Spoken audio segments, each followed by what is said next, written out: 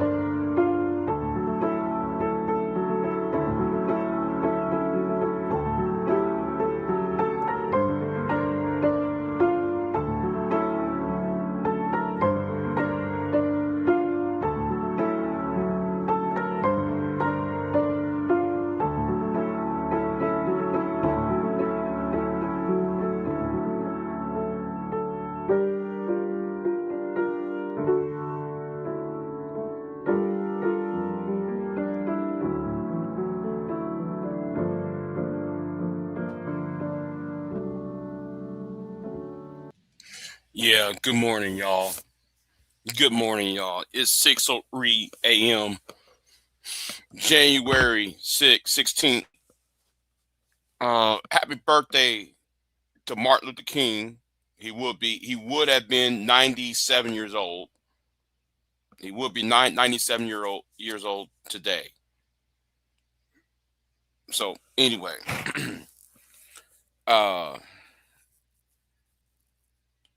let's keep it moving. Now we all heard the great gnashing of teeth, the great gnashing of teeth of the manosphere with the resounding defeat, the massacre of Just Pearly Things.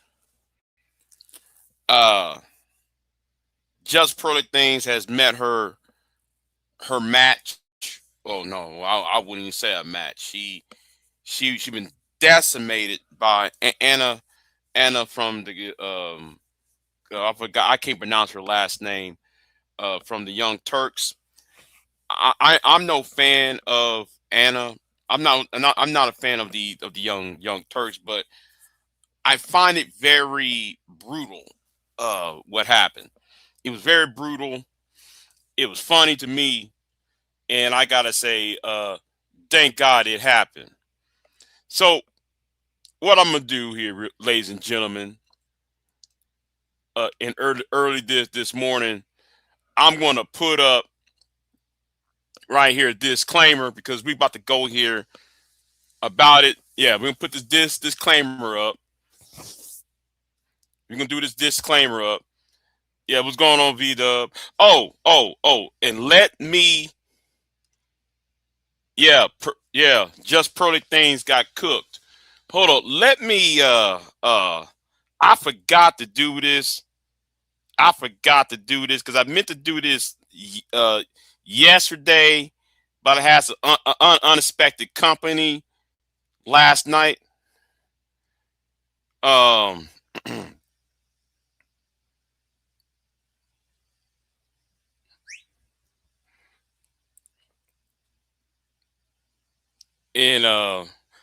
hold on, let me contact somebody first before I go on in, because I don't want to be selfish. All right, I don't want to be selfish right now. I don't want to be selfish, so I sent somebody a text message. Hopefully, the two of them. Well, I hope one of them show up. I think the other one's sleep. But yeah. So let me go in on this. What's going on, V-Dub? So let's talk about it, right? Let's talk about it.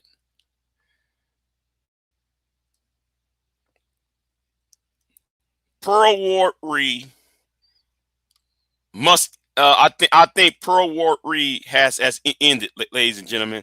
I think Pearl Ward Re has ended. Okay. Oh, wait a minute. Hold on. Let me do this real quick. Something wrong with my yeah. Oh,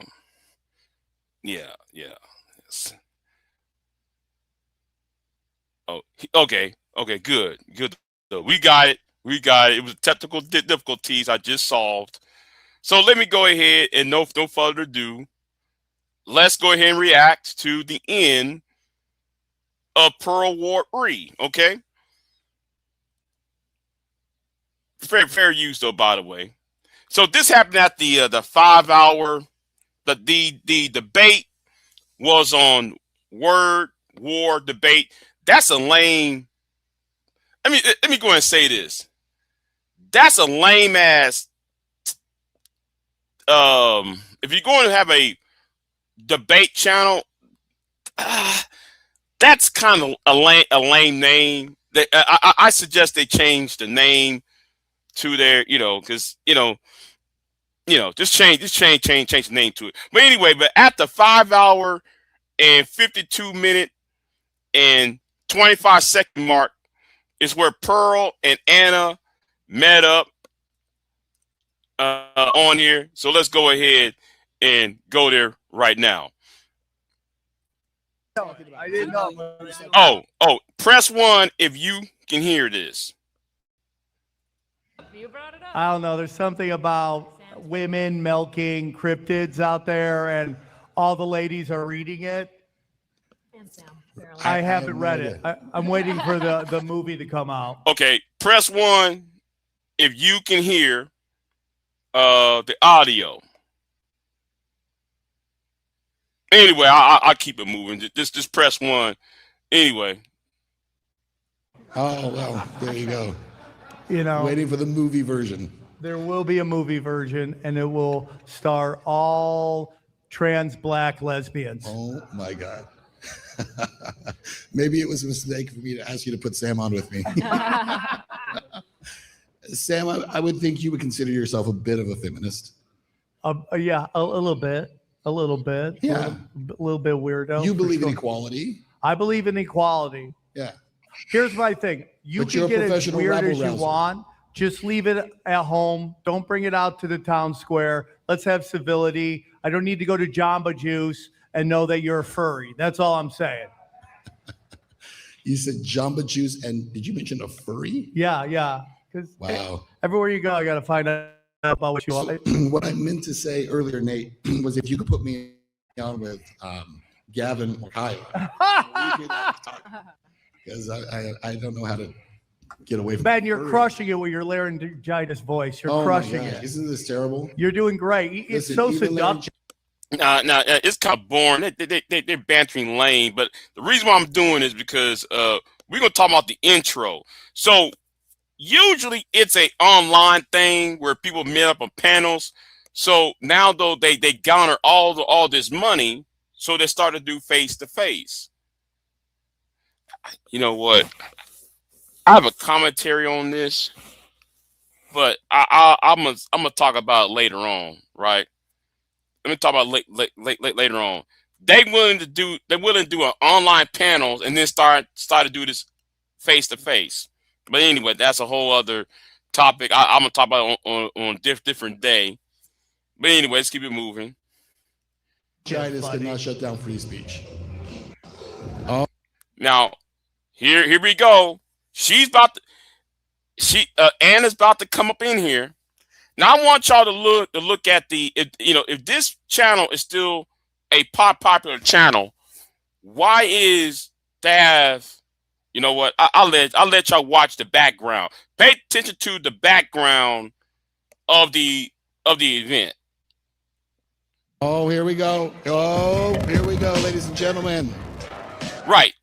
Okay, you hosting all this and you got nothing but empty chairs. This is sad. You have empty chairs for a glorified YouTube channel. But anyway, keep it moving.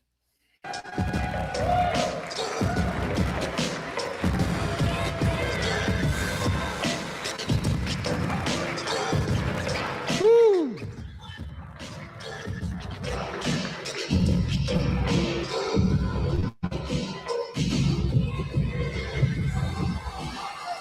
And here goes the pyro.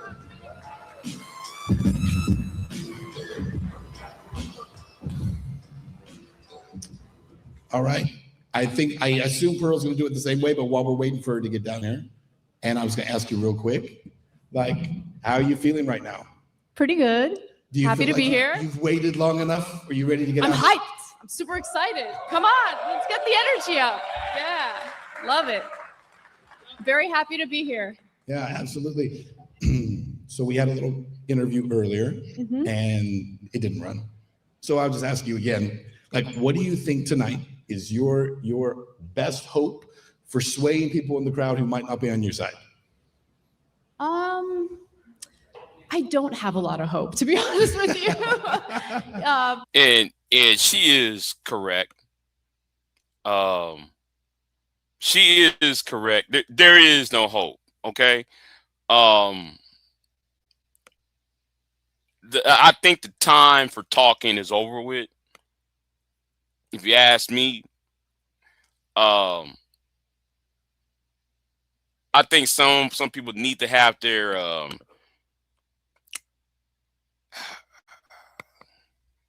heads cracked together, so to speak, especially part of the manosphere and y'all spewing this nonsense. I think the time for talking is over with. Well, actually, the time of talking it's been over with. That's why I've been blocking people and everything else. I don't got time talking no foolishness anymore. Because you're a waste of space. You're saying the same thing that's not even true. That, some y'all want to talk about facts over feelings, and then you the main one yelling, screaming, making insults, and yet you the one saying facts over feelings and feeding ducks out of the pond while you're shame, blaming, explaining. For some you manosphere nuts, you MGTOW nuts, SYSBM fool clowns, at passport hoes. I ain't calling y'all bros. You niggas are hoes. Okay. Anyway, let's keep it moving. What's going on, Gen Z? Let's keep it moving.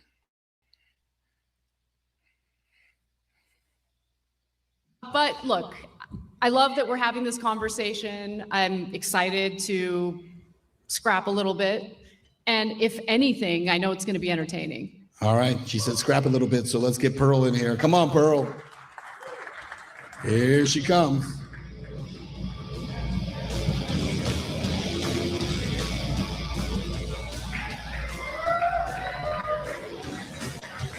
Oh my God.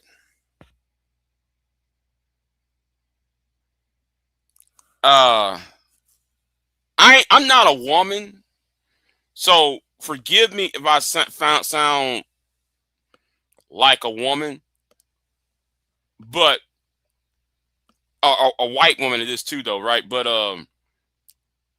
if you're going to show up at an event, right?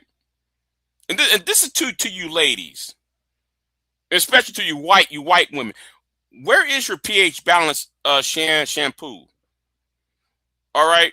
Where is the bounce in y'all's hair? If you're going to show up on an event, why are you looking like a bag of potatoes? Why you dress up like a potatoes that a bag of potatoes at a grocery store? Where is the makeup at? I'm sorry. I have to go there.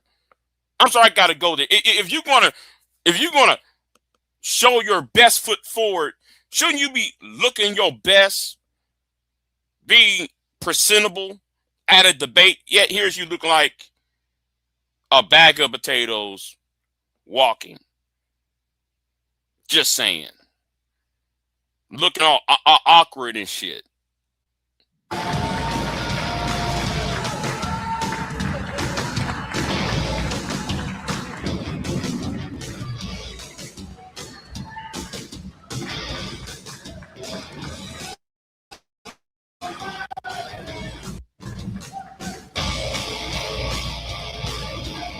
Let me stop the music because I don't get copyrighted.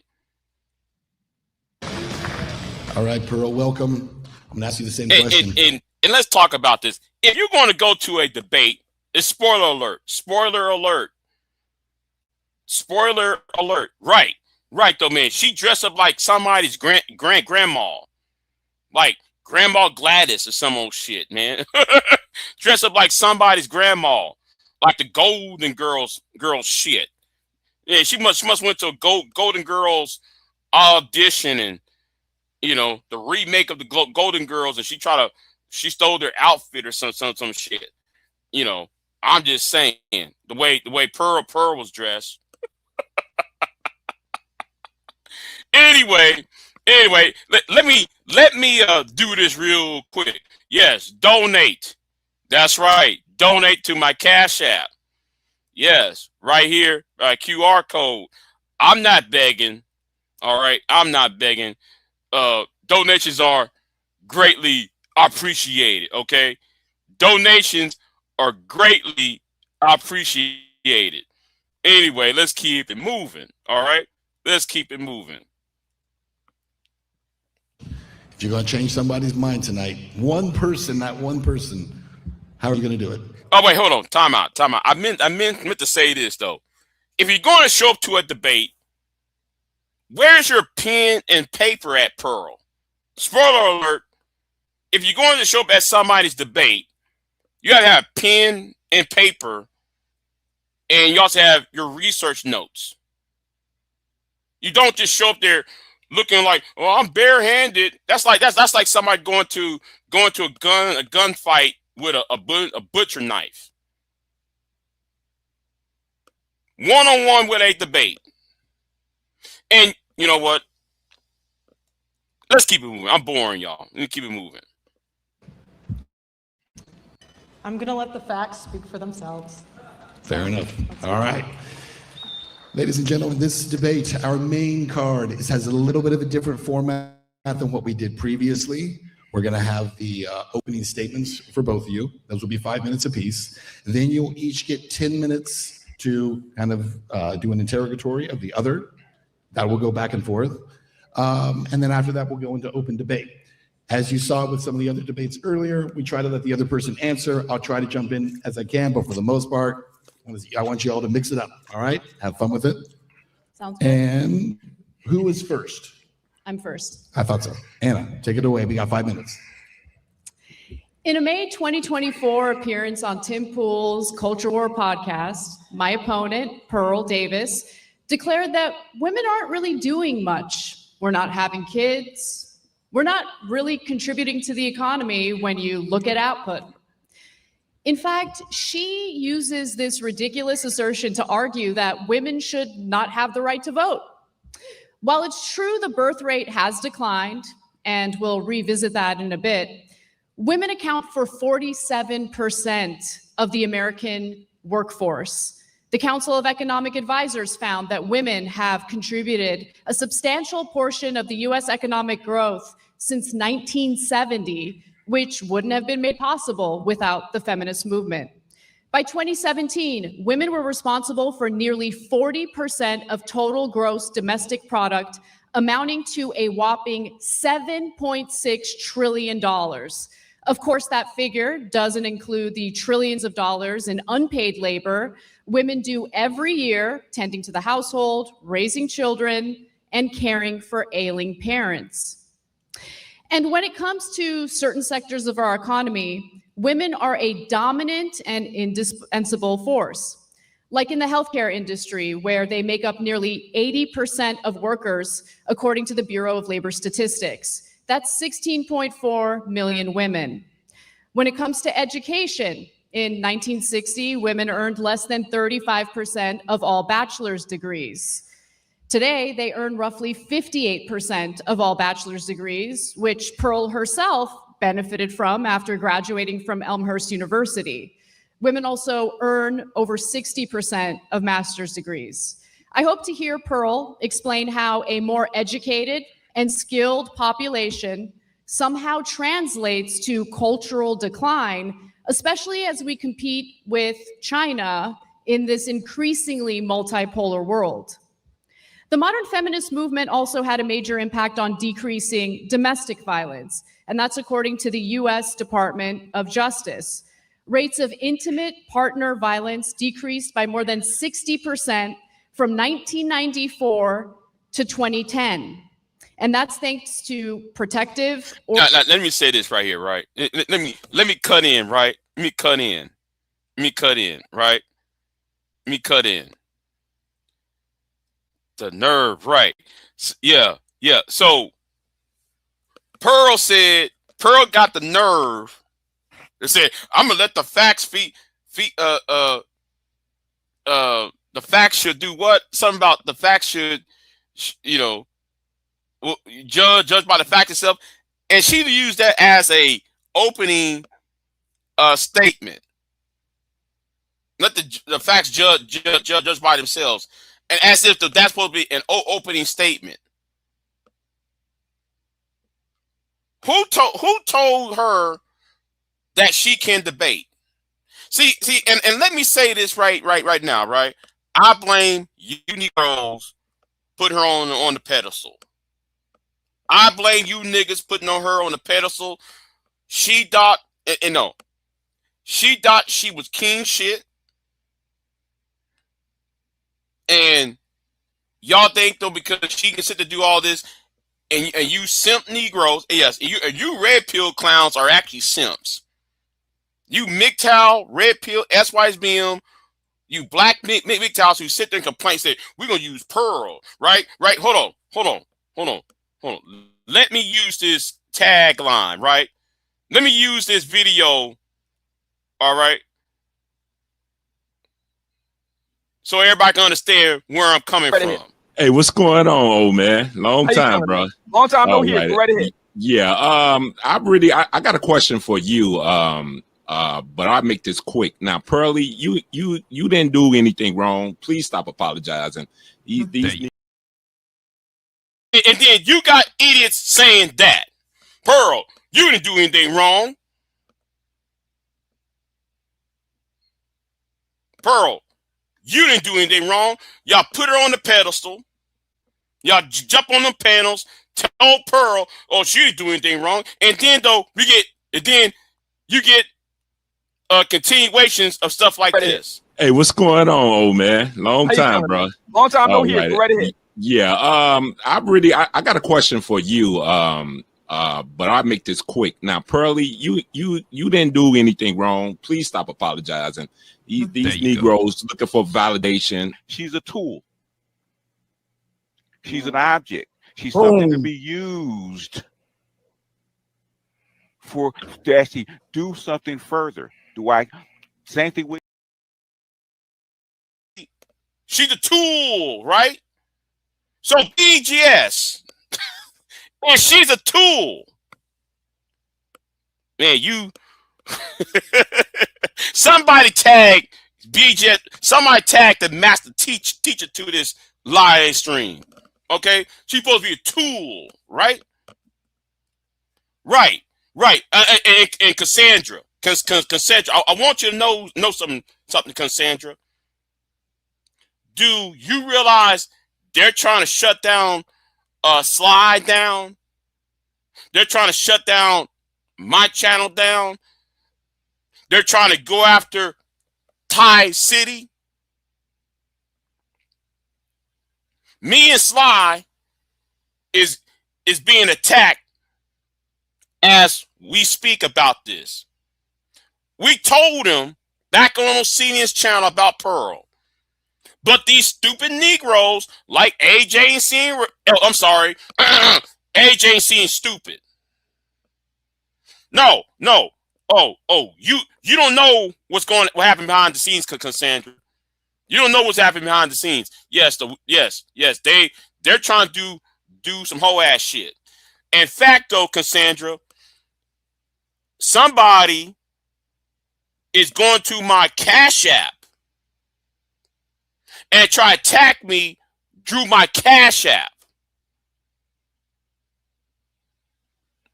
It's gotten that bad. That's why I said the time for talking is over with.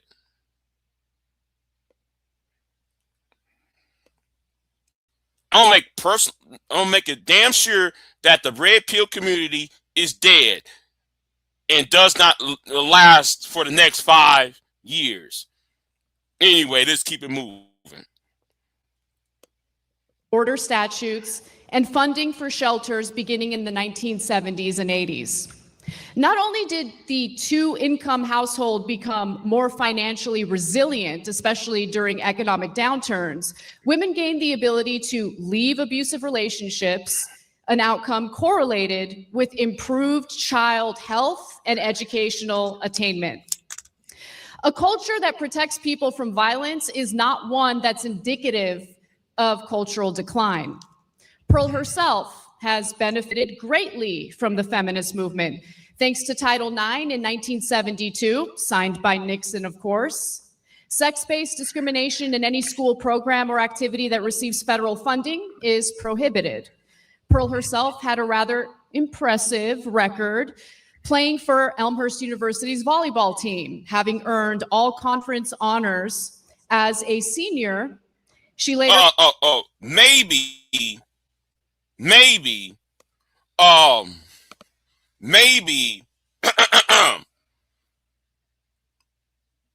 we need to talk about Marcus Robinson.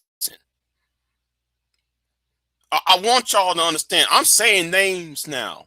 Since we want to talk about the volleyball team that Pearl played under, we might want to talk about Coach Marcus Robinson. Because she's a tool. Right, BGS?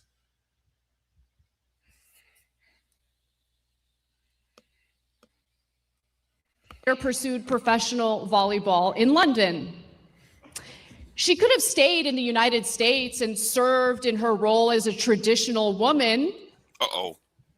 But she didn't. And she could have been the traditional chaste woman living out her dream of everything women were supposed to do before feminism. But she is neither traditional nor chaste by her own admission.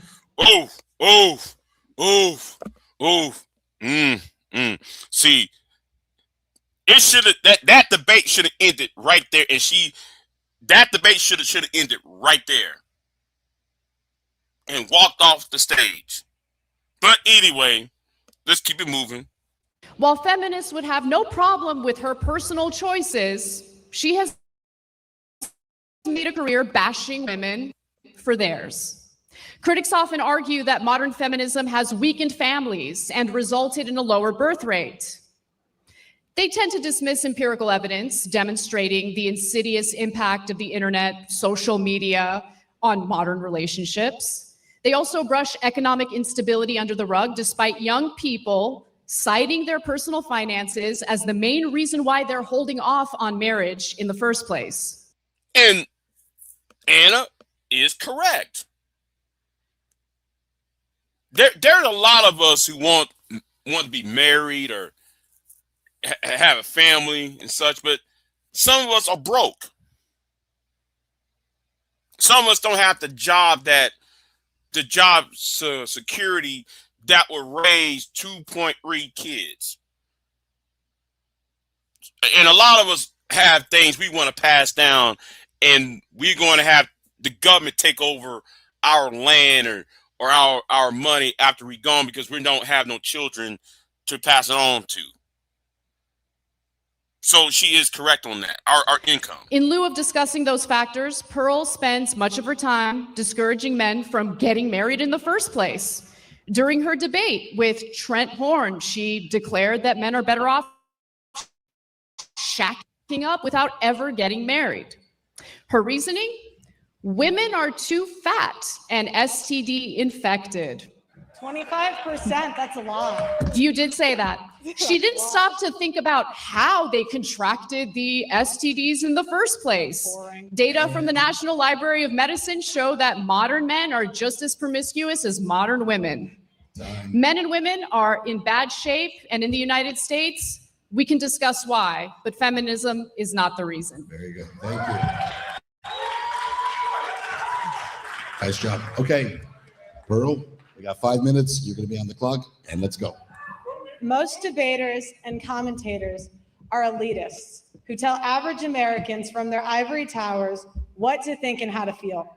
My answer to this question not only comes from covering current events and researching the facts, data, and statistics, but also in my professional experience interviewing over 1,000 people in America and Western nations. Feminism has given women power, and power corrupts. And that's what's happening. Feminism is robbing men of their disposable income and their prime earning years. Feminism has empowered women. It has empowered women to be sexually promiscuous. Feminists say that they fought for women to not subject themselves to the approval of men. Why then are 5 to 10% of women between the ages of 18 to 25 on OnlyFans or other prostitution websites? You know, this got to be the dumbest statement she just said, right? Okay, before feminism, and you know, let me just talk about before the 1970s.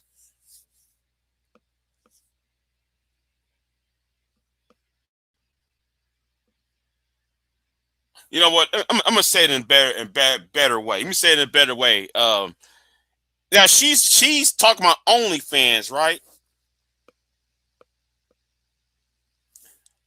How many brothels there were before World War II versus today? Because if you go to the Old West during the 1800s, I'm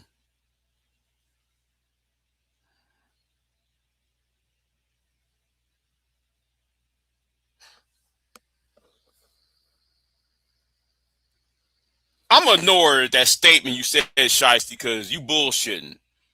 You're trolling. Anyway, back to the point, right? You're trolling. That never happened. So anyway, when Shiesty? When was this, Shiesty? You better give me chapter and verse.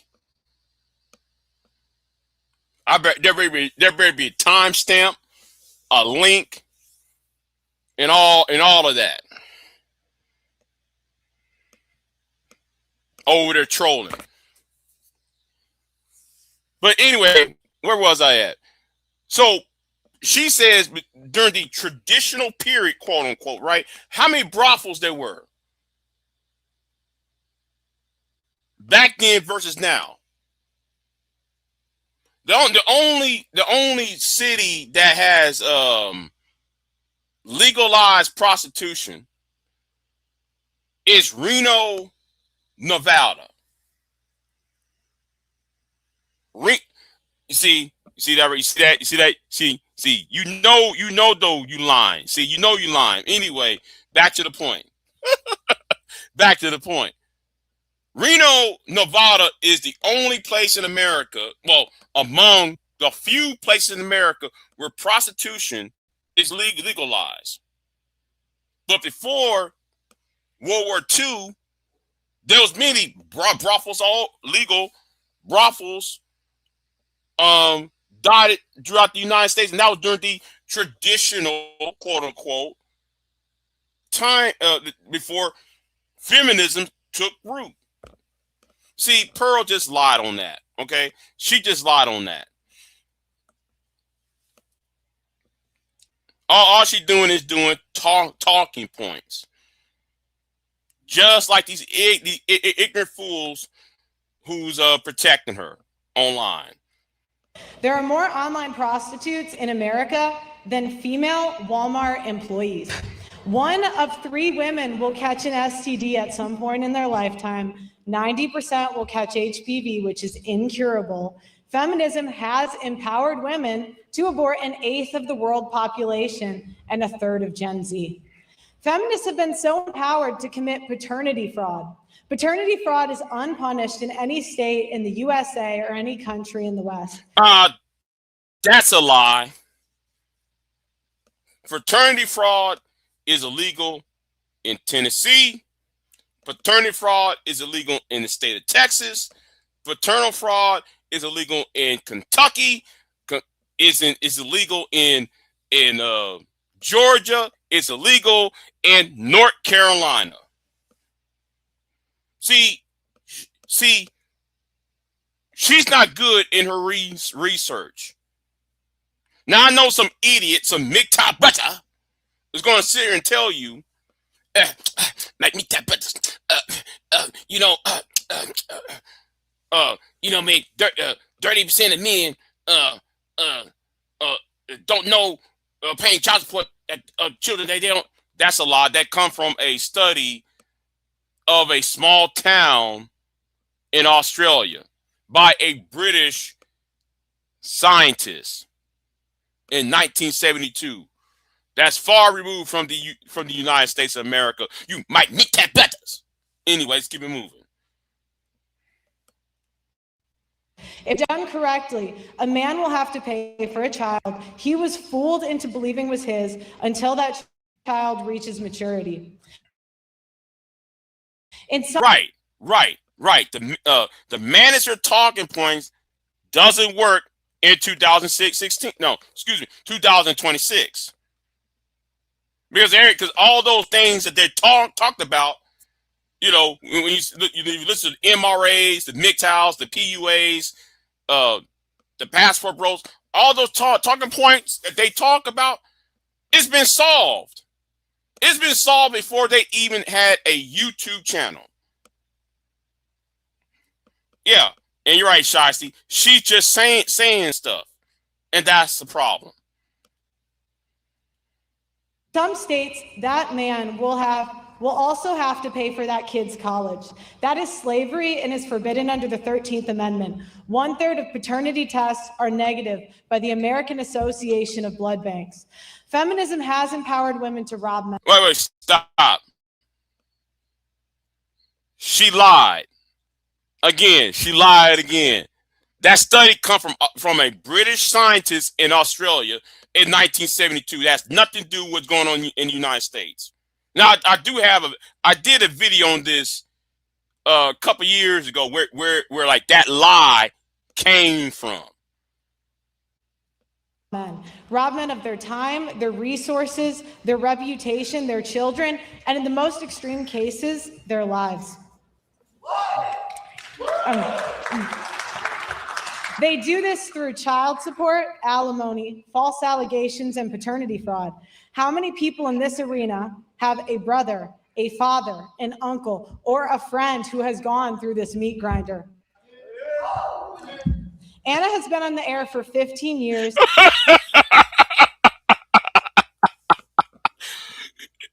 There are about 2-3 people yelling, woo, woo, yeah.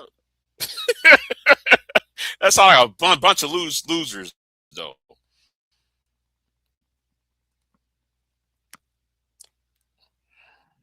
And is completely oblivious to these issues.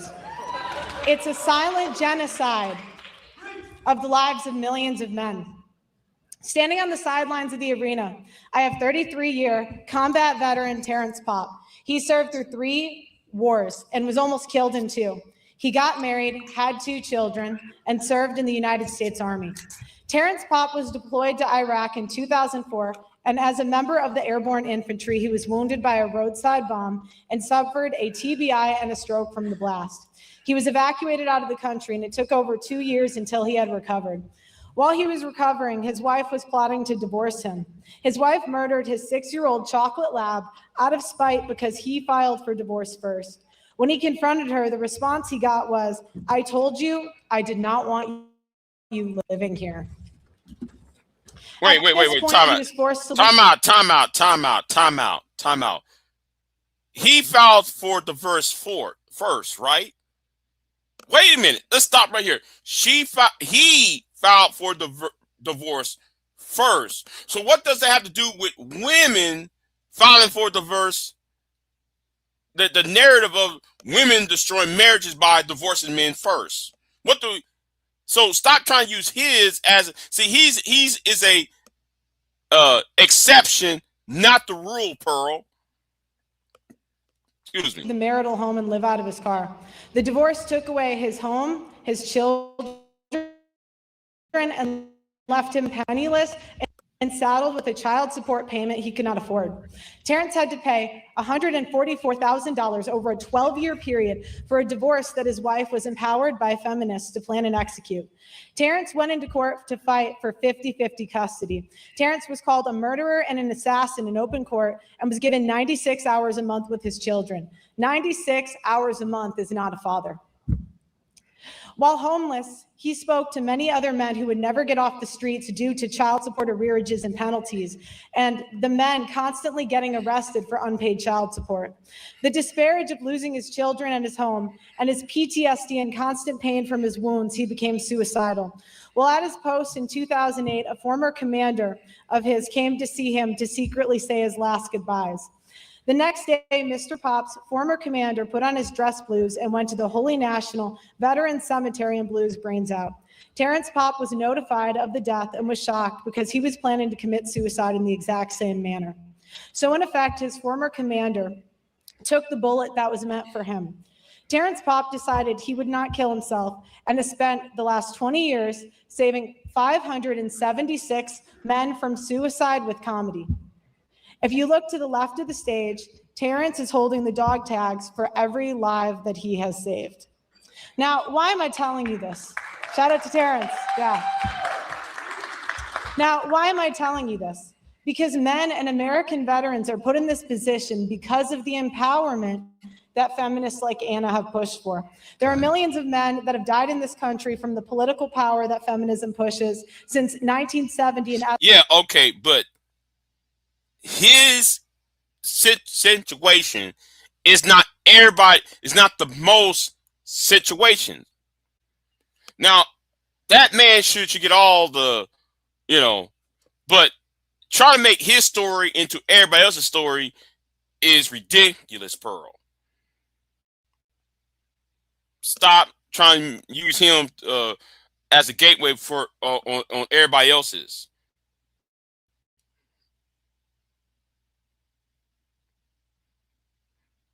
Estimated 1.6 million men have committed suicide. Time.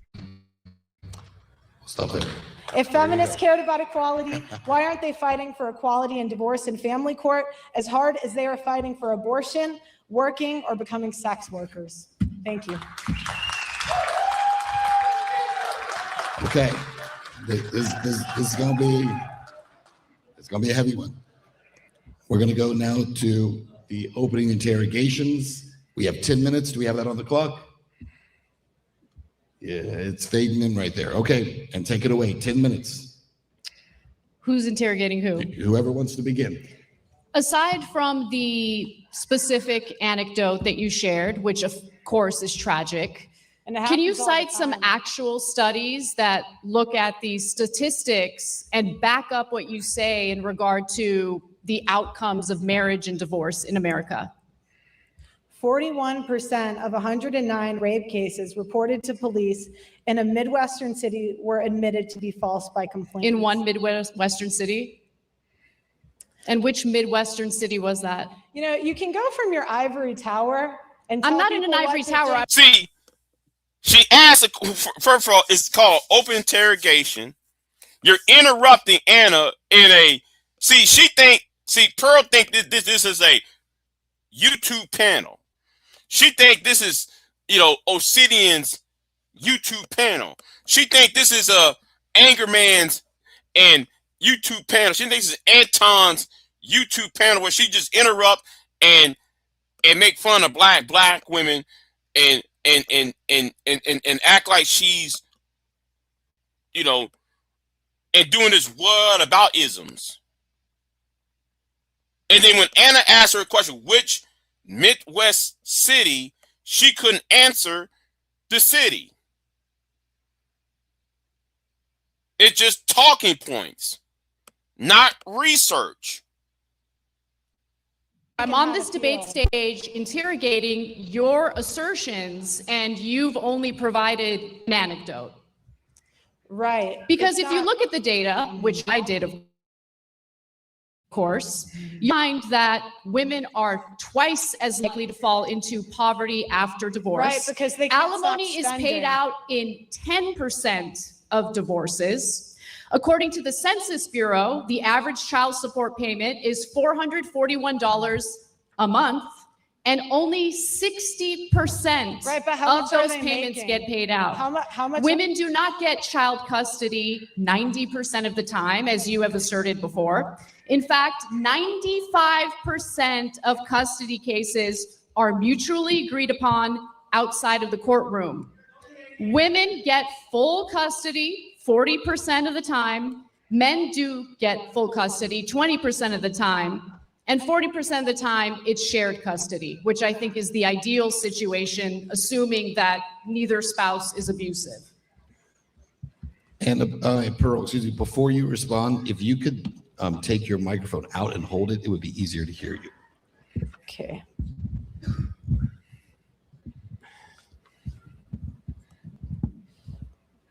Damn, she looked like, oh my God.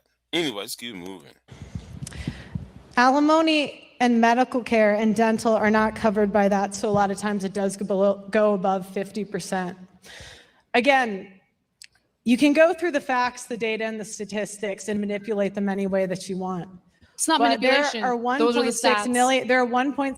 See, Anna just told you where you can find the facts, where you can find the evidence. She said CDC. She said pediatrics, whatever, all these other places where you can find it at. And all what Pearl did was anecdotal. All right, all she did was the anecdotals, and that's it.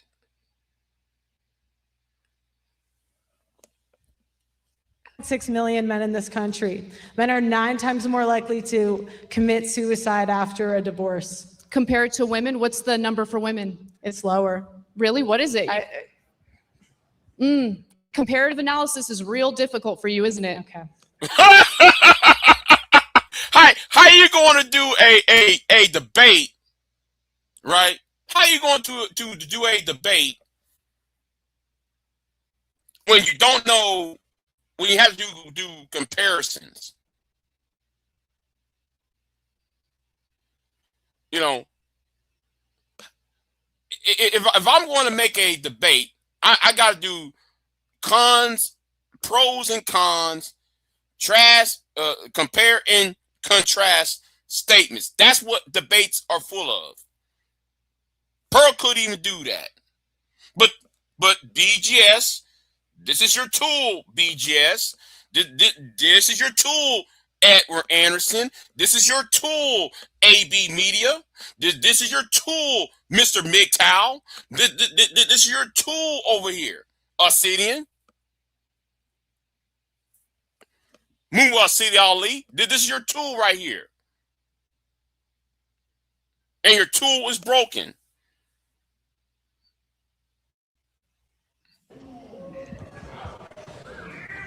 Go ahead, Pearl. What's your next question?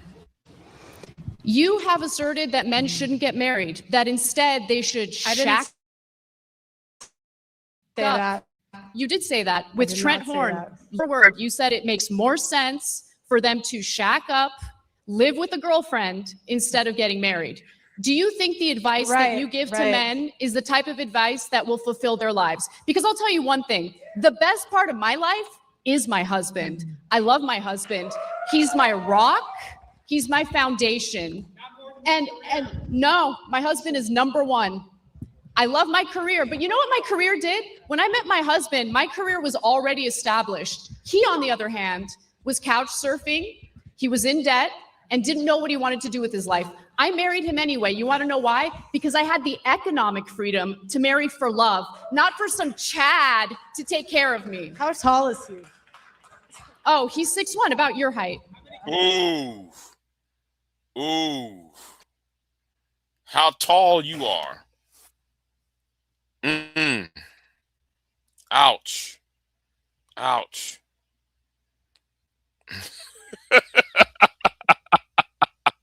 Yeah, Pearl is full of logical fallacies. You're right. What's going, Hammer Time? What's going with you, Hammer Time? I hope things going well for you, Hammer Time. Oh yeah, it gets better. Right, Gen Z. Pearl's advice only worked on angry reactions when she shacked up at Pearl's. Yes, let's talk about angry reactions. Some of y'all who do not know who the person angry reaction is. Angry reaction was a black man who's bigger than who's about 300 pounds, right? I'm not making fun of his size, by the way. I'm not making fun of, but he's a big man. He was homeless. She moved him into her house where she treated him like shit. Pearl won't tell you about that. How well she treated angry reaction when he was living under her roof. She's not going to tell you that. But like with BIGJ, she's what? A tool, right?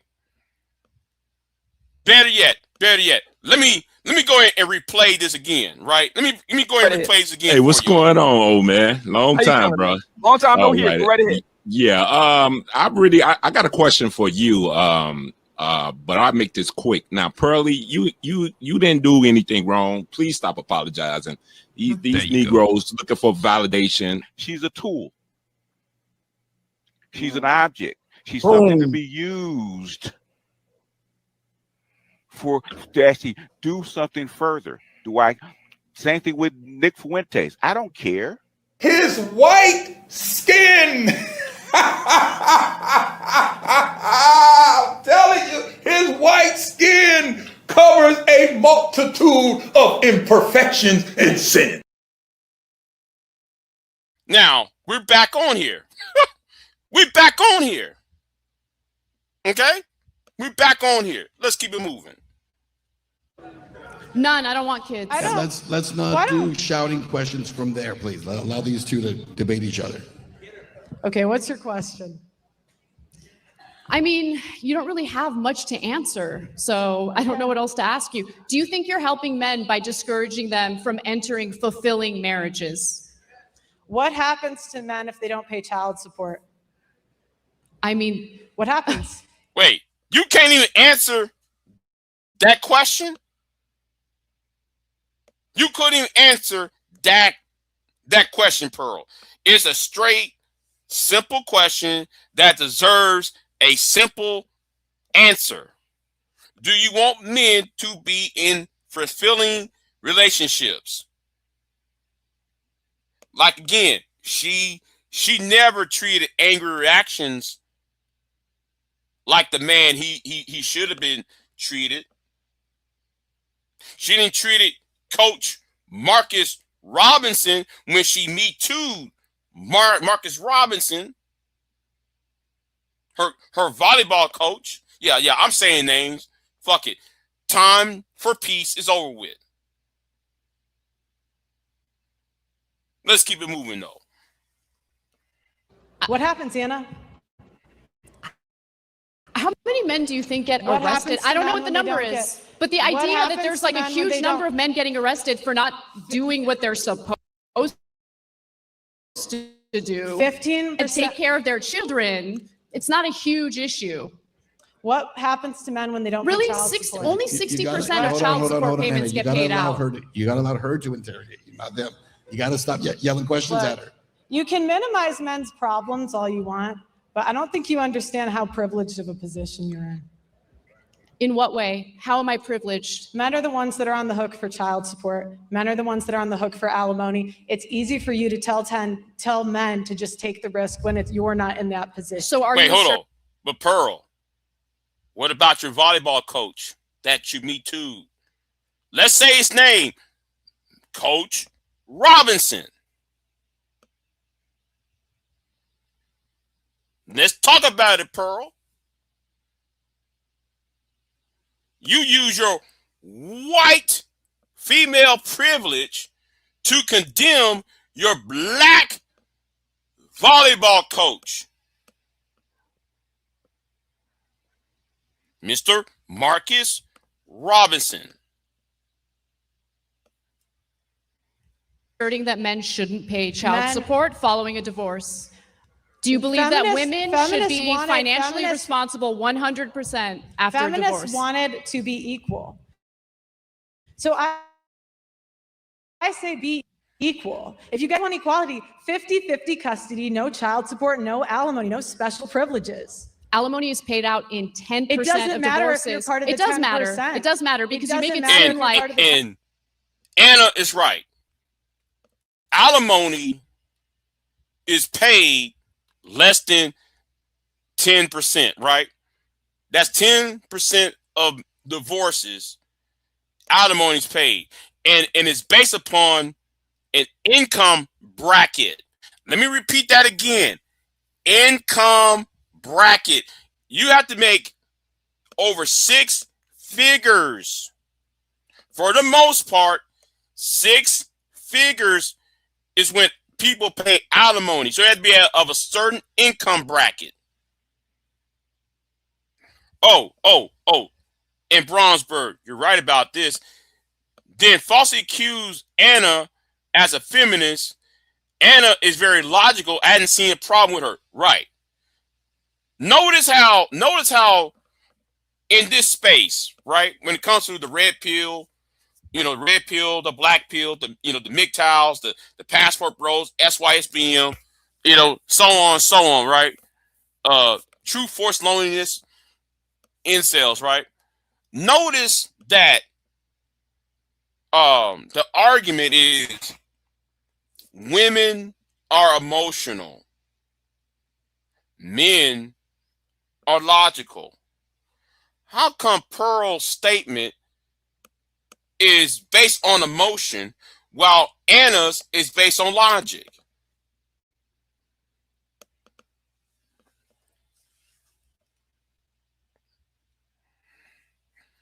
it's a widespread issue when it's only 10%. Doctrine is a sexist law against men. That's sexist. How is it sexist if a woman decided to forego a career, decided to be a stay-at-home mother, and the marriage doesn't work out? She has no job. She has no income. So you think it's unfair to get support from her ex-husband so she can raise the kids? 60%, so she can pay. 60% of kids under 5 have daycare. Daycare is an option now. You wanted to be men. Do you know how much daycare costs? See, this is why Pearl needs to shut up.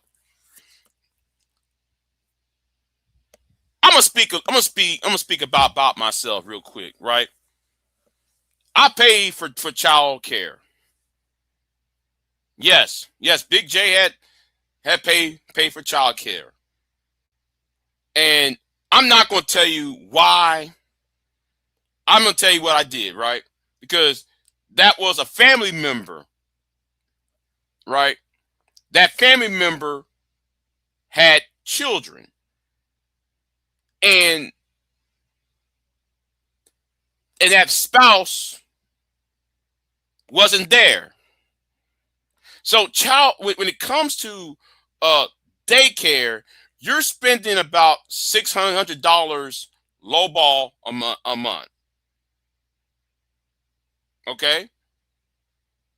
So what Pearl's saying is stupid. You have to experience taking care of kids, Pearl, for you even say that dumb shit. But anyway, let's keep it moving. Wanted to be men. Here you Do you know how much it. daycare costs? Do you think it's free? Let her answer. Let her answer. A lot of things are expensive, Anna. I mean, That's not an answer. Women have 85% of consumer spending. Women spend money all the time. You spend money on hair dye. You spend money on Botox. You spend money. You should think about it. Oh, you should think about it. Oof. Anna told Pearl, you should think about it. Yeah. With the way Pearl looks, she looked like she came from a grift store or stole something out of somebody's nursing home with them clothes her ass is wearing. Like she must have still Aunt Gladys clothes or borrowed them.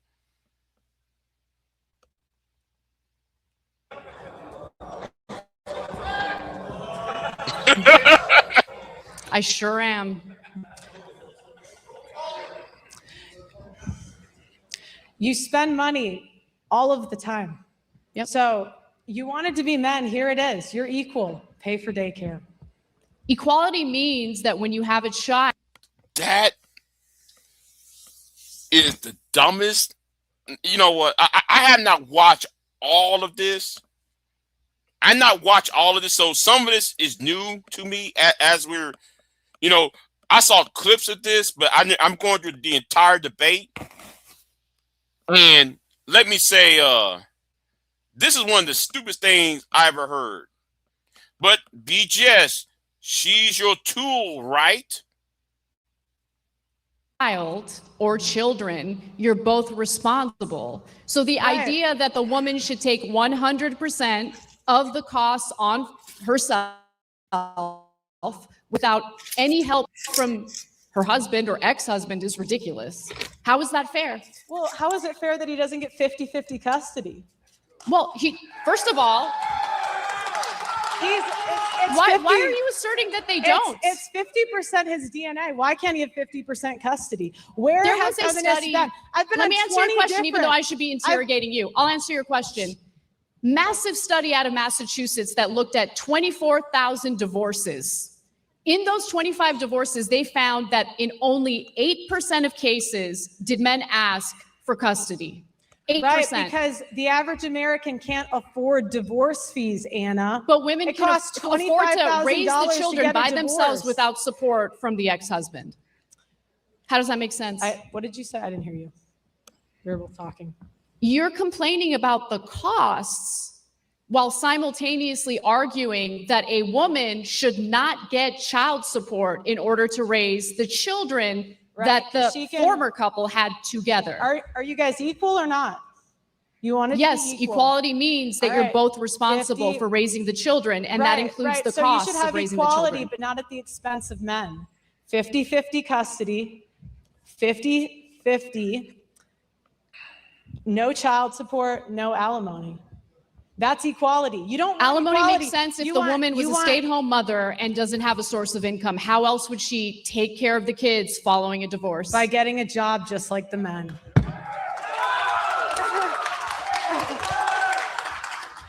So you're saying that a woman who doesn't have recent job history is just going to willy-nilly enter the job force or workforce, I should say, and easily get hired. Do you guys care about this? So do you care about the children or not? Because you're making this about like the poor husband, the poor ex-husband who doesn't want to pay the child support, doesn't want, to take on any of the responsibilities of having children in the first place. Why is it that you seem to have a problem with men carrying out their responsibilities. But when it comes to men are dying to care about their responsibilities. Men Really? are fighting to be a part of their kids' lives. what's the empirical data on that? I don't need data. How many people in here have had a family or a friend fight for their kid and not be able to get it? Wait a minute. I thought this was a debate. Yeah, it's hard to debate stupidity. Stanley, you're right. You're right, Stanley. It's hard to debate stupidity and talking points. That's why you got this clown right now. You got a clown right now trying to talk to me, even though I blocked this idiot. You got a clown right now trying to talk to me, and like, nigga, because you don't know how to talk, because all you do is make insults and call people the R word. You think people gonna sit there and listen to you call them an R word and talk, you're scared to talk to me, you're scared to do this face to face? Well, no, nigga, you're childish. You got nothing substantial to talk about.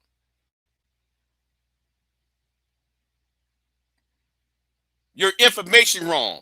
And the only reason why I'm talking about to this one special guy who's listening to me right now. You're mad at women because you was, quote unquote, a suspect of an SA. Shut up and sit down somewhere. Anyway, you mad at women because all women because of that. Yeah. I don't need me some data. Right, Stanley. But I thought data is what? Research. I thought people who do research, people who research things, evaluate things in a logical way. What Pearl did, she did what she accused women of doing, of making an emotional argument. Pearl shows how idiotic the manosphere is, and you are correct. You are correct. The reason that this happens, Anna, is because lawyers tell them not to fight because it's so expensive and they won't win. What is that based on? You have to provide, look, Pearl, I am open to be convinced, but I need more than anecdotes. I need more than vibes and feelings, because we're talking about something serious here. We're talking about raising children. We're talking about the shared responsibility of raising children. That, of course, includes the cost. 90% of disputed custody goes to women. That's not equal. 90%, that's a totally made up statistic. Where are you citing that from? All right, let's take a break.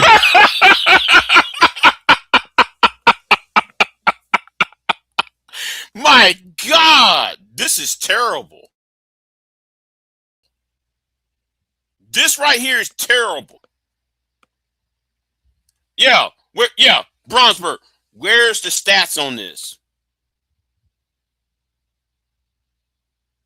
But BGS, let me play what BGS said, y'all. I gotta do it. Let's play this BGS and AC seems stupid. What they said to Pearl. Hey, right? What's going on, old man? Long time, bro. Long time no here. Go right ahead. Yeah. I got a question for you. But I'll make this quick. Now, Pearlie, you didn't do anything wrong. Please stop apologizing. These Negroes looking for validation. She's a tool. She's an object. She's something to be used to actually do something further. Same thing with Nick Fuentes. Wait. She's a tool, right, BGS? She's a tool, right, BGS? She's a tool, right, BGS? Excuse me, BGS. BGS, while you was in the comment section of that punk ass loser who made a video about me, what about your tool? Your tool Right. Equal data equals supporting evidence. Facts. Data equals supporting evidence, not anecdotals. Morning, the moderator said, hold on, let's slow this thing down. Let's take a break. Hold on. Yeah. Yeah. She stunk her down to her own side. Right. Right hammer time. Yeah. Very hard. You win by not engaging. Yeah. You know what? Though? Cassandra, I kind of agree with you on not engaging. But at the same time, since the manosphere is a hate group, I can't just, a lot of my supporters told me leave these niggas alone. But at the same time, I see them as a threat to Western civilization. Okay, I viewed them as a threat to Western society because they're breeding misogynistic, femicide is on a increase. And you know what? I'm gonna do a video on the uptick of femicide since the days of Kevin Samuels. But I'm gonna talk about that later on, though, right? And no, just because I mentioned Kevin, I'm not going to bash a dead man, okay? I'm not like the other. I ain't like that bald-headed nigga over there who keep bashing Kevin all the time. But anyway, I think it's unfair to go after a dead man anyway. That's a punk move. But anyway, let me keep it moving. There, because our time actually ran up. Those opening interrogations are over. Let's take a moment here. You guys want to grab a sip of water? All right. The next step is going to be 30 minutes. We're going to open it up. Again, open debate. I'd remind you guys, I know everyone's passionate about this. I get that. But you can't have multiple people debating at the same time, right? We got one debater here. We got one debater here. Let's keep it here. All right? Let's put 30 minutes on the clock. And let's begin the open debate. Pearl, I'll let you pick up here. Go ahead. What happens to men when they don't pay child support? There are consequences for it, especially when there's a court order for them to carry out their responsibility and pay child support so that child can be raised. And what happens? Do you think there shouldn't be legal responsibilities or legal consequences if they fail to carry out a court order to, take care of their kids? I've interviewed men that have paid millions of dollars in. Don't care about your interviews. Anecdotal evidence doesn't matter. What I need is actual statistic, empirical evidence. They should pay their child support. $441 What happens? is the average child support payment. $441 a month. Yeah, that's for someone that makes $24,000 a year. You just told me a woman can just go to work and take care of the kids totally by herself.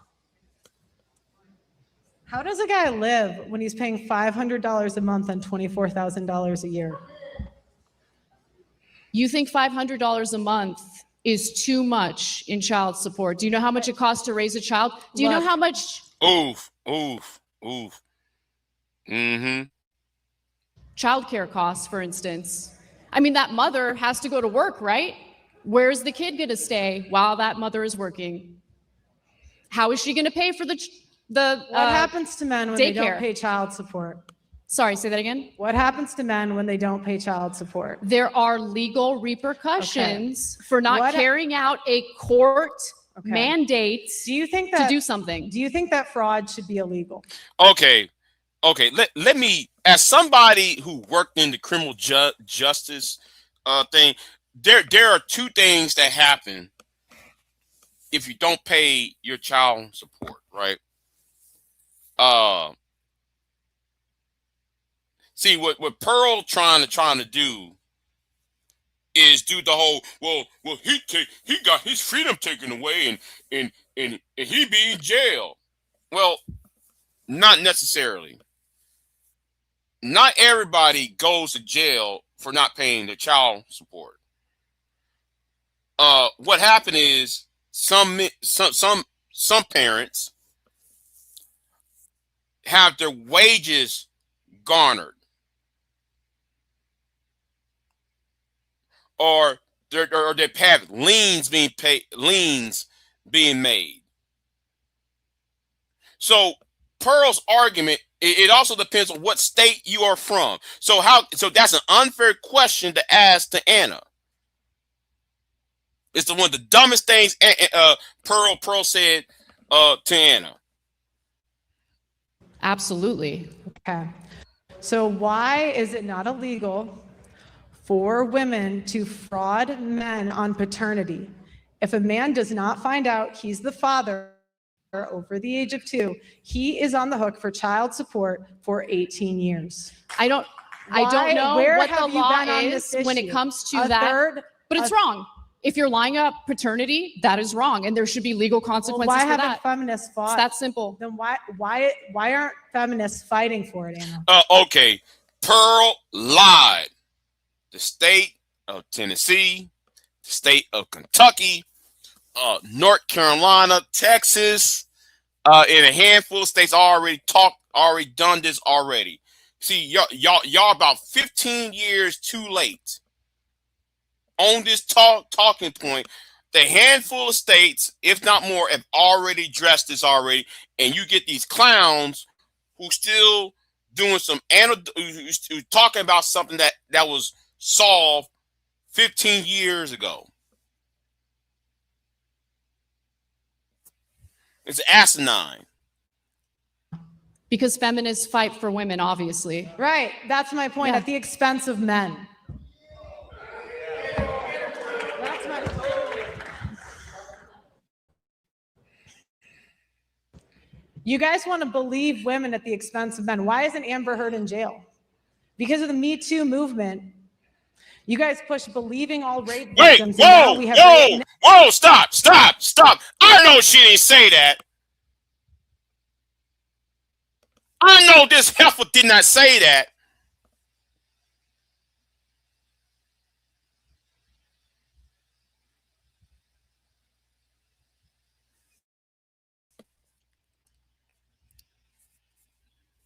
Pearl didn't do her homework. Anna is not a feminist. She said herself to be, she left the left after noticing how ridiculous they are.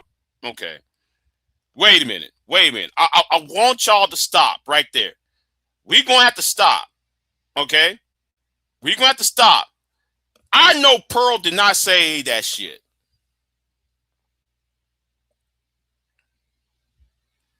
I know Pearl did not say that dumb shit she just stated. So let me rewind this, right? Because I know she didn't say this. Hold on. Let me rewind it. Where is that? We have to 21. Okay, 21, 22. Okay, let's go to. Hold on. Let's go. Yeah, let's go to 20.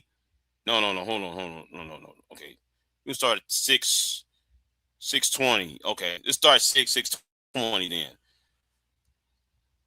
While that mother is working, how is she going to pay for the what happens to men when they don't pay child support? Sorry, say that again. What happens to men when they don't pay child support? There are legal repercussions for not carrying out a court mandate. Do you think that to do something? Do you think that fraud should be illegal? Absolutely. Okay. So why is it not illegal for women to fraud men on paternity? If a man does not find out he's the father over the age of 2, he is on the hook for child support for 18 years. I don't know what the law is when it comes to that, but it's wrong. If you're lying about paternity, that is wrong, and there should be legal consequences Well, why for haven't that. feminists fought? It's that simple. Then why aren't feminists fighting for it, Anna? Because feminists fight for women, obviously. Right. That's my point. Yeah. At the expense of men. That's my point. You guys want to believe women at the expense of men. Why isn't Amber Heard in jail? Because of the Me Too movement. You guys push believing all rape victims, and now we have rape. Amber Heard. Whoa, see, stop. Let's stop right there. Let's stop right there, right? Let's stop right there. Pearl got the gall, the mitigated gall, to talk about the Me Too movement destroyed men.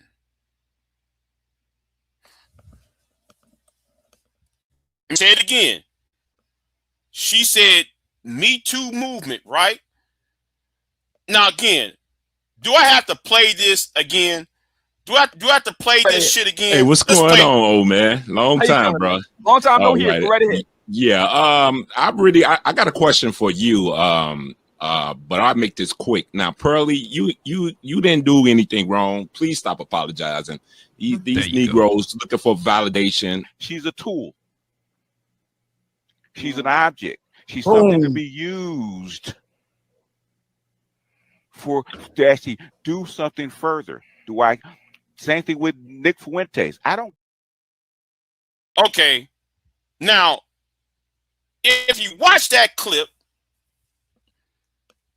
when BIGJ was talking, that's an email from Marcus Robinson, who was Me Too'd by Pearl because he was Pearl's volleyball coach in Illinois. Do y'all understand?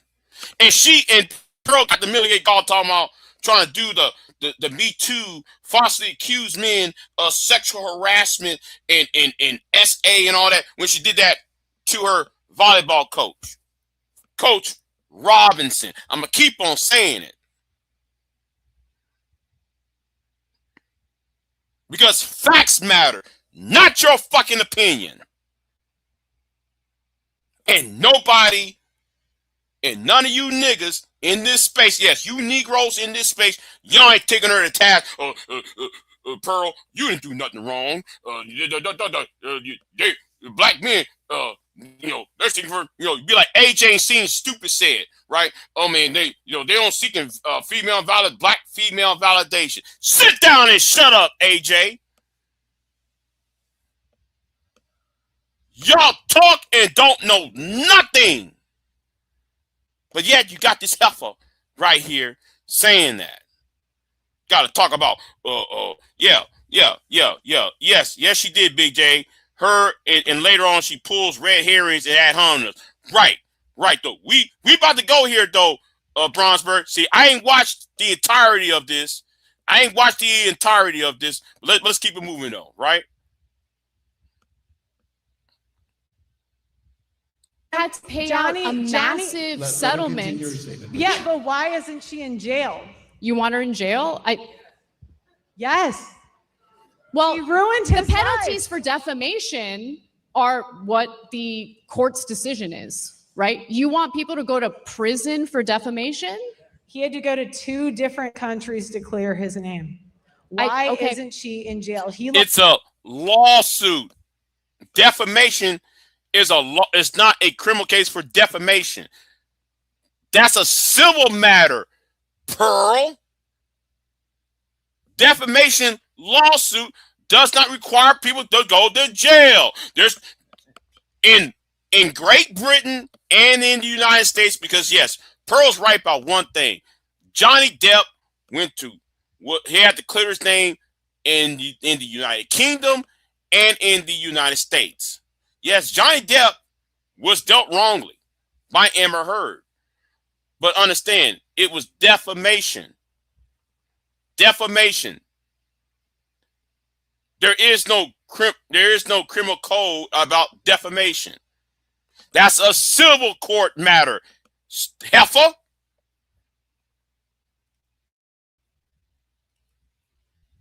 If you're going to talk, bring facts and evidence to it. You've been around black YouTube too long, Pearl. See, and it's not these idiots on these black panels who don't know shit.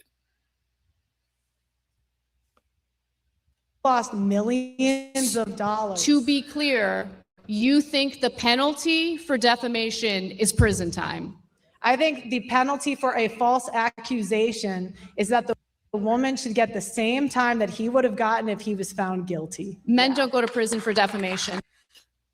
Hold on. You said, geez, the Me Too movement imploded itself once Israel, what's her name? It was, it actually imploded on itself. Me Too movement imploded on itself. It sure damn did. Now, Anna said you can't go to jail for defamation. It's a civil matter, you dumbass. Pearl, you're dumb. You slow, you dumb, you're stupid. But BJS, this is your tool, right, BJS? Somebody tag BJS name. Do a community tab and tag BJS and Edward Anderson and AB Media in this, since they got so much to say. And see, this is the problem with feminists. You want all these freedoms, but you won't actually be equal. I do want equality. No, if you wanted to be equal, you would fight for 50-50 child support, no alimony. No alimony. So again, if a woman decided to forego working, decided to stay home to raise the children, and the marriage doesn't work out, she's got no income whatsoever, she doesn't deserve any alimony. Women aren't even doing that. Number one, that's not even women are not staying home with the kids. And number two, you have daycare. A lot of women do these days. You have daycare. The traditional women who want to stay home, they want to be traditional wives. You trash them all the time, which I don't understand. Look, it seems like women can't do anything right when it comes to you, right? They're stay-at-home moms. They're traditional. I understand that you can personally attack me. I'm not personally attacking you. Okay. These are things that you have said on the record multiple times. But if you cared about equality, you would care about false accusations. I do care about false accusations. No, you don't. You don't know me. You don't know what I care about. Look, all right. Let's talk about rights that men do not have. Men do not have the right to be enlisted in selective service. You know, we have 125K men who were drafted and buried overseas. Think about that over a second. You talk about the oppressions of the past, but how many? We didn't have a draft since 1971. The draft ended around 1971. Pearl. Yes, when I turned 18, yes, I signed up for selective service. Every young man in the United States signed up for it. In case World War III breaks out. In case the Third World War, in case Putin decides to invade or attack a NATO member, yes, World War III will touch off, and yes, though the draft that we will be drafted,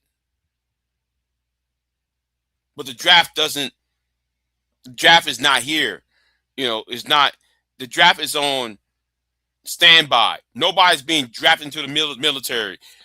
Pearl, not since 1971. So can you please shut the fuck up?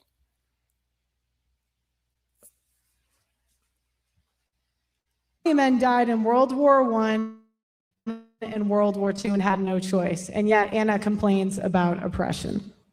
Men do not have the right to V-Dub, yeah.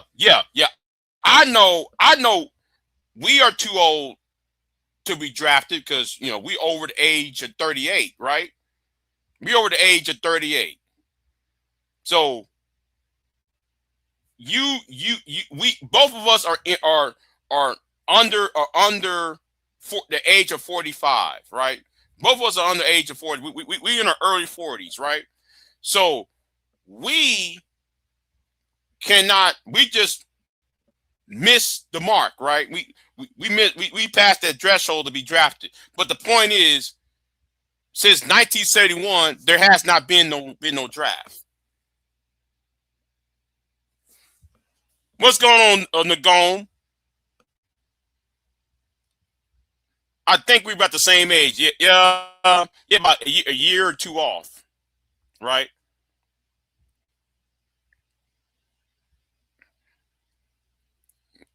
Nagome 11, what's going on? Oh. And you know what? You're right. Pearl sounds like Hood sort of prepared her for this debacle or debatable. I can't pronounce it. Yeah, yeah. It sounds like Hood sort of is writing her notes. That's what it sounds like. It sounds like Hood sort of is come with her. Hood sort of and what's the name? Game Changer. It seems like Hood sort of and Game Changer came over to her and say, here are the notes to say this and say that. That's what it sounds like. That's what it sounds like. I lost that paper years ago, but yeah, line signed up, yeah, second server, yeah.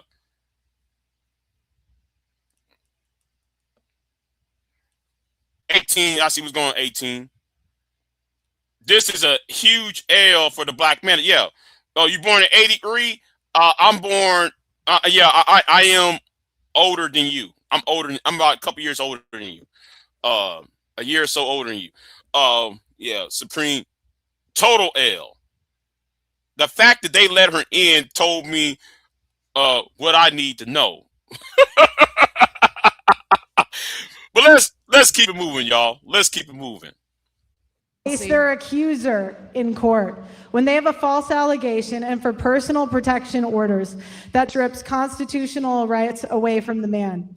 Women go before a judge and say they don't feel safe, and more than likely a PP order will be issued. The man was not in court, had no say, has no defense, and does not get to face his accuser. That is done en masse, and many servicemen and first responders lose their careers over this because it strips a man's Second Amendment rights away based on no evidence. Men do not have the right to raise their children. Divorce is no fault. But when it comes to child custody, it's always the man's fault. He loses his children to the system. 96 hours a month the father does not make. Men have longer prison. Wait, hold on. 96 hours?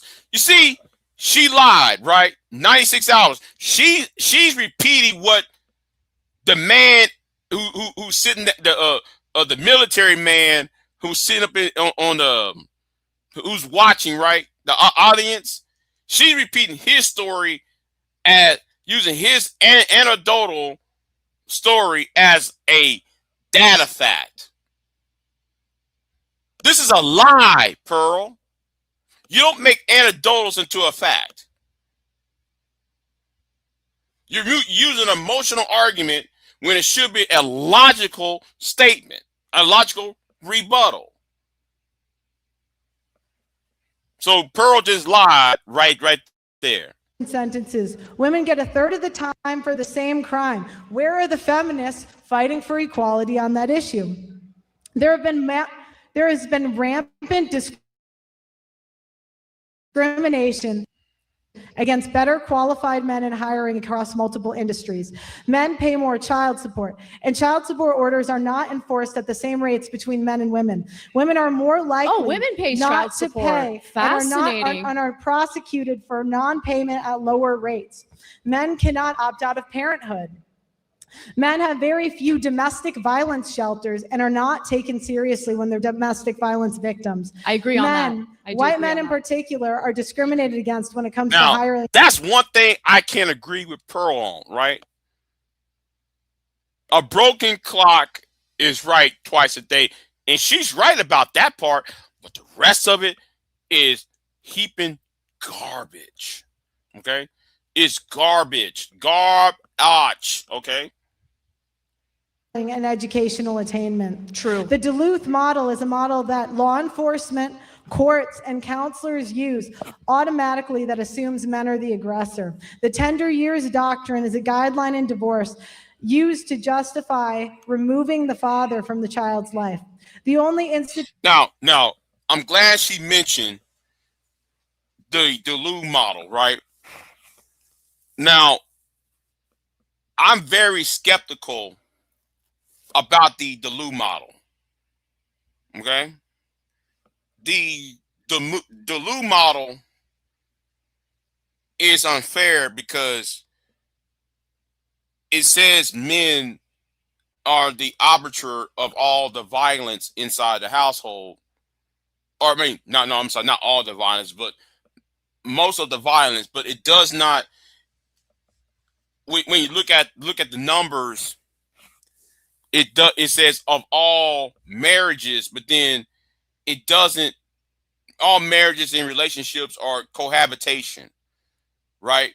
But it doesn't factor into the sexual orientation of the cohabitation, marriages, and so forth of the Duluth model. That's why I question the Duluth model. I think the Duluth model is very flawed. At best, it's flawed. So she does have a point about the Duluth model, but other than that, it's garbage. It's garbage. Institutional sexism that exists is institutional sexism that discriminates against men in favor of women.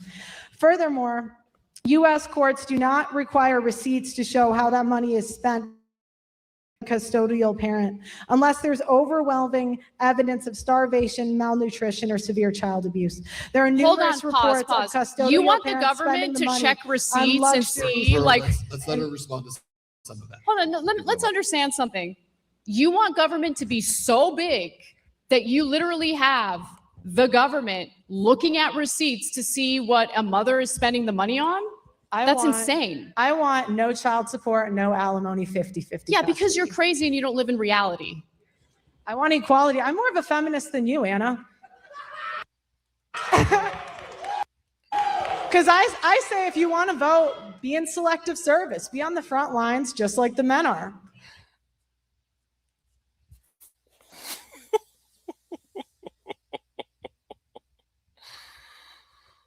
Oh, man.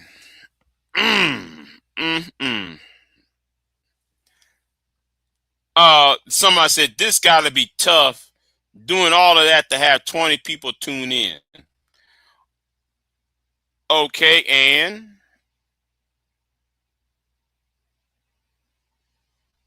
so what are 20 people watching?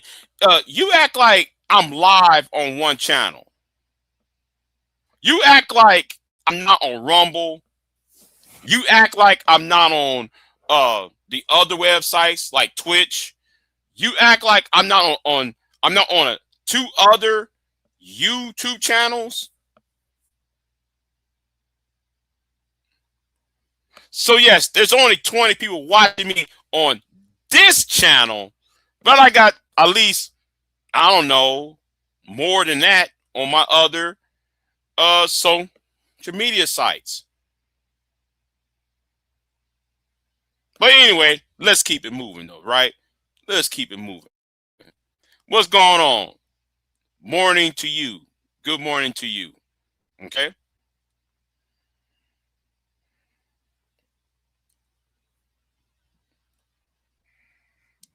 Who do you think gives birth to and raises those soldiers? What does that have to do with anything? Because you assert that women shouldn't be allowed to vote because they're not all in mandatory military service. I say be equal. You want to vote, do what the men do. Men are fined $125,000. Should women be included in combat? Should women be included in combat? Yes. Okay. Do what the men do. Fair. Do what the men do. Yeah, fair. Agreed. Next. Next. Nothing? Okay. I want to know what your ideal woman is, because if you are a traditional conservative woman who's married, staying at home, raising kids, you trash them. There's no such thing as a traditional woman. They cannot be traditional in 2025 because women will always have the leverage. What does that mean? What does it mean that women will always have the leverage? Women have child support to fall back on. Women have alimony. So automatically 10% of divorces end with alimony settlements. And 10%. And they go. You just ignore the stats. They go from men to women. They go from men to women. Billions of dollars every year. I thought you said earlier that women are paying alimony. Billions of dollars of wealth every year is transferred from men to women. Mm-hmm. Based on what? Where are you getting that information from? You're just making it up? Look, we have it. We're excited. We can get it to you at the end. Wait. We can give it to you at the end. Wait a minute. You should have it in front of you, Pearl. Hannah Pearl Davis. You supposed to have your homework with you when you come home, when you go to school from home. Hannah Pearl Davis. Jeez. You didn't want to submit. Where are your sources? You didn't want to submit them ahead of time. You did. The Census Bureau, Bureau of Labor Statistics. I cited everything I mentioned. Pull it up.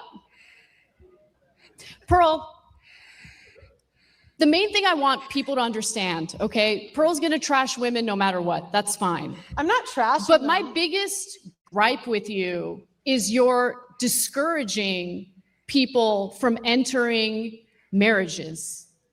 I don't tell men what to do. Sell me on. You Okay, advise men to avoid marriage. Sell me on marriage. What do men get out of marriage? That's sad. It's sad that people think that. It really is. You get a partner, you get a teammate, you get to build a life together, and it's beautiful. I feel like misery loves company in this situation. See, I'm glad though she said this, right? Misery loves company. Look at people like AB Media. Look at my Meat Top Brothers. Look at him. Okay? Look at these guys from the Passport Bros like Floyd and Jay Rillo. That's misery. Look at BIGJ. Misery. And they hang around in each other's live streams and giving donations to each other and doing mental masturbation and circle jerks on a nightly basis on YouTube endlessly about the black women won't let me lead. The black women won't submit. I got to get a passport because I don't want to pay child support.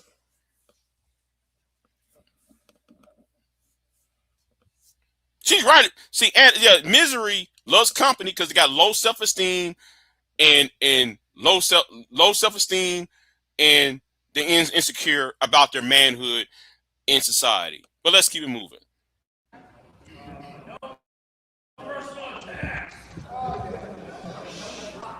And how would you know what you get out of marriage if you haven't experienced marriage in the first place? I'm not saying that as a personal attack. I really hope that Pearl meets the love of her life and gets married. It's not about that. But you trash it without really understanding what the benefits are. Why do we have phrases like it's cheaper to keep her? That has nothing to do with Anna said. That has nothing to do with what Anna said. Yeah, this is the white savior of the black manosphere. Hey, BJS, this is your tool, BJS. This is your tool. Okay? Anna's argument isn't bad. I would use statistics with depression, age expectancy. Yeah, I would. Cause Raw. So only 20 people see you being petty, right? Stanley, I'm glad you here, Stanley, because we got people like him You got people, only 20 people tuning in. So Stanley, I'm glad you call homeboy up. Stanley, let me say this. There needs to be more men of stature to stand up to the red pill community. And when I say real men, I'm not talking about these simps either. I'm not talking about these blue pill simps either. I'm talking about men who actually see the bullshit and who's not trying to simp for the babes. You're trying to be simp for women or seeking female validation. I'm talking men who actually see the danger of the red pill community. Yeah, exactly. He doesn't even have a YouTube. Doesn't even have a YouTube channel, right? Right, but yet tell me that there's only 20 people watching you. Yeah. Anyway, let's keep it moving. Okay. Pearl, answer the question. Divorce is expensive. And by the way, on purpose to discourage people from getting divorced in the first place. Why do we have phrases like happy wife, happy life? Because it's true. Same with happy husband, happy life. I don't want to come home to an angry husband. But that's not a phrase. Do you have any other catchphrase or slogan you want to throw at me? What do men get out of marriage? They get a partner that gains 25 pounds in the first 5 years. Men get pretty fat too. I don't know if you've done a comparative analysis on that. They actually end up gaining more weight than their wives do. And who cares? Men. I'm going to say it like this, right? Of course, women are going to gain weight after marriage. It's called, because usually when women get married, they get what? Oh, pregnant. Okay? They're not on survival mode. So they're getting pregnant. Men don't have to go to the gym as much because he finds somebody he can lay up in the house with a woman and get fat from her cooking. Y'all always want a man who want to clean it. You always want a woman who want to clean and cook, right? So if a woman cooking good in that house, you're gonna get what? Fat. Do y'all ever think about that part? That's how stupid and slow a lot of y'all are over here with these useless talking points. Right. Yeah. Like she goes with the one-sided narrative. Right. Mm-hmm.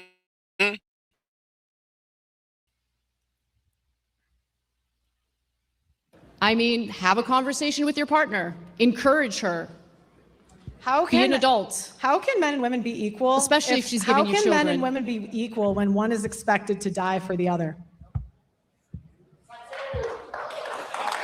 I don't expect anyone to die for anyone else. I don't know what that even comes from. Yeah, but men are willing to die for you every day. The men in the police force, the men in the military. What about the women in the police force?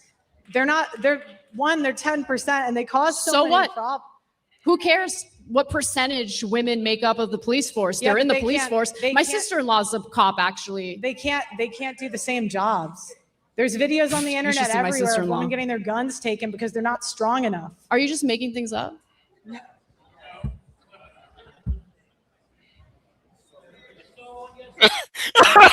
This is pathetic. This is sad. Listen, this is secondhanded embarrassment. I'm getting secondhanded embarrassment. If I was expecting some clash of the titans and we over here like, oh man, she made a good point. Oh, Anna makes a good point. Pearl makes a good point. Oh, this point counteracts this point. And oh my God, this is sad. This is sad. But keep it moving. Pearl, what are you doing? Like, seriously. Next question.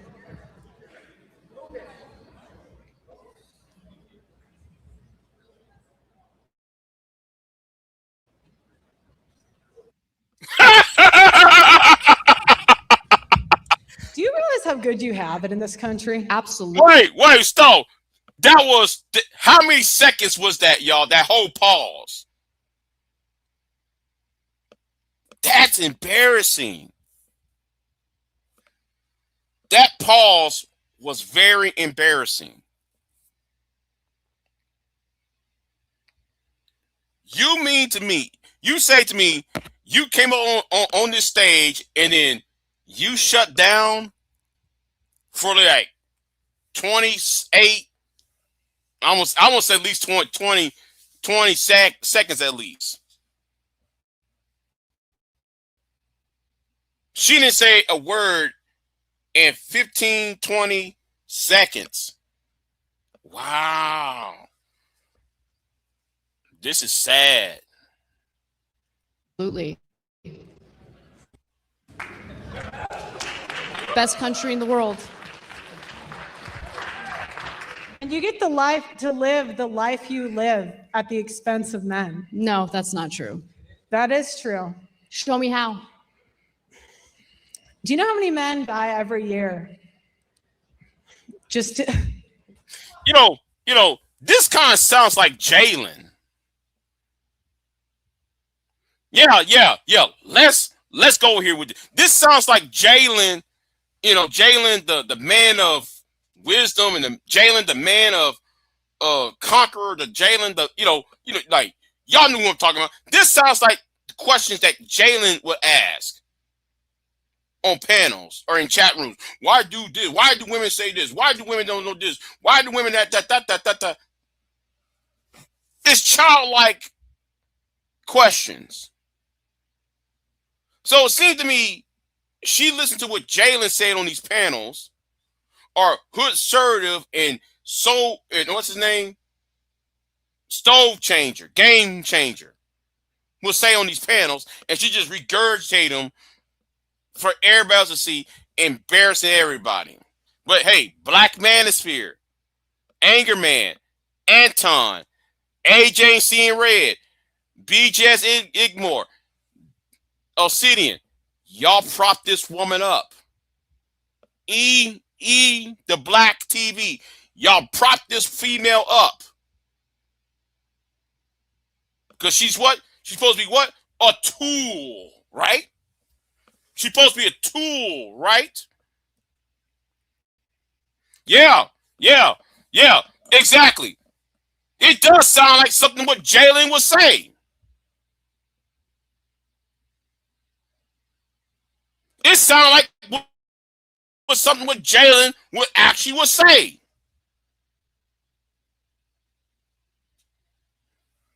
My God. This is embarrassing. This is embarrassing. Right? Again,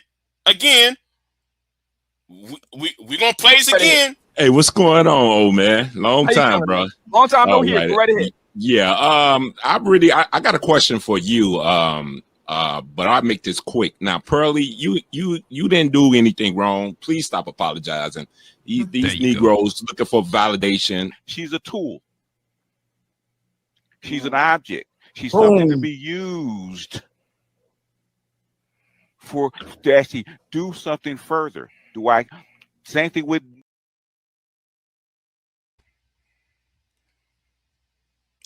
Let's keep it moving. Okay? She's a tool, right? BGS? Feet up. Tell me if I'm lying. She sound like, and you know what though? She was on the panel with Jalen one time. And I'm just, man, listen. She sound like what Jalen would say. The shit she just said sounds something like Jalen would ask. That's why I said y'all gotta stop putting that boy on panels. Stop putting Jalen on panels. And Ty City was right.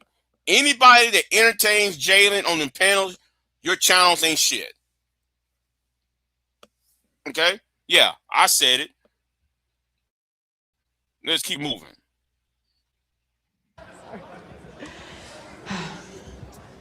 There are men that die every year to get you crab. How many women die every year during childbirth? Not many. This country has the highest maternal mortality rate of any developed country.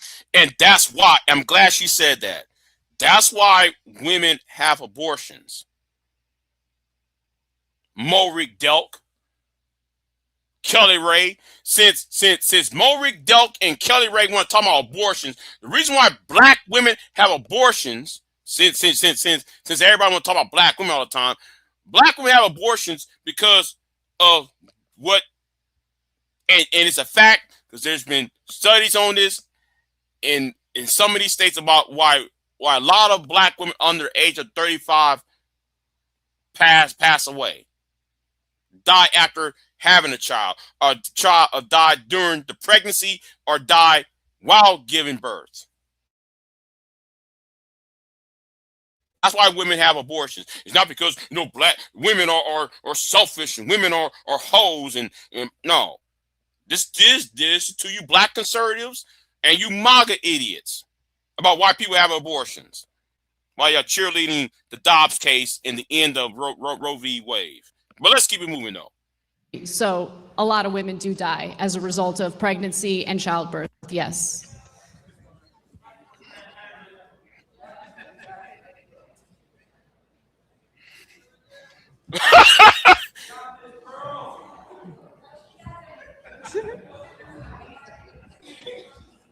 This is painful, man. Man, another 15 seconds of silence. Not even a comeback. This is sad. This is sad watching this. This is painful. I'm actually embarrassed watching this. It's embarrassing, but I'm glad this is happening. So what government policy she going to pass?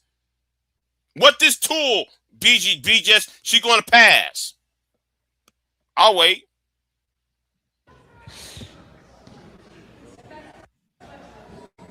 Any day now. Hold on. No, stop. Stop. Hold on.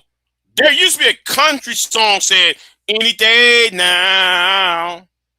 My love would come for me any day now. Do I have to sing that song? Yes. They're trying to help Pearl. Notice this. This is Pearl's fans. The audience are Pearl's own fans. Anna stepped into a lion's den. Do y'all understand? Anna stepped in a place where more than 50%, no, more than 60% are manosphere. Anna stepped into a lion's den where the host, the moderator, and everybody else involved are pro-Trump, manosphere, all of that, right? Pearl had home field advantage. Right. Yeah. Ronnie May said was the one who wrote. Yeah, thank you. Yeah, Ronnie Millsap song that song. Any day now. Yeah, any day, Pearl. We waiting, Pearl. We waiting, Pearl. Yes. Holy fuck. This is sad. This is bad, y'all. This is worse than like I imagine. Tell you the truth. This is that damn bad. Damn. Questions for me? Not right now. All right. Should I move on? Like, what are we doing now? Absolutely. See, that should tell everybody it's over with. When Anna said, Anna's bored. Anna's not even breaking a sweat. She's not even nervous, and she's in the den of lions. It's like the Old Testament when they drew Daniel into the lion's den, and the lions fell asleep. You drew Daniel in the lion's den, and the lions fell asleep. The Lord came down and took. Listen. It's kind of like the Bible when Meshach, and Abednego was put into a furnace and they walked out without being burnt. This is bad. This is bad. My God. Absolutely, yeah. Okay, let's just jump in here. So why don't we do this? I'll ask you one and then I'll ask you one and we'll kind of go back and forth. I kind of half jokingly said at the beginning, like Pearl had mentioned, I think you actually said it here too, that you believe you may be more of a feminist. Do you consider yourself to be a feminist, and how would you define that? I don't consider myself to be a feminist, mainly because it's a loaded word and there are certain outcomes from certain waves of feminism that I don't agree with, particularly minimizing the importance of men in society. I do think that there is, especially the third wave of feminism that's done that. I personally really value masculine men, and I don't appreciate feminists speaking on behalf of all women in regard to what women prefer. I think the Me Too movement started off as a legitimate grievance with women who were legitimately abused, and it devolved into something laughable and ridiculous. Especially when, someone like Aziz Ansari gets accused of being like some sort of sexual predator when he clearly wasn't. Whoa. Same way like Coach Marcus Robinson, who was the volleyball coach of Hannah, repeat after me, y'all, Hannah Pearl Davis. Marcus Robinson, the volleyball coach, was Me Too'd by Hannah, repeat after me, Pearl Davis. Oh my God, the irony of this. Oh, the irony of this. Let's keep it moving. I just don't like how loaded that word is. What I actually genuinely want is equality among the sexes. I'm not looking for women to have an upper hand over men at all. But we need to be based in reality, and we need to look at the statistics and figure out what's really going on. If men are getting a raw deal as a result of divorces, then yeah, the laws need to change. And I genuinely thought prior to this debate that they were getting the raw end of the deal. But as I researched this, I realized I was believing in outdated myths. So, yeah. Pearl, let me ask you this. Do you believe and obviously you are citing a lot of anecdotal stories. I do think it's fair to point out every anecdotal story is someone's story, right? So they're not fake stories and they're not meaningless, obviously, to the people who live those realities. In a lot of cases, they're very important.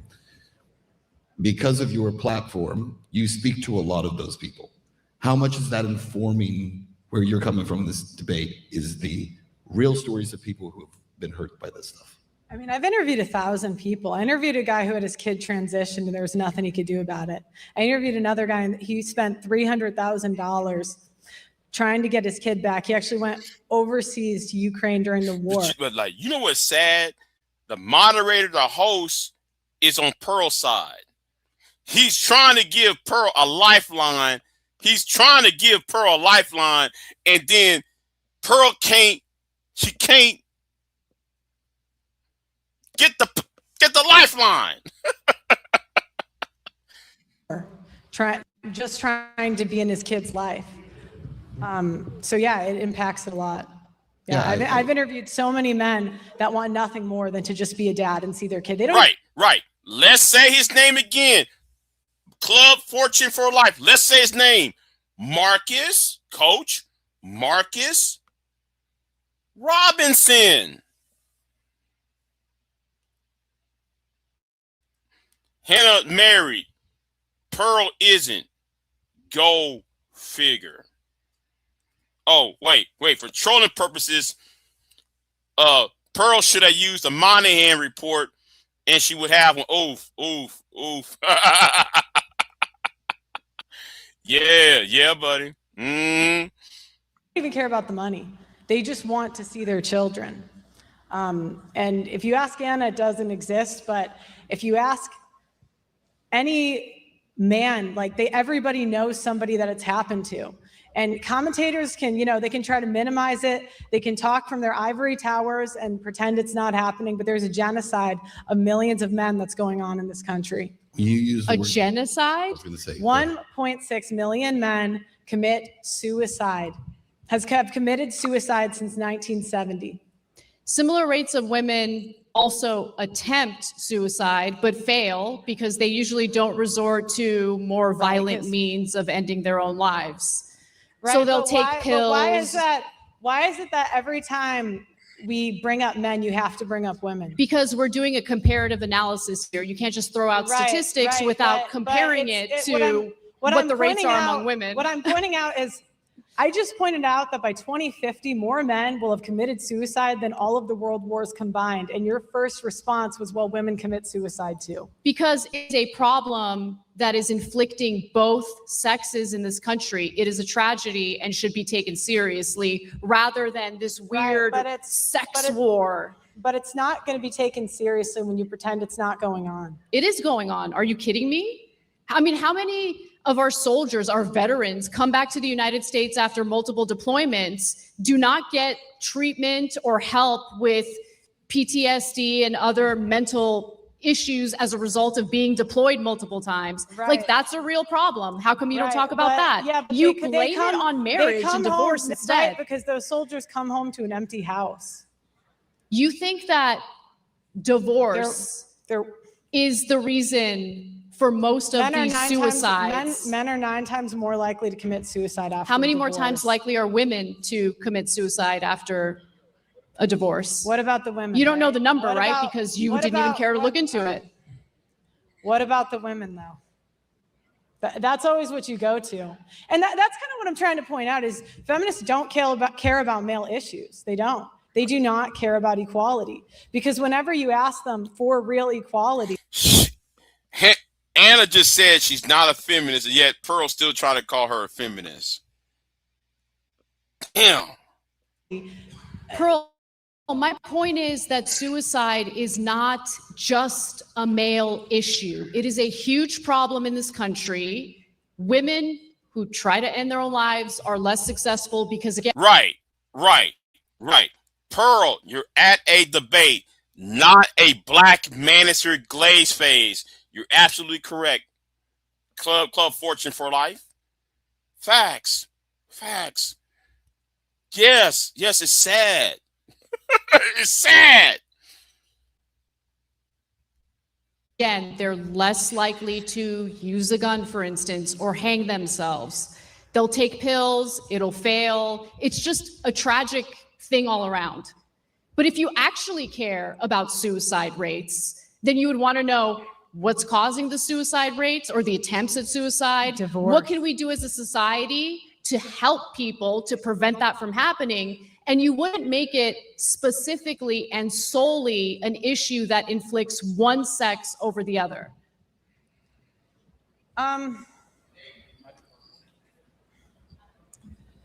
Again, I mean, you're just proving my point because we talk about male issues, you keep bringing it back to the women.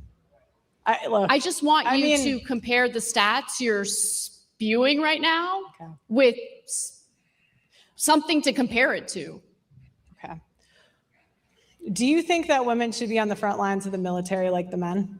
If they can pass the physical tests necessary to do so, yeah. Do you think women should be in selective service like the men? Yes, yeah. Okay, and they should be on the front lines as infantrymen. If they are physically capable of doing it, yes.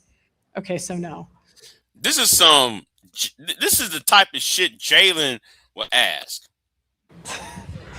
So you want to put people who aren't physically, I mean, obese men wouldn't be put on the front lines. Do you think women should be jailed for false accusations? Depends on what the false accusations are. If Just she's yes or falsely no? accusing someone of rape, for Just yes instance, or no? yes. Just okay. Thank you. I agree. Do you think that child custody should be 50-50? As long as the court determines that both parents are capable of being caretakers, yes. In fact, that's the ideal situation. Okay, so yes. Yes. All right, do you believe in alimony? I believe in alimony in specific cases where the woman decided to forego having a career and working, decided to stay home and raise the kids. In those cases, I believe she deserves alimony, yes. But that's a privilege. You're ridiculous. Anyway, next, move on. You said it's ridiculous. It's ridiculous, That it's a privilege especially, to stay home especially with your coming from a girl who grew up in an affluent situation with incredibly wealthy parents. You don't know anything about struggling economically or financially. So to tell a single mother who decided to stay home and raise her children instead of work, that she doesn't deserve a penny to raise her kids after a divorce is the most privileged piece of shit thing to say. This is Next. this is the type of nagging that drives men to suicide. Good. But I'm married and you're not, so next. Jesus Christ. I get it.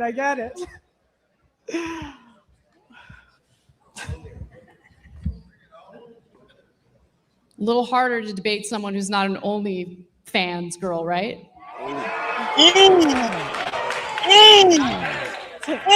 Wait. Stop it. Hold on. No. We got to go back.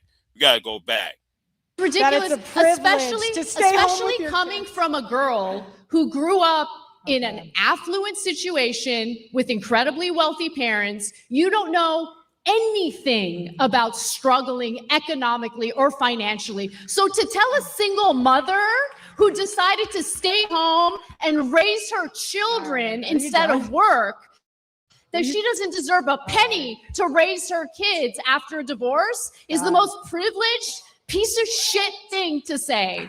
This is Next. this is the type of nagging that drives men to suicide. Good. But I'm married and you're not, so next. Jesus Christ. I get it.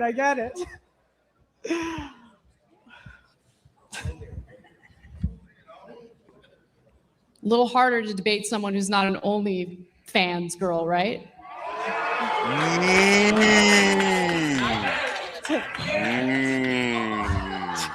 Oof.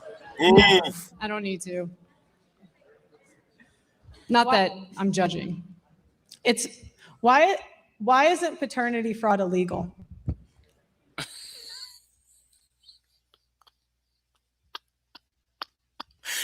Oh, yo, wait a minute. I wish Homeboy was alive to say this. I am not here to debate with anyone. I have devoted all of my adult life to this subject. I only debate with my equals. All others I teach.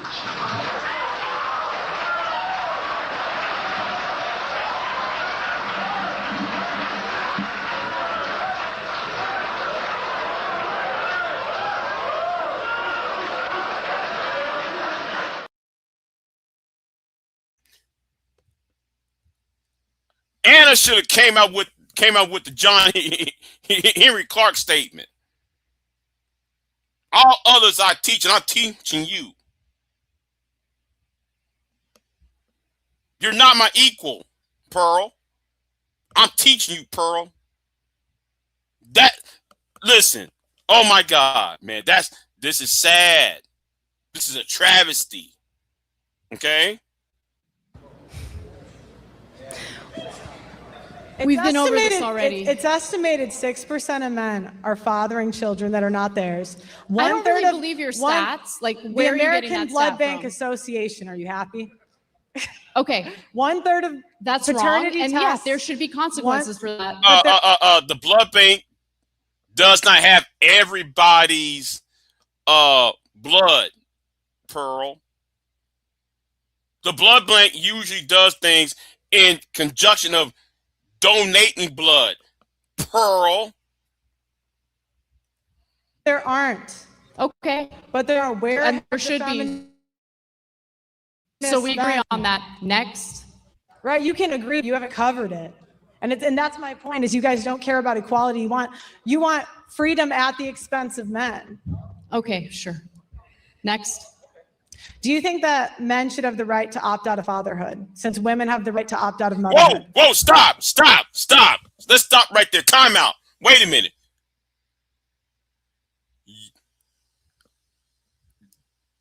Opting out of fatherhood. Wait a minute. Isn't that financial divorce that Hood Surrative gave to Dr. Tia Son Johnson?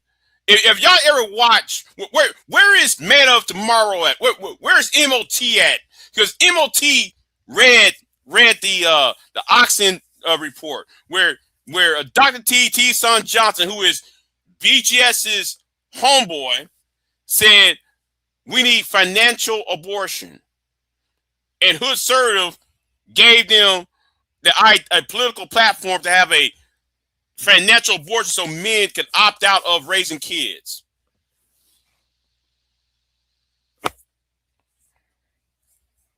They have to say, and what's so funny about it, these are the same Negroes that will complain about the black single mama argument.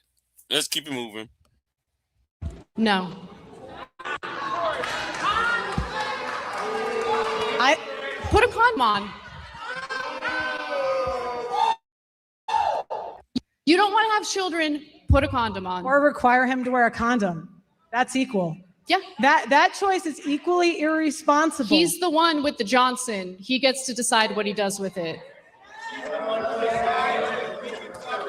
I think I'm more of a feminist than you. Sure. Go great. Congratulations.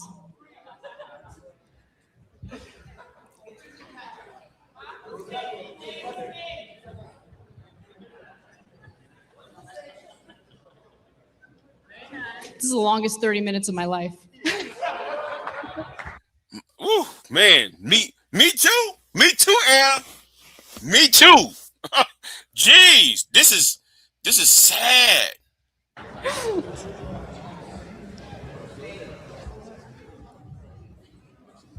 Okay, I'm going to interject again if I can. All right. Yeah, homeboy is trying to save Pearl. He's trying to save Pearl, but it's too late. You can't save her at this point. It's too late. It's too late to save the bitch. It's too late. Do I have to sing a Linkin Park song? It's too late to save a bitch. It's too late. It's too late to save the bitch.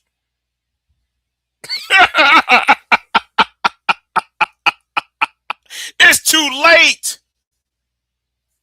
Right. All this quiet time. You can hear a mouse pissing on a ball of cotton in a church, okay? It's so quiet, you can hear a mouse pissing on a ball of cotton. It's that damn quiet. Damn. It's sad. No, I'm just kidding. So one thing that I do think is happening is that there is a shift that's taking place in America. And I think you both have alluded to this a little bit. And so I'll ask Anna first if you would agree with this. Because you said that going into this debate, you thought a lot of these things were true. Right. And you started to see that maybe these things were not as true as you had believed. Do you believe that your previous belief was informed by nonsense, or the fact that states and legislatures and courts are changing what they're doing over the last few years in terms of alimony and parental time and that kind of thing. I think that with more women participating in the workforce, it's hard to argue that, you know, women should get paid alimony when they have their own income. So yeah, I think that the culture has changed, the workforce has changed. And as a result of that, the courts weigh whether or not something like alimony makes sense. And look, much like Pearl, I had heard the horror stories and I was basing much of my worldview on situations like this based on anecdotes, basically. And so when we look at the statistics and the broader picture, you have a clearer idea of what's actually happening in the aftermath of a divorce. Would you be willing to concede at least that maybe some of the reasons some of these things are shifting is because of people like Pearl and others who are drawing attention to these stories? Because I think we could all agree that until recently, a lot of those stories were just stories you hear from other people, and it was not allowed in media at all. It was not discussed. Would you at least concede that? I'm sure that there are advocates who have fought to maybe change the way these court cases play out. Sure. I don't know about Pearl, though. I understand. We're in the debates. You can't give too much credit. Pearl, in your experience, the men that you talk to, do you see a difference in terms of the age of those men, where maybe it's getting better for some? Because I would take it that some of the guys who were a little older and have been through this in the past, the courts are starting to recognize and realize that maybe it's not very fair. No. No? No. Why, and why do you believe that? You think the courts are completely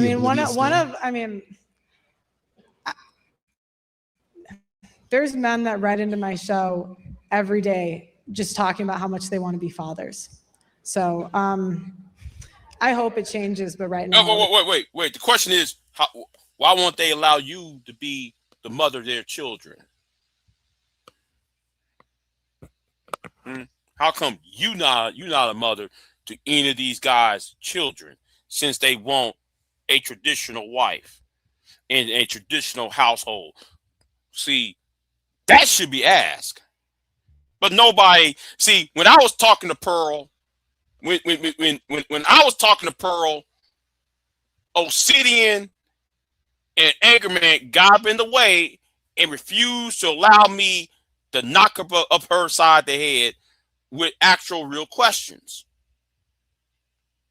So it took all these years to culminate. Now she came big and famous now, quote unquote. Now though, she's taking an ass beating. But hey, you know. Anyway, let's keep it moving. Say no. Do you think it's fair that all of the young... Yeah, notice that. It's because women have an outlet and a way to make money to live. Okay. Women who were preyed upon as minors by Jeffrey Epstein are now experiencing yet another administration engaging in a cover-up?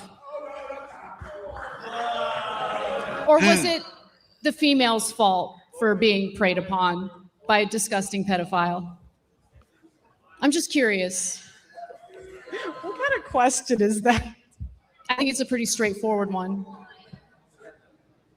That has nothing to do with the topic. Oh, yeah, yes, it does. No, it does, though, because you're... Yes, it does, Pearl. You support Donald J. Trump, and you're part of the manosphere. But you know what? You know what, though?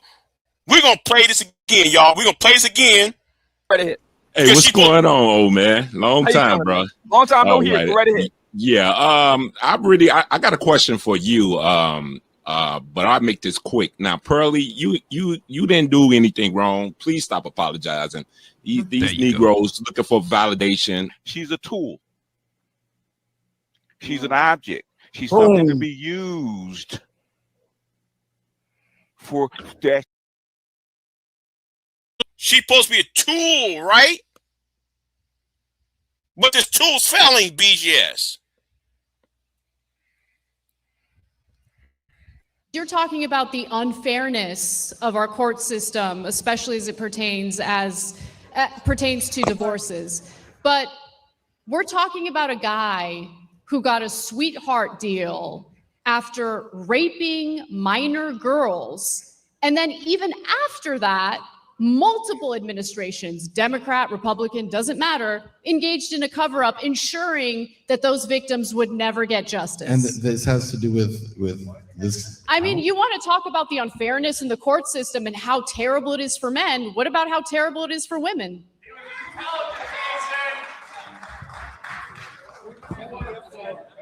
Look, that has nothing to do with anything. It has a lot to do I with think what in we're fairness, you talking gotta admit that's an anecdote too in comparison to the overall statistics. It's a pretty big anecdote.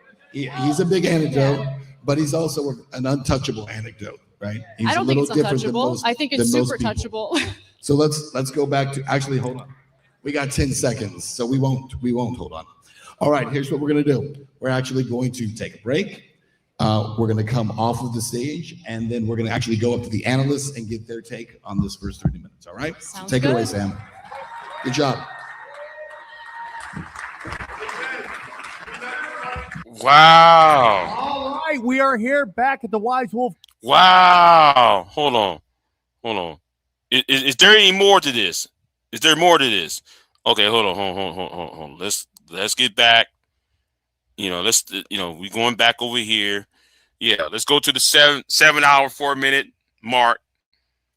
By men, they have the physical capacity to do it. Men and women are built differently. What's your plan when they stop? I mean, we're going to have a problem. Are you suggesting that women should be forced to work on oil rigs and things like that? What is your plan? That's a what do ridiculous men question. get out of doing those jobs? I don't have a plan, Pearl, for a situation in which men no longer do those jobs. Maybe you do it. I don't know. What's your plan when men start walking away from marriage? What's your plan? So do men or women get a raw deal from marriage? Because you just said men walking away from marriage. So is he culpable for doing that? What is your plan when men walk away from marriage? Is he responsible for walking away from a marriage? What is or your is plan? he just never guilty of anything? My point is you shit on men. I don't shit on men. I love men. Yet the very microphone you're using was built by men. The building was built by men. And there's no gratitude or appreciation. You just tell them they're not doing enough. Got me. You got me. Yep. So what's your plan when men start walking away from society? What do you mean by walking away from society? When men stop doing the dangerous jobs, when men stop getting married, when men stop having kids. To be quite honest with you, if American men decide they no longer want to do those jobs, very likely our government will import men from countries where they're willing to do those jobs. That's probably how it's going to work out. What's your plan when they date American women and then decide to stop too? I'm not worried about that. Wait. But Pearl, what about you? What about you, baby? Oh, that's right. You got this Dominican dating you.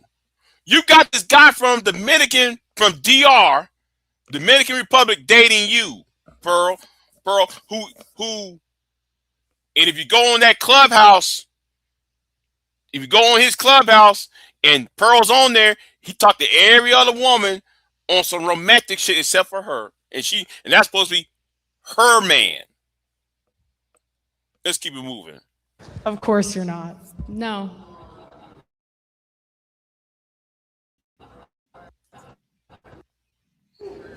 I never had any The future is not going to be great for feminists. You guys are going to get the equality that you're asking for. Men are not going to protect women in the streets. Men are going to stop signing up for the infrastructure jobs. The birth rate's going to keep falling, and the future is going to be bleak. Okay. Yeah. Hold on. Time out. Yes. Pearl is actually taken. Yes. Tree of Logic told me this. Tree of Logic. Shout out to Tree. Tree of Logic told me this the other day, right? Because me and her was talking, right? she told me, and she showed me the Clubhouse. Go on Clubhouse and you'll find it. I'm listening to it. She got this nigga from the DR. This nigga did not acknowledge her. He did not say, "Oh, this is my woman. This is my girlfriend." You know, but like you know how when a man he has a girlfriend, he's proud of it. He viewed her as it's just a coffee table in the middle of the room. Okay, she's just a cup on a kitchen table. She's just there, she's just an object sitting there. And that's how much she's acknowledged on his Clubhouse streams. So yeah, she is taken. Yeah, the DR. Yes, the DR guy is from Dallas. Thank you, Gen Z. Right. And my thing is too, in Lana, you're right. If she cares about the birth rate, then open your legs. Do your part, Pearl. You go ahead and shit out a baby then. Do your part. You volunteer your part on this, Pearl. That's what I would say to her. Okay? I would tell her that.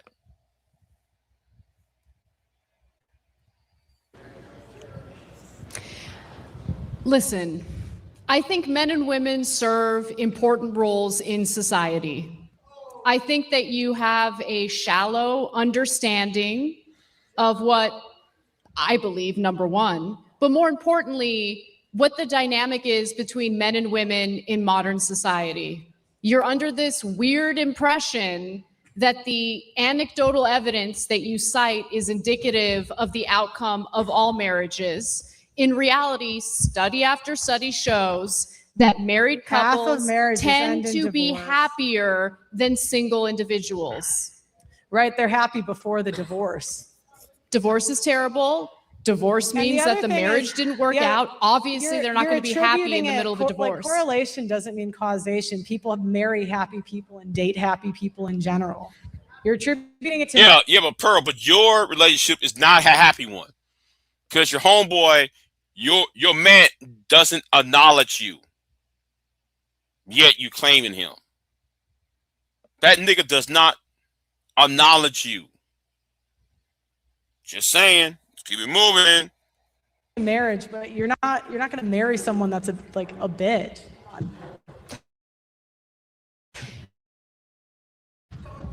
Okay. You're right, Pearl. What's really interesting is if you look at marriage rates, which have dropped in the United States, not just in the United States, actually globally. Right. And the thing is, she can volunteer as tribute. Right. Why not? See, somebody needs to start asking the question. Okay, if you worry about the falling death rate, the falling birth rate. Okay, Pearl. If you're going to chastise women for not giving birth, why won't you start? You lead by example, Pearl. You lead by example. I would ask her that. No, you open up your legs and you shit out these babies then. By the way, since you want to condemn black women for being single mothers, though, but hey, we see, yeah. I'm going to have to cook, man. I got to cook. Just keep it moving. You'll notice that the people who are less likely to get married happen to be those who are from a lower socioeconomic status. Right, marriage is disappearing from the middle class. That's true. From poor individuals, yes. What's your point? Do you wonder why? Because women marry rich. People forego marriage due to their own personal financial situation. So women. You're right.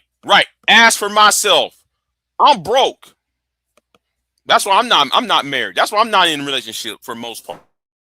I'm broke.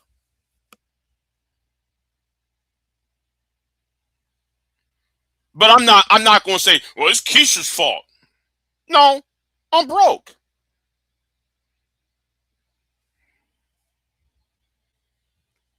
Marry for money a lot. Okay. Okay. So I'm going back to this. Let me ask you something, Pearl. Men. Would you be willing to marry a guy who's poor? Men. Because I married a guy who was in debt and loved the hell out of him. Best thing in my life. Would you marry a guy who is broke, that's very no nice, career, Anna. and in debt? Would you? That's very nice, Anna. Would you? So I'm going back Answer to the question. Would you marry a broke guy in debt? All right. So we're going back to the Would topic. you? Would you? All right. This is the nagging. This is the nagging again. Okay. So Wait, again. Wait. Well, Anna makes a point. How come you not married, Anna? I mean, Pearl. And Anna's right. How come you not married to that Dominican? Pearl, how come you're not married to that Dominican right there, and who's up here in Texas? How come you're not married to him? And he's broke. How come you didn't marry angry reactions when you got that nigga living in your house?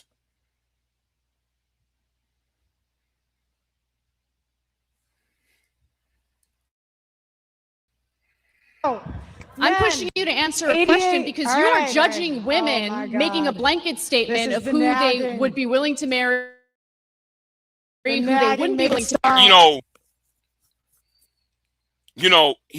Here's the thing, right? Gen Z. You know what? I don't want to think about it. I don't want to think about it. Gen Z said, I don't think she got any eggs in her. You know what? I'm starting to say something, but I'll go ahead and allude to it. And I ain't gonna say it outright, but I'm gonna allude to it. I don't think she has the capability to produce eggs at all. I'll leave it there. Let's keep it moving. But you're not answering the question yourself. Would you be willing to marry a broke guy in debt? Does your husband have to listen to this? Would you? Does he have to listen to this? Oh, he loves it. All right. Can't get enough of Can it. I go back to the question? Why do you not want to answer that? Yeah, why not? Just say no, I don't want to broke. Love is love. Now back to the question. Men, 88% of the food. The power grid, 93% men. Transportation, 95% men. Men are an important society. Communications, 90% men. Material production, 78% men. Software, 80% men. Auto workers, 98% men. Carpenters, 98% men. Electricians, 98% men. If you remove the top male-dominated jobs from the economy, you would have no running cars, no housing, no electricity, no open machinery, no materials or fabrics, and no computers. There would be no buildings and no Amazon delivery. I've never once said that men are not a very important part of American society. You want men enslaved to women for nothing in return. No, you're just making That's what you want. That's what you want. You want men on the hook for child Pearl, support. what have I said that gives you that impression? What have I said that gives you that impression? You want men on the hook for child support. You want men on the hook for alimony. You want men to not take responsibility for their own children. You've been on the air for 20 years and you have not advocated for men that are victims of paternity fraud. You want men to see, just making things up.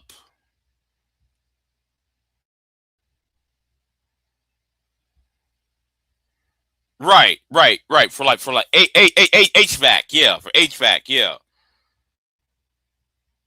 Oh my God, this is terrible. She just making things up now. She just going at Anna, still accusing Anna. When Anna already said, "I'm not a feminist. I believe in equal this, that. I think men should be protected from the Me Too movement." And Anna said the Me Too movement was a joke. Say all this, and still Pearl still try to put things on Anna. Still trying to lie on Anna. My God, this is embarrassing. Still trying to make it stick. To do all of the work, get no credit for nothing. And men aren't going to do it anymore. They're going to walk away, Anna. They're not going to do it anymore. And feminists, as you said, have no plan for when that happens. And I wish What do you want well. their plan to be? You think it's a feminist responsibility to plan for this made-up society where all men decide they no longer want to work? You guys know what's funny? She actually advocated for left-wing policies last 20 years. And then she got assaulted by a homeless person. What does that have to do with the topic? Because it was the result of what you voted for, Anna. Yeah. First of all, and so and want to know why? Because you think Anna, I voted? Hold on. You think I voted for homeless people to go around sexually assaulting people? Because Anna, by the way, I got sexually assaulted by a guy. Was that do you know what the other crazy thing was that something that he did, or was that my fault too? All right. So the other crazy thing is that Anna complains that women's opinions aren't taken seriously, while a whole event was catered around her opinion. The other thing that's crazy, what are you talking about? Is Anna complains about women being oppressed, and yet she had less experience than her co-host at the Young Turks. Hold on. Hold on. What were my complaints about women being oppressed? Can you be specific? All right. What did I say? Go ahead and quote me. Go ahead and quote me, because you make shit up. Yeah. And you just think like it's going to stand. You've never had a strong woman challenge your bullshit assertions. So go ahead and tell me, what have I complained about? Okay. Give me the quote. The Nagged. You said women's opinions are not taken seriously. When did I say that? In a YouTube video. There's 2 women on this stage right now for the headline event. Oh my God, are we going to end? When have I said women's opinions don't get taken seriously? It's kind of like the roundabout. This is like eternal nagging. What is your plan for when the 80% of women who work in the healthcare industry no longer want to do it? What's your plan? I have a plan. Yeah, what's your plan? Let's give the jobs to the men. They'll do it better. Because we see what's happening in the media. You know, women fly planes, they crash them. All women almost burned down California. You know, people are dying because they want to make women feel better. People literally. What I'm curious about is whether or not the Pick Me Act ever resorted into anything positive for you.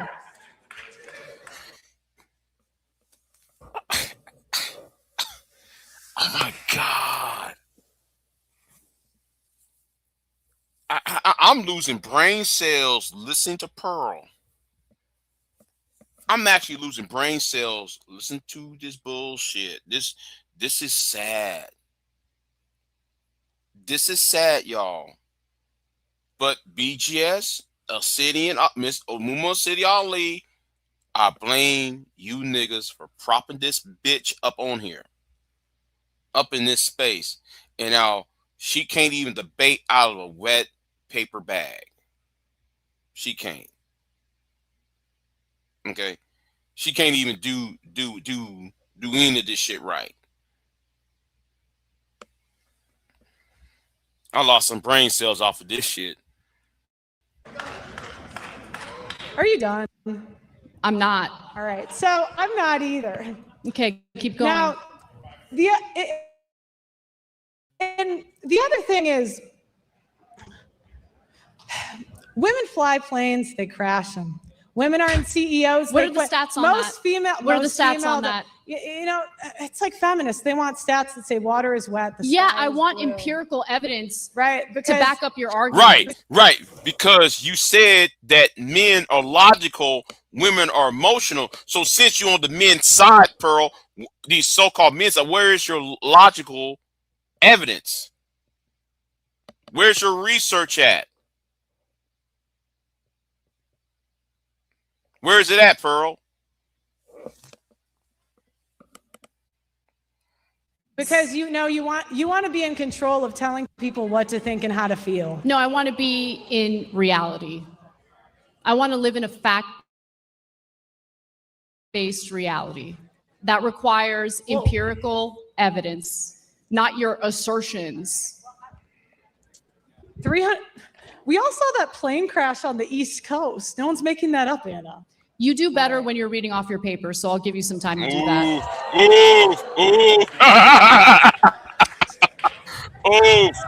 In the future, because I'm sure you'll find yourself in more of these debates, I actually think that you could be an incredible debater, but you need to look at the broader picture, not just rely on anecdotes, and don't make things out of full cloth. Okay. Feminism empowered women.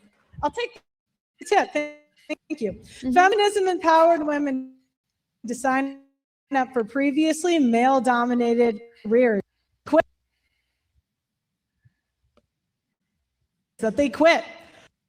48 to 73% of female lawyers, depending on the type of firm, and career. 1/4 of them cite workload, burnout, mental health. 60% of women who got engineering degrees the past 50 years either have never entered the field professionally or quit early mid-career. 55% of all female accountants quit before or at their mid-level career.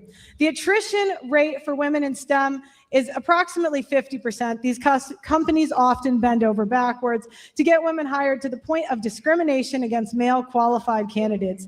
Then women quit because they don't want to work the long hours or deal with the levels of stress for an extended period of time, with women being 2.5 more likely to take antidepressants than men.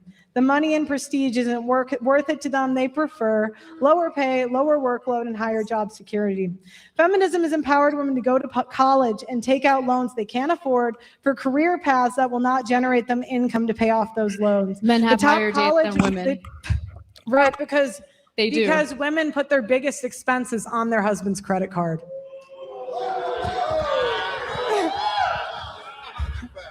According to Experian, and they look and women account are for those 85%. factors Women that are you just 85% mentioned. of women are Hold 85% of consumer spending. We lead when it comes to luxury brands. Men have more mortgage debt, car loan debt, personal credit card debt, Right, because they're personal expected to provide. Women make 80% of consumer buying decision. Again, if feminists really cared about equality, they would provide for the men. They would what for the men? Where's Sorry, king I missed treatment, that. fellas? Sorry, can you repeat If that? feminists cared about equality, they would provide for the men. But yet, that is a small minority of women. Wait, so let me get this straight. Honestly, your whole shtick is women should bend over backwards and do everything they can for men. My argument. I'm an egalitarianist. Hold on, my argument is that men and women are both tremendously important to a functioning society. They should both be treated with respect. They both serve different jobs, different roles, and in order for society to work, we have to respect that. Women are but not you equal. seem The women are to not put the onus and responsibility of everything onto women while providing cover for the bad behavior of men. Women are not equally important because they don't do the equal Men work. are equally important.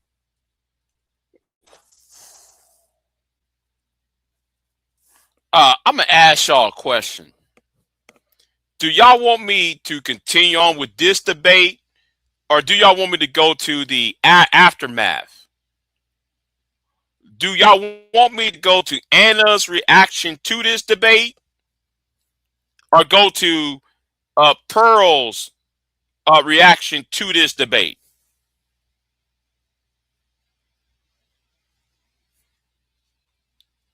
Bronsberg said, nah, continue with this shit. Okay, let's go ahead and continue on though.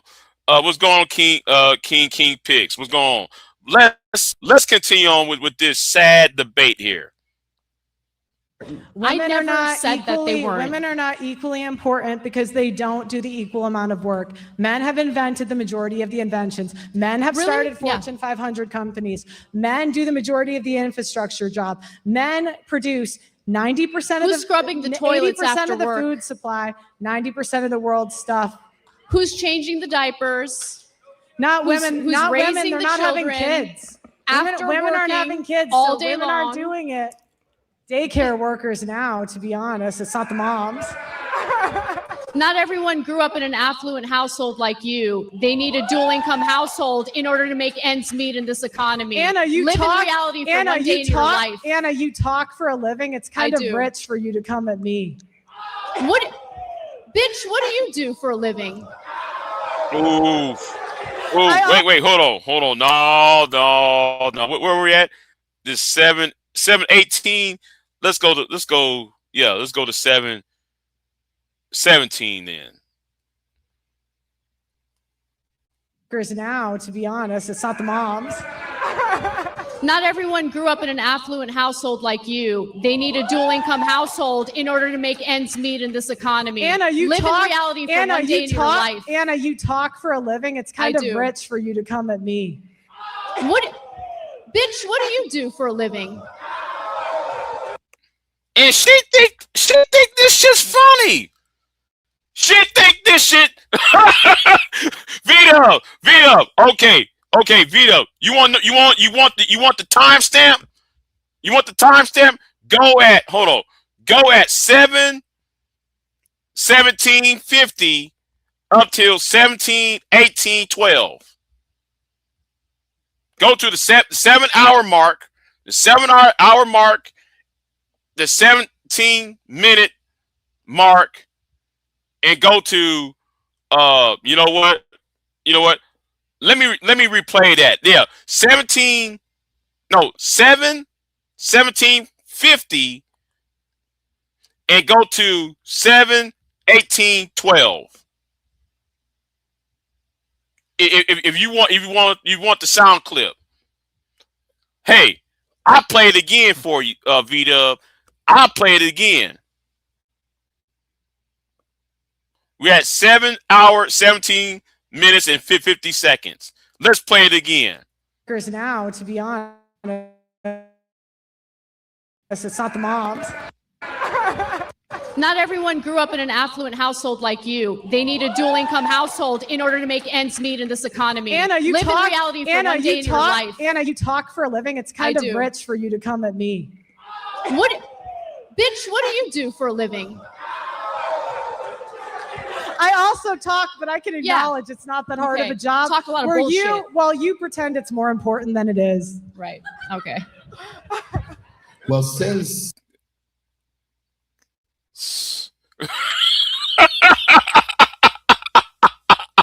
Yeah.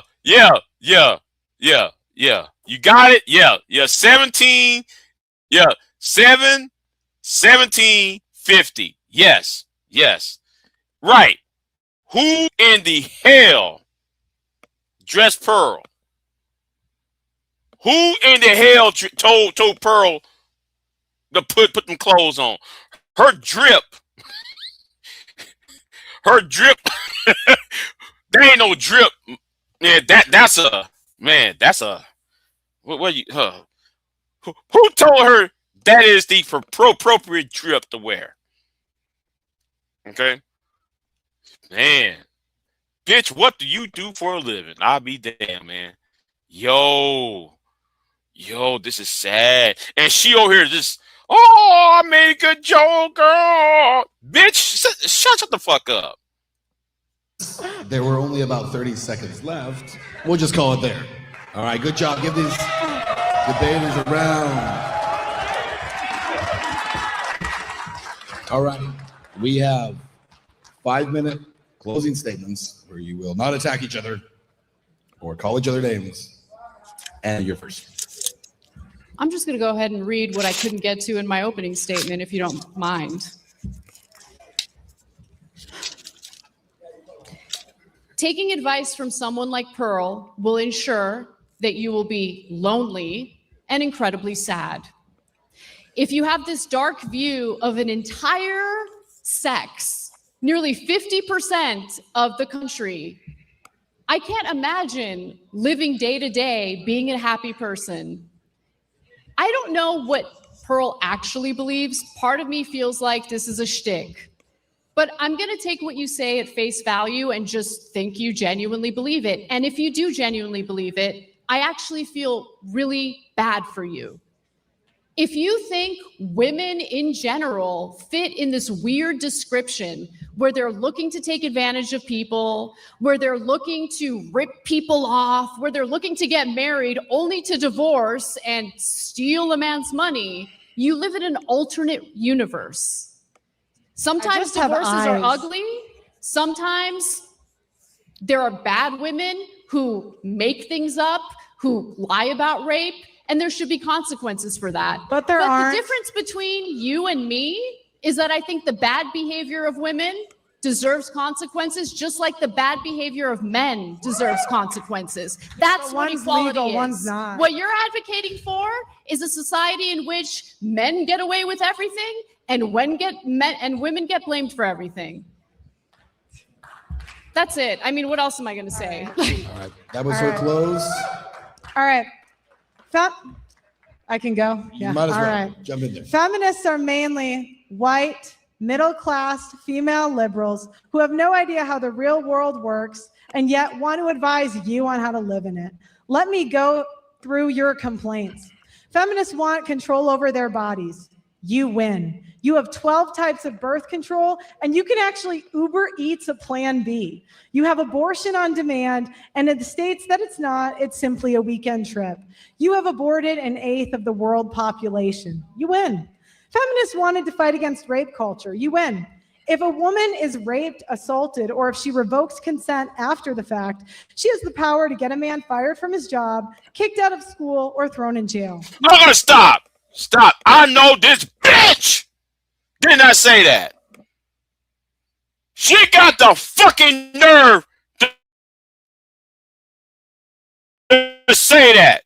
Marcus Robinson. I'm going to say this again. I'm going to name the coach Pearl Me Too. Marcus Robinson from the northern part of Illinois. I'm naming names. She got the nerve to stand on the stage and talk about women lying on men when she lied on her coach, on her volleyball coach. Let me say that nigga's name again. Marcus Robinson, who was a football player for the NFL, who was a volleyball coach for her high school. Do I need to say that name again? And here's you Negroes, you prop this bitch up. You prop this heifer up. Man, this really pissed me off though. When I was going after Pearl, you niggas came at me. Right ahead. BIGJ, hey, what's going on, old man? Long time, bro. Long time no here. Right ahead. Yeah, I got a question for you. But I'll make this quick. Now, Pearly, you didn't do anything wrong. Please stop apologizing. These Negroes looking for validation. She's a tool. She's an object. She's something to be used to actually do something further. Same thing with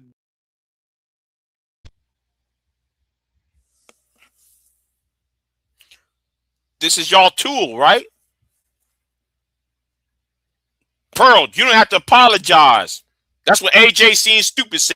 Oh, Pearl didn't have to apologize. Y'all stopped me.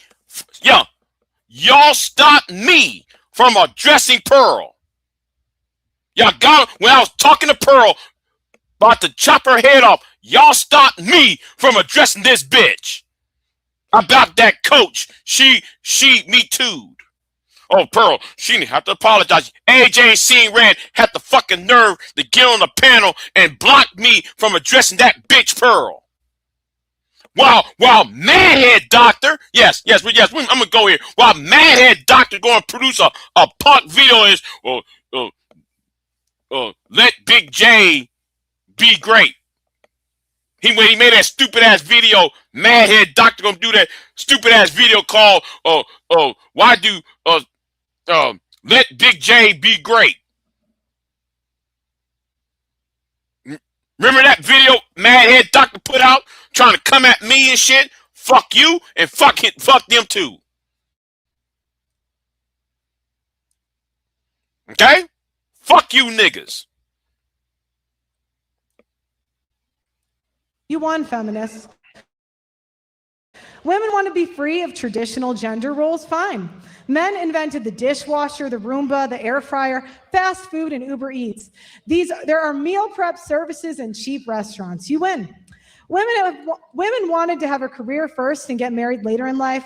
Men allowed women to come into the workforce and have millions of dollars in funding, pushing women into male-dominated fields and scholarships, and invented IVF to give us another 5 years of fertility. The husbands pay for the IVF, and they are pushing to get it taxpayer funded. You win. Women wanted to be sexually liberated instead of getting married. Men invented Tinder and Hinge, so random men can literally come to your door. The men from your hometown are not good enough. Men invented social media, so you can get flown out by the highest status men in the world. Women did not want to work labor jobs, fine. Men invented social media, so you can talk into a microphone and get paid. You can now work from home, so you can have a family and be a mom. You can make money selling your nudes on the internet and become a billionaire. Women did not want to give birth, fine. Men invented surrogacy, so another woman can do it for you. And what how come you ain't giving birth, Pearl? You in your 20s. How come you ain't spreading up your legs and had that red-headed snatch between your legs, pop all the baby out? Come on now, Pearl. How come you ain't producing no babies?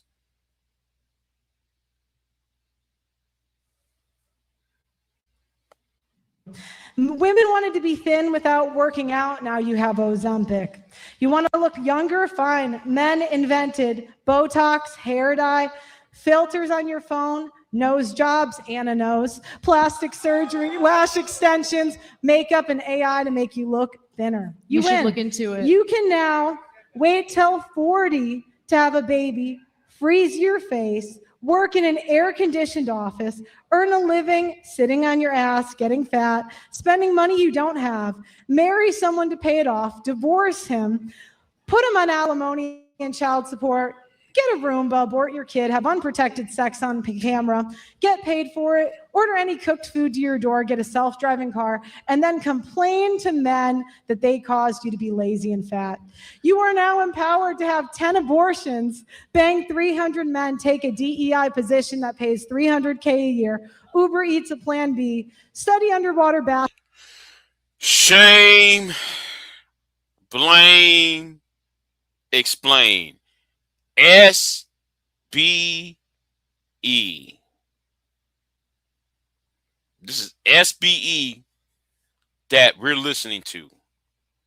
Shame, blame, and fucking ass explaining. My God. Basket weaving and get sympathy when your degree pays no money. Feminists are spoiled, liberal, progressive women that have no idea how good they have it. You guys will never be happy until men are nothing but empty shells who are slaves to the system, fueled by feminists' selfishness, spending habits, and poor choices.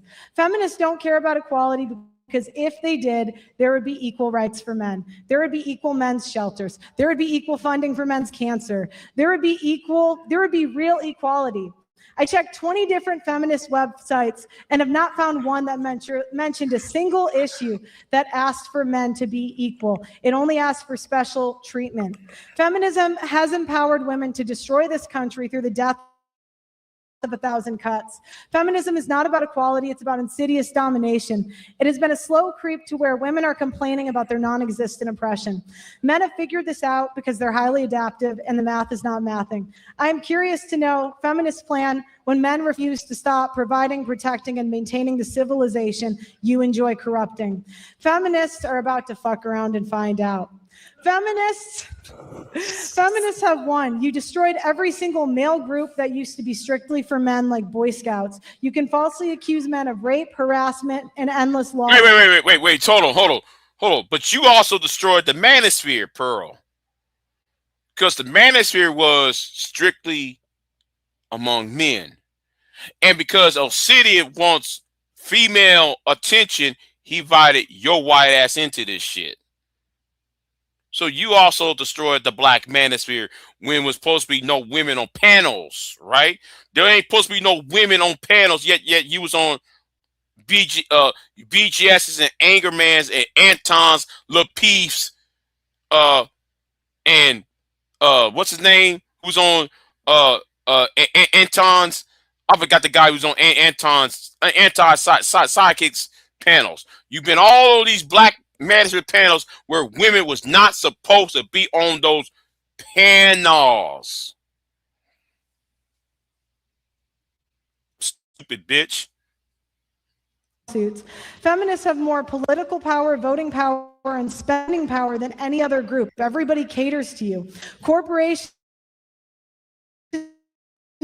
cater to you because women are the primary purchasers. Politicians because they need the vote.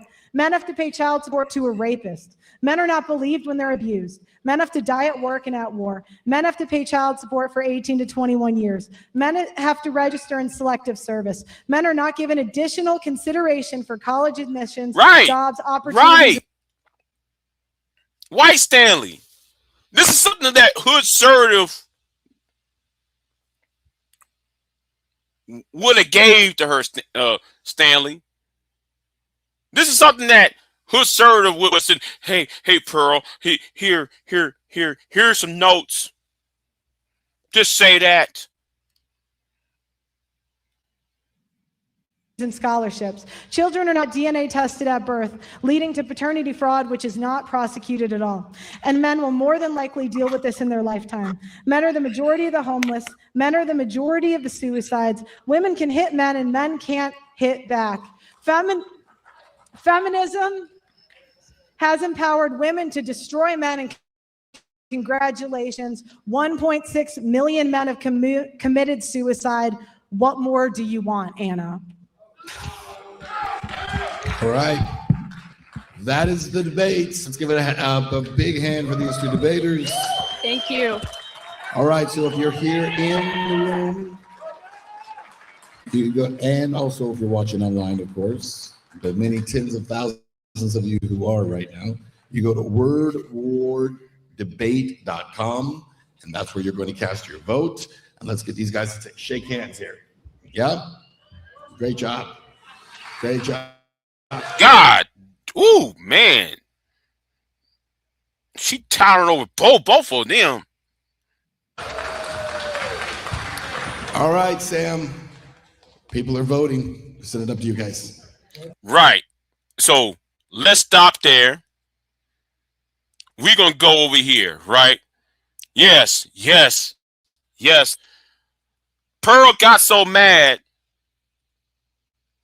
over here, right? She got so mad. Oh, and Pearl, you said you gonna put this on members only, right?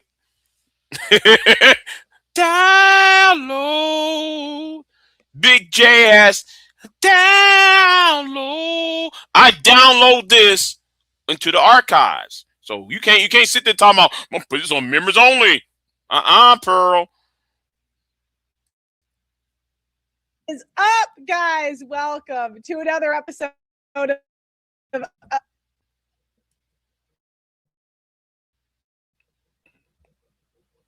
What happened? Oh, okay.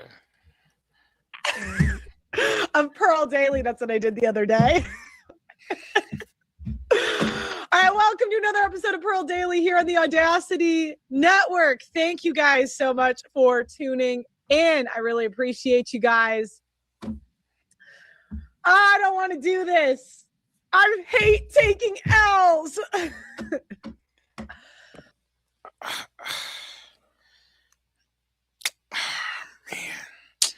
I don't know what to say, y'all.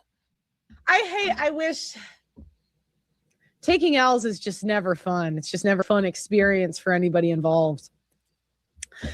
I think I might go on members only today for the stream. Too late, baby. Too late. I downloaded. Big J has downloaded. Oh, Big J has downloaded. Big J has downloaded. Yes, I downloaded. You can't sit down. I put no memories on it. Too late. Too late. Don't hate me, guys. Don't hate me, but I just have a sneaking suspicion.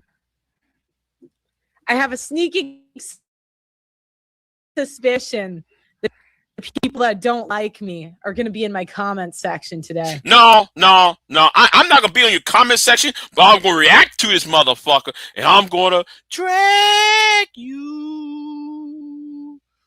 I'm going to drag you. Yeah, baby, I'm going to drag the shit out your ass. You deserve to be dragged. Fuck this shit. I know.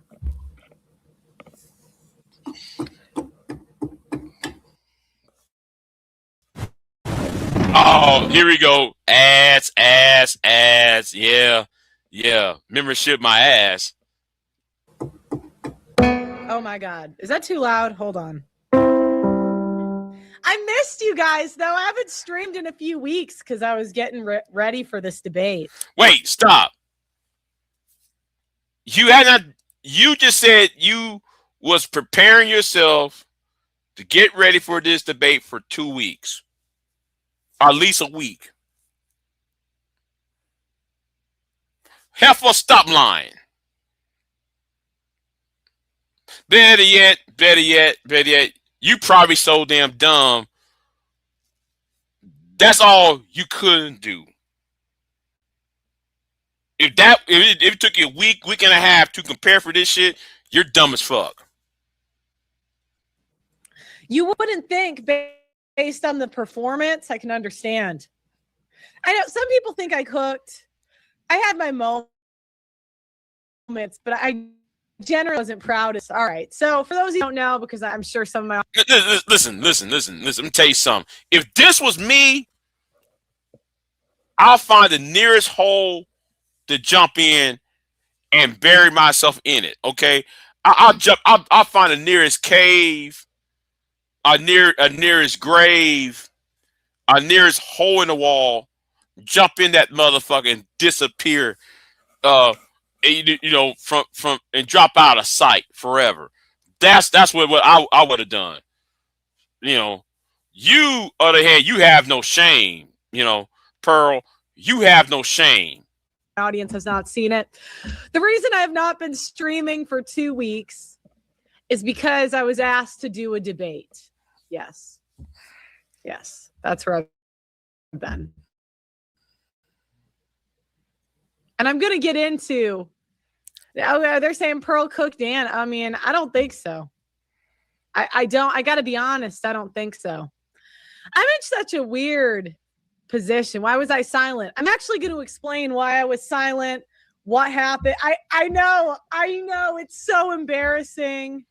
Mm-hmm. It's very embarrassing. I'm not exactly like you guys. You have no shame. But I'm like, you have no shame. You know what I mean? Okay, you have no shame. You know what? Let me put this up quick. I know. Give it up, cuz I'll never give up. That's the thing. I think that's why, like, a lot of people hate me. You have no shame. Okay? You have no shame. Anybody would have run away and hide after this. Okay? You know what? I saw that on. If I did, you wouldn't know. I'm going to be honest. If I did, you wouldn't know. If I didn't, you also wouldn't know. No, hold on. Let me fast forward to some of this. He has been working with men and fighting suicide, men committing suicide with comedy for the past 20 years. I know. It's fear in me of the police. I never want to, like, get in trouble in that way. But, I'm getting older. And have you noticed the older you get, I'm like, do you know what? I could catch a charge. Whoa, stop. Ghetto. She was a little ghetto, Wait, stop. Hold on. Here's where I found it. here's where she made a threat. And if I was Anna, I called the police. Anna, if I were you, I called the police on Pearl. Get this bitch off the streets. Let's play it. Really do wish I did better, but there's just sometimes it's very difficult talking to someone that'll go low, because then you just have to go lower. And if you stay high, you just have to listen to them, you know, kind of bitch at you for an hour. 1 second. Hold on. 150. Thank you for supporting fathers who want 50-50 shared custody. We don't mind supporting our children. Such an asinine comment made by Anna. We just want the same parenting time as mothers. Gavin saying you had a kid the whole time while she was on was hilarious. I think you cooked her. She just relied on name calling and Botox jobs. Yeah, you know. I didn't rage quit, but do you know what I thought? There was a point where I did want to throw hands. Uh-oh. I'm not going to lie. Uh-oh. She's like 5'1". Uh-oh. And I thought about it. Oh. I thought about it. I'm like, oh, let's rewind this. Let's rewind it. She talking about she want to throw hands. She talking about, man.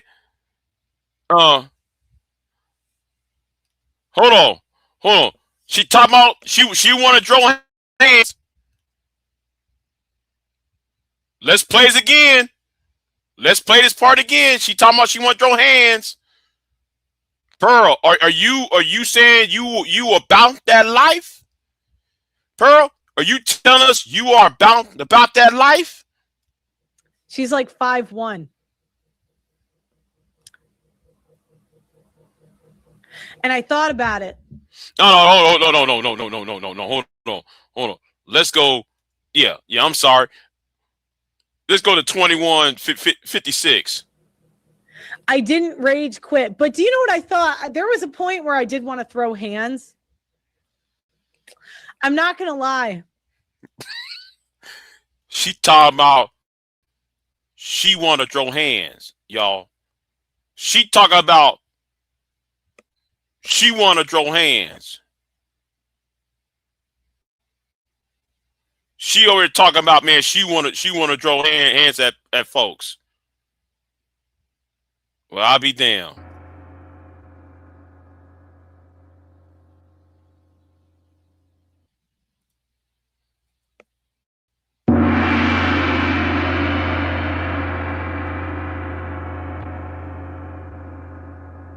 So, are you about that life, Hannah Pearl Davis? Are you telling us you about that life? She is lying. If I was Anna, hey, somebody clip this and send it to Anna. You know what? I'll do it. Don't worry about it. I'll do it. Fuck it. I'll do it. I'll clip this and send it to the young Turks and say, hey man, Pearl said she want to throw hands. I send it over to the young Turks, the Kirk, the Yukon, and Anna. She want to get violent, but wait a minute. I thought though the left was violent. I thought the left wing was violent. Hey, where is Morik Delk and Kelly Ray at? I thought the left was violent. But just Pearly Things, who's a right winger, she wants to commit violence on Anna. Let's play this again. I didn't rage quit, but do you know what I thought? There was a point where I did want to throw hands. I'm not going to lie. She's like 5'1". And I thought about it. I'm like, you can talk like this to men.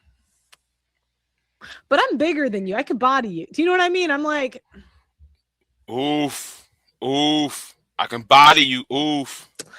I will. Yeah. Oh, no. I'm sorry, y'all. I'm not leaving. I'm not leaving. I'm not leaving yet, y'all. I'm not leaving on this yet. Let's play this again. I didn't rage quit, but do you know what I thought? There was a point where I did want to throw hands. I'm not going to lie. She's like 5'1".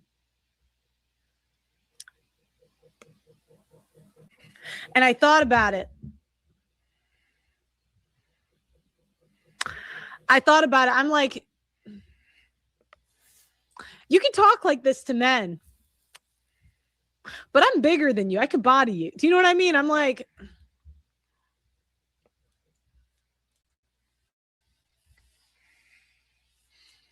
oof, oof. Now, I'm going to say this right now. We're going to say this right now. Notice she only saying it to the white girl. She only said it to Anna. But she didn't say that shit to take the B Taylor. Let's go back to what happened on Lapeef channel. Let's go back what happened on Anton's channel. Okay? Let's go back. Let's go back in time, y'all. She ain't say that shit to B Taylor. She ain't say that shit to Cynthia G. She ain't say all that shit to what's D'Amica Marie. She ain't say that shit to what's her name from Houston. You got them. Listen, she ain't saying that to like the sisters. She ain't saying that to Sexy Red TV. She ain't saying that shit to I'll put my hands on you. She ain't saying that to no black woman ever.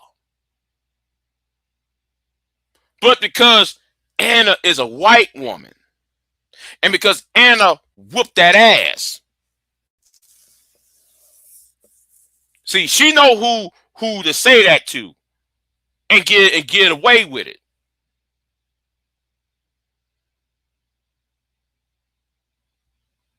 See, she couldn't get away with that bullshit. What she said, you know. So she think Anna is an easy target because Anna's white. Anna is older and white. She would know. See, the thing is, Anna might not do anything, right? She might not do anything after this. But trust and believe. If this was a woman of color, trust and believe, Pearl would have got her ass kicked off of YouTube already. Talking about putting hands on people.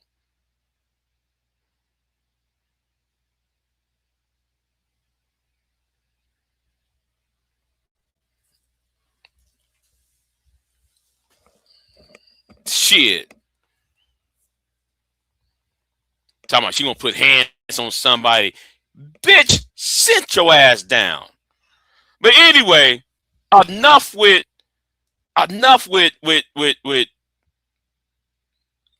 Pearl, right? Enough with Pearl.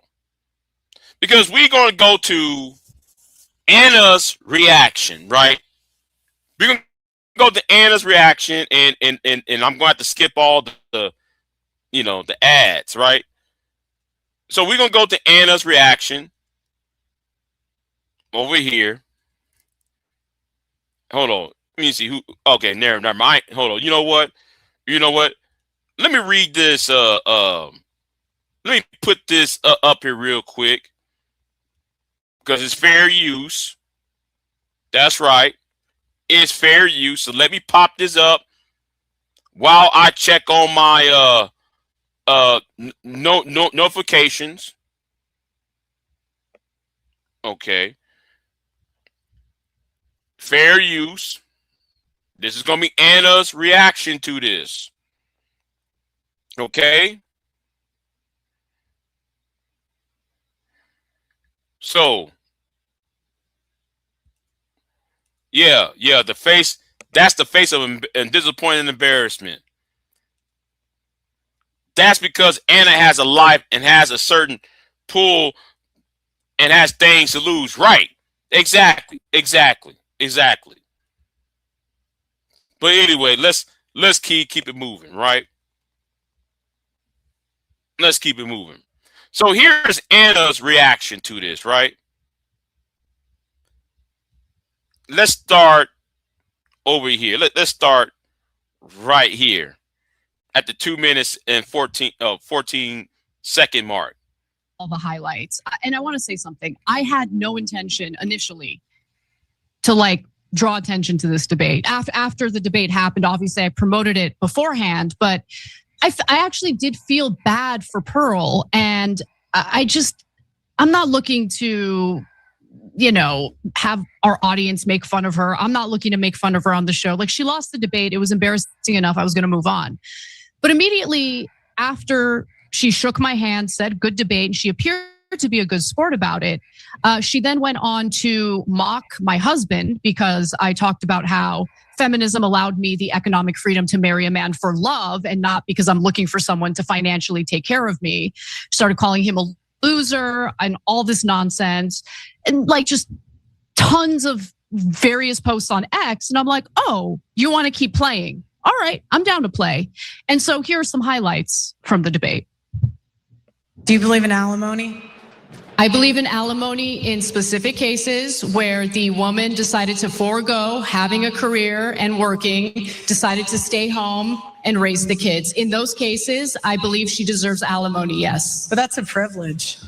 You're ridiculous. Anyway, next, move on. You said it's ridiculous. It's ridiculous, especially coming from a girl who grew up in an affluent situation with incredibly wealthy parents. You don't know anything about struggling economically or financially. So to tell a single mother who decided to stay home and raise her children instead of work that she doesn't deserve a penny to raise her kids after a divorce is the most privileged piece of thing to say.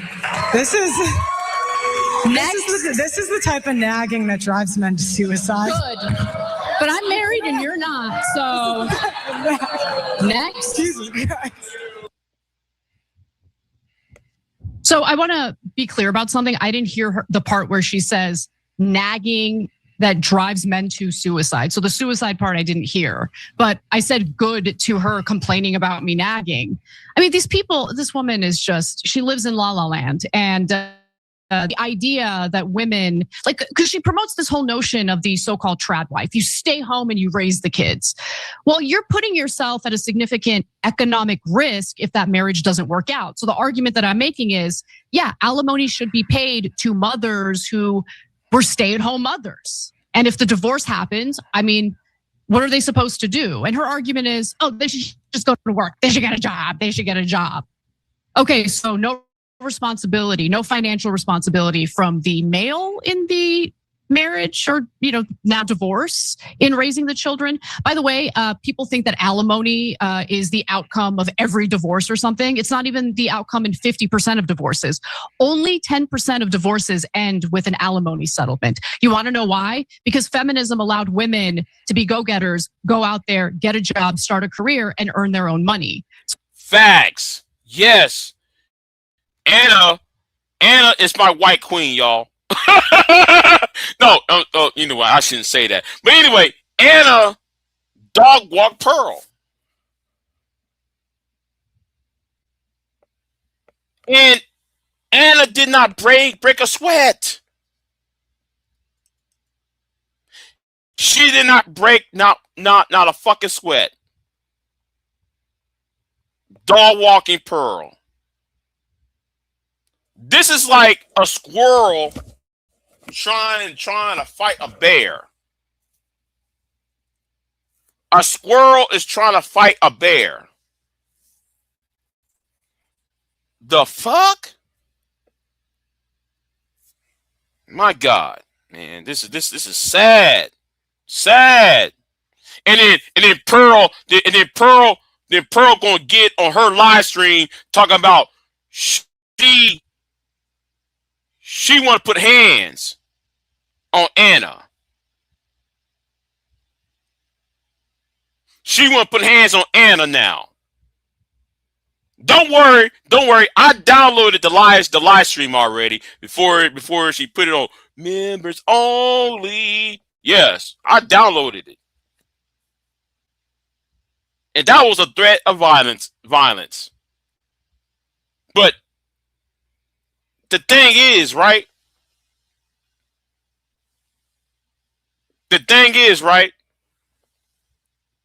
She said she would have bodied Anna.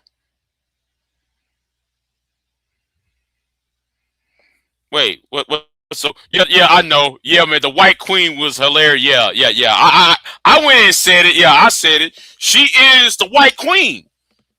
Okay, she is the new Snow Queen. Okay, of this space.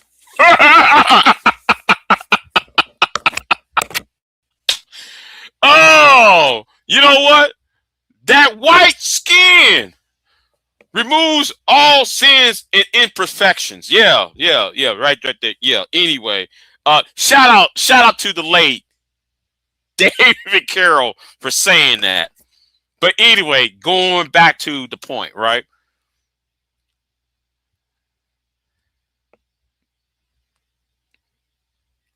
Right. But anyway, where was we at, right?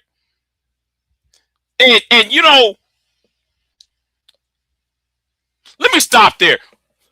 When Pearl said that, right? When Pearl said she wanted to body Anna and she said she wanted to draw hands on Anna, wait a minute. Where's this black fatigue? Where's this thing about why does the 13% of the population committed the 50% of the crimes? Where? See, 13% of the population commit the 50% of the crimes. Pearl always been saying it, but right now, because a white woman whooped her ass in a debate, now she talking about she want to throw hands. Now, man, she want to body the white bitch. Another white woman.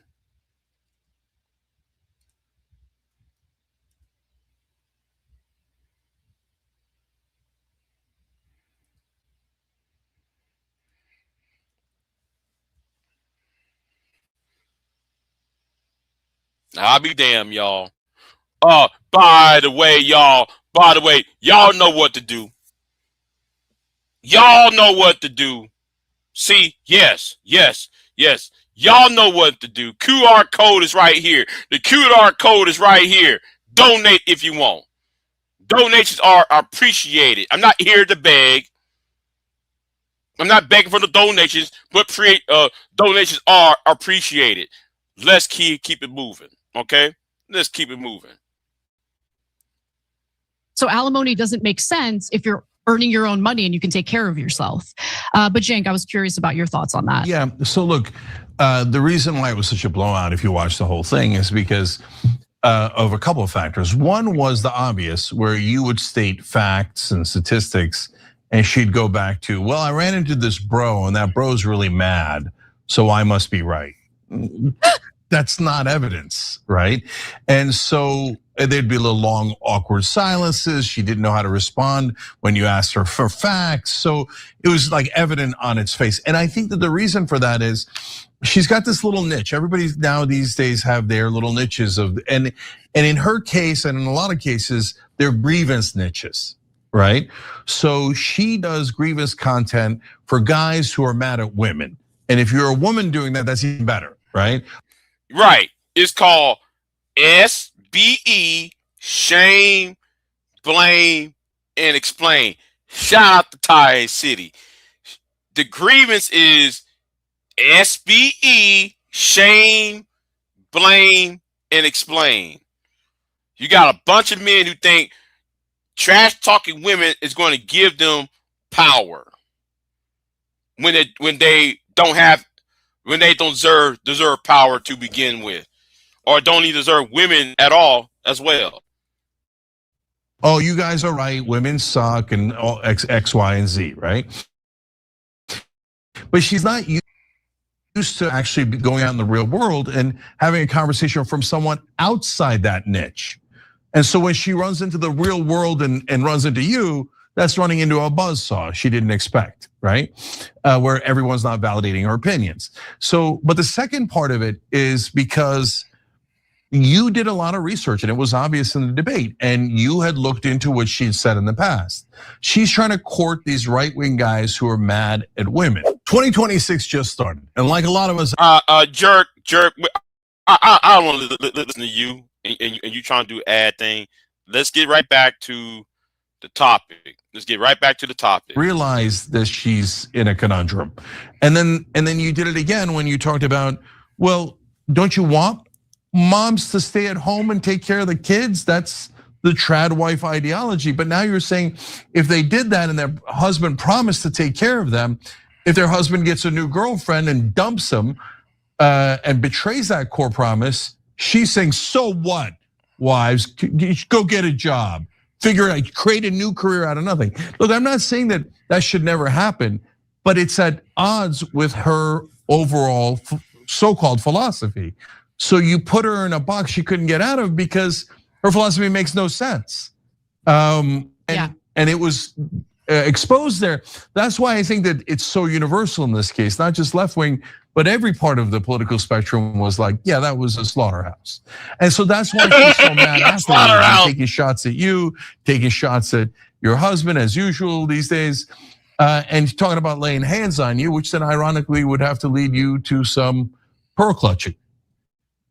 Well, wait. I'm glad though y'all caught that time when Pearl said she went put hands on Anna. I'm glad. Yeah, working is an adult thing to do. Yes. Everybody works. The rich man's wife works. What the fuck you supposed to talk, what Pearl talking about? That's hilarious. Now, look, the worst part, in my opinion, of the debate for Pearl, of course, was when she was supposed to interrogate me. Like there were these interrogation segments, and well, let's just say it didn't go as planned for Pearl. Let's take a look. I get it.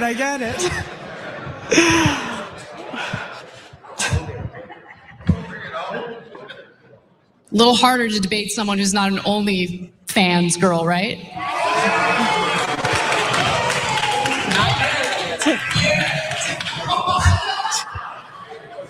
Never. I don't need to.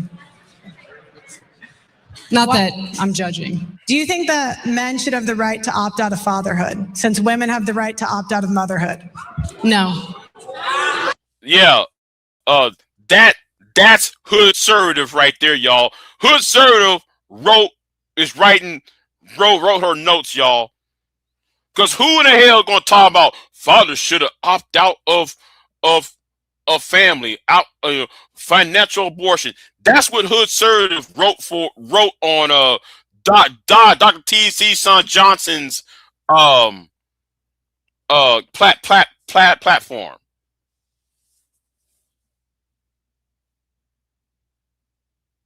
Anyway, let's keep it moving.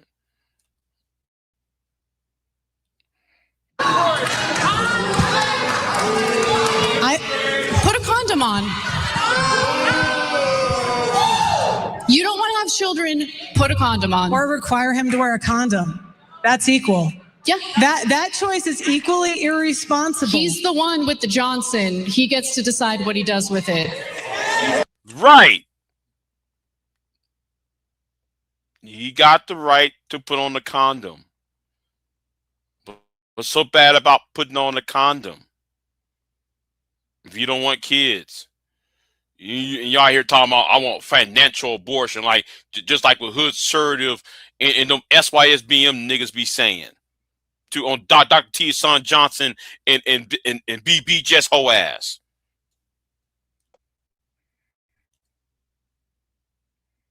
I remember one time. You know what? I'm gonna talk about myself.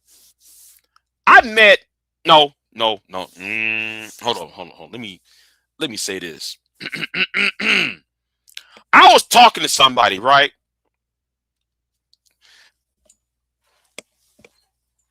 I was talking to somebody, and she wanted relations.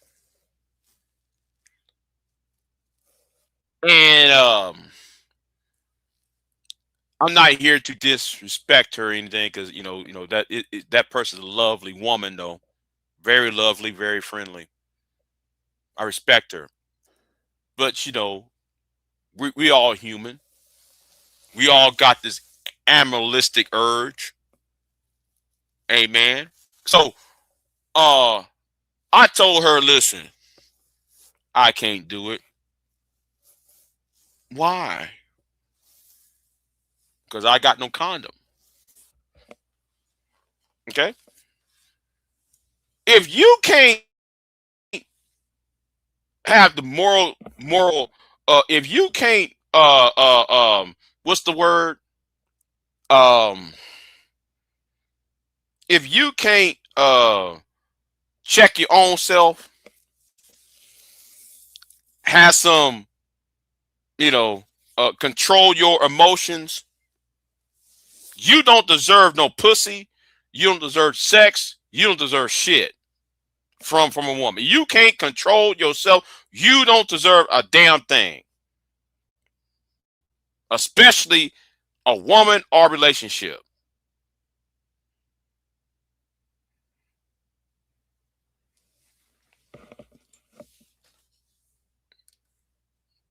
That's all I'm gonna tell. I'm gonna say on that shit. I think I'm more of a feminist than you. Sure. Go great. Congratulations.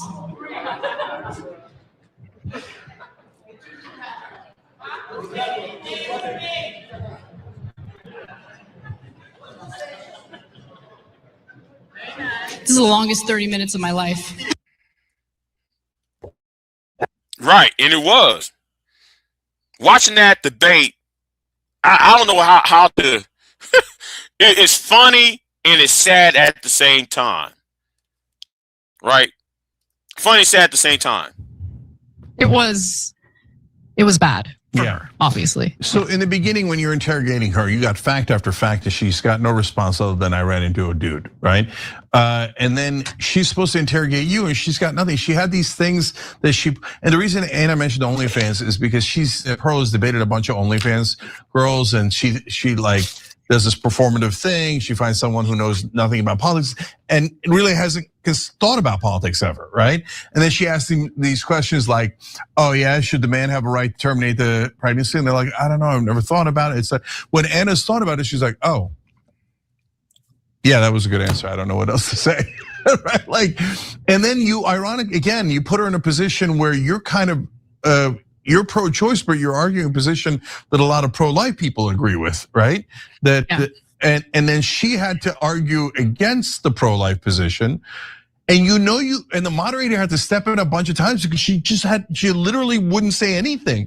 So the moderator's like, I guess I'll ask a question, right? Right. Because the moderator was trying to save her ass.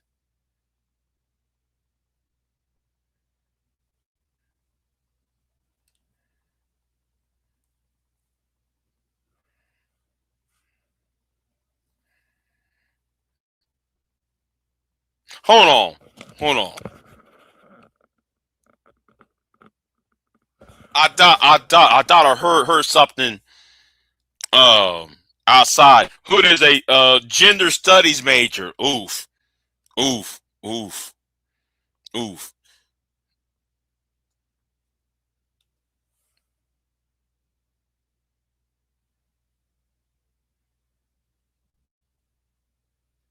Anyway, let's continue this. I heard something outside, but I'll deal with it later on. Right?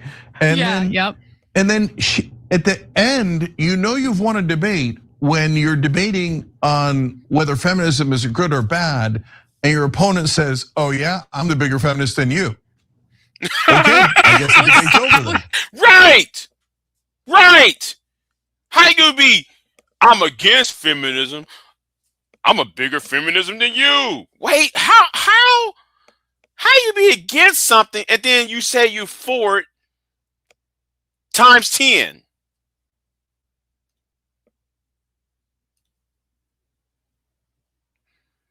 You trying to eat your cake and have it too, Pearl. Get the hell out of here.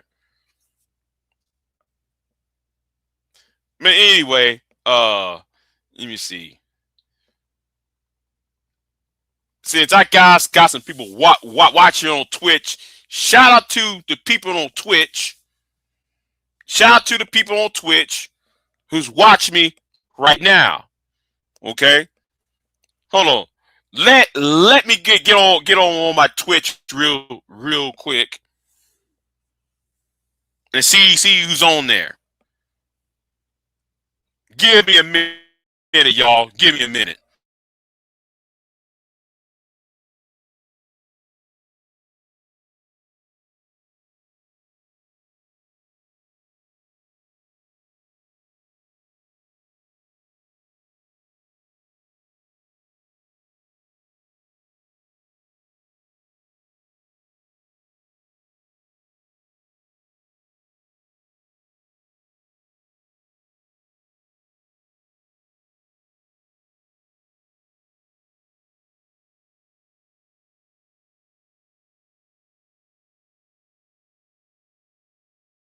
All right, I'm back. Yeah, though. Yeah, I'm back. Yeah. I was checking on my Twitch for a minute. See if everything over there are okay. But anyway, let's keep it moving. All right, let me keep it moving. But yeah. So does anybody want to jump on the panel?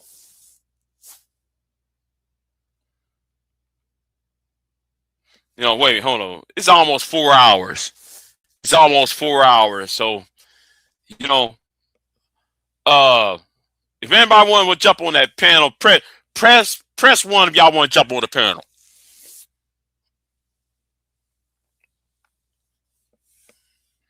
I give y'all five minutes to the side. If not, though, I'm gonna hang this live stream up. I think I've done enough. I think I've done enough for this. I could do a part 2 to this later on for the ladies, because some of the women are at work right now, and I'm off tonight. So if y'all want to do a part 2 to this, I can. If y'all want. So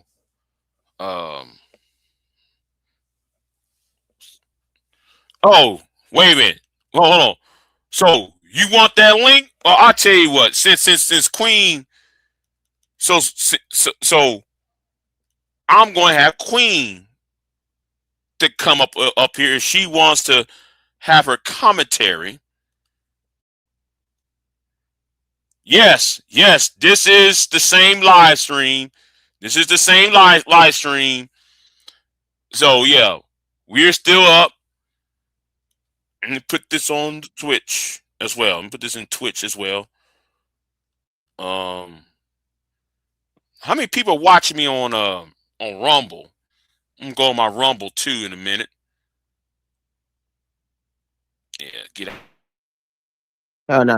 There. What's going on, Queen Sunkiss?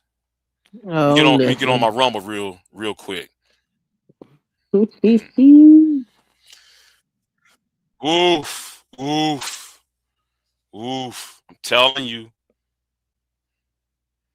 I'm telling you, this is bad. What name? I'm gonna put hands on you. I'll body you. Yeah, that shit was crazy. Like, girl, sit your stupid ass down. You the one got your dumb ass up there and made yourself look stupid. Sitting up there reading off the Right. paper like you in kindergarten class or something. Girl, what's wrong with you? Mm-hmm. Ain't no damn debate. And then it sound like she ain't even prepared no Talking about question. I'll buy to you. You know what? It seems like I'm And she called that gonna bitch tell it. ugly. That shit It's was like funny. she listened to it good. She told that bitch she was ugly Oof. to her Yeah. face. Yeah.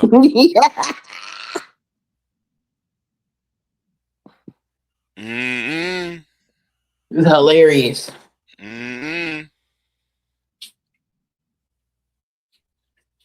That was Yeah. hilarious. We on Rumble. Yes. Yes. We on Rumble.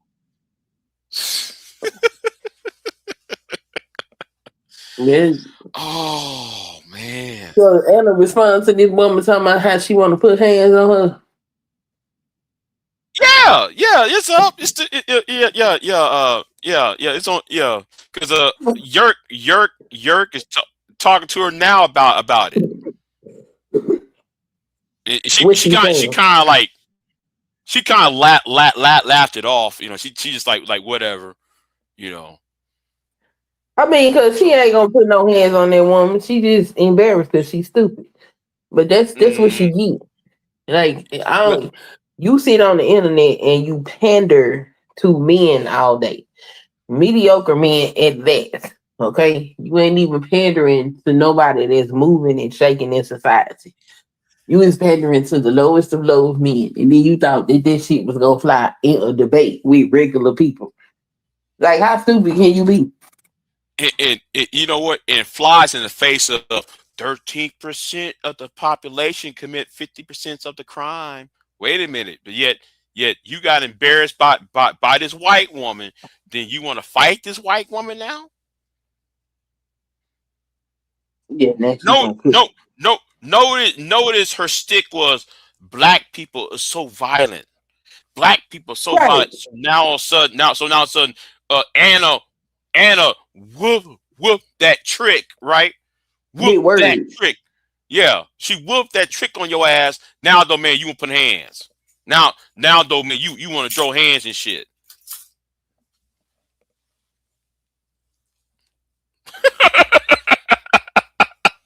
And then what the hell did she have on? Like she probably stole something from somebody's nursing home or estate sale, some old shit. She didn't even put no iron on that shit. Sitting up here talking about women need to be traditional. Bitch, you didn't even iron your clothes before you can. First of all, that shit was ugly. That's number one. What is you wearing? It looked like a bag of potatoes. That's what the shit. You go to the supermarket, you get that 8-pound, not 10-pound bag of potatoes. That's what Pearl looked like walking on that stage. Like, what the fuck is this shit? I was like, what is she got on? What? Yeah, first of all, you already not attractive, and then you put this shit on. didn't even try to shampoo her hair and add some pH balance to that. You know how white women hair. You ain't trying to put some pH balance in that hair and shit. Trying to do a Alyssa Lockhart hair with the shit. Trying to make it bouncy and shit. No, you look like a fucking haystack for hair and shit. You ain't doing. She ain't fix herself up for shit. That's why she got whooped. Huh? I said that's why she got whooped. Yeah. Oof. And then the moderator was trying to low key save her ass. So he was trying to interject to save her ass. And man, the pauses, 20-second, 30, 35-second pauses. Like, what the fuck? Like, she froze. Like, the hell? Man. These black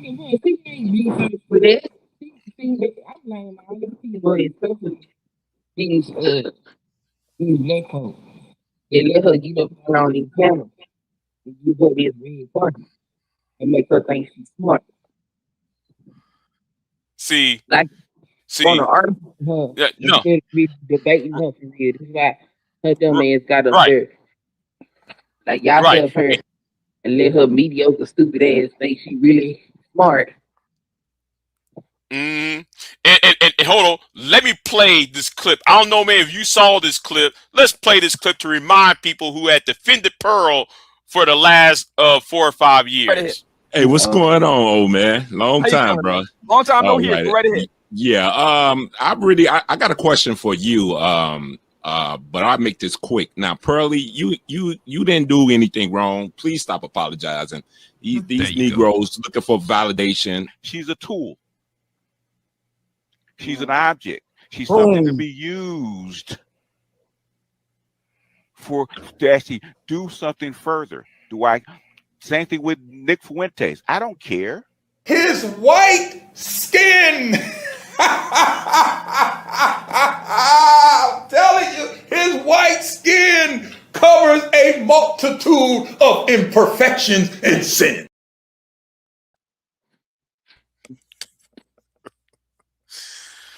Oh man, where all them niggas at?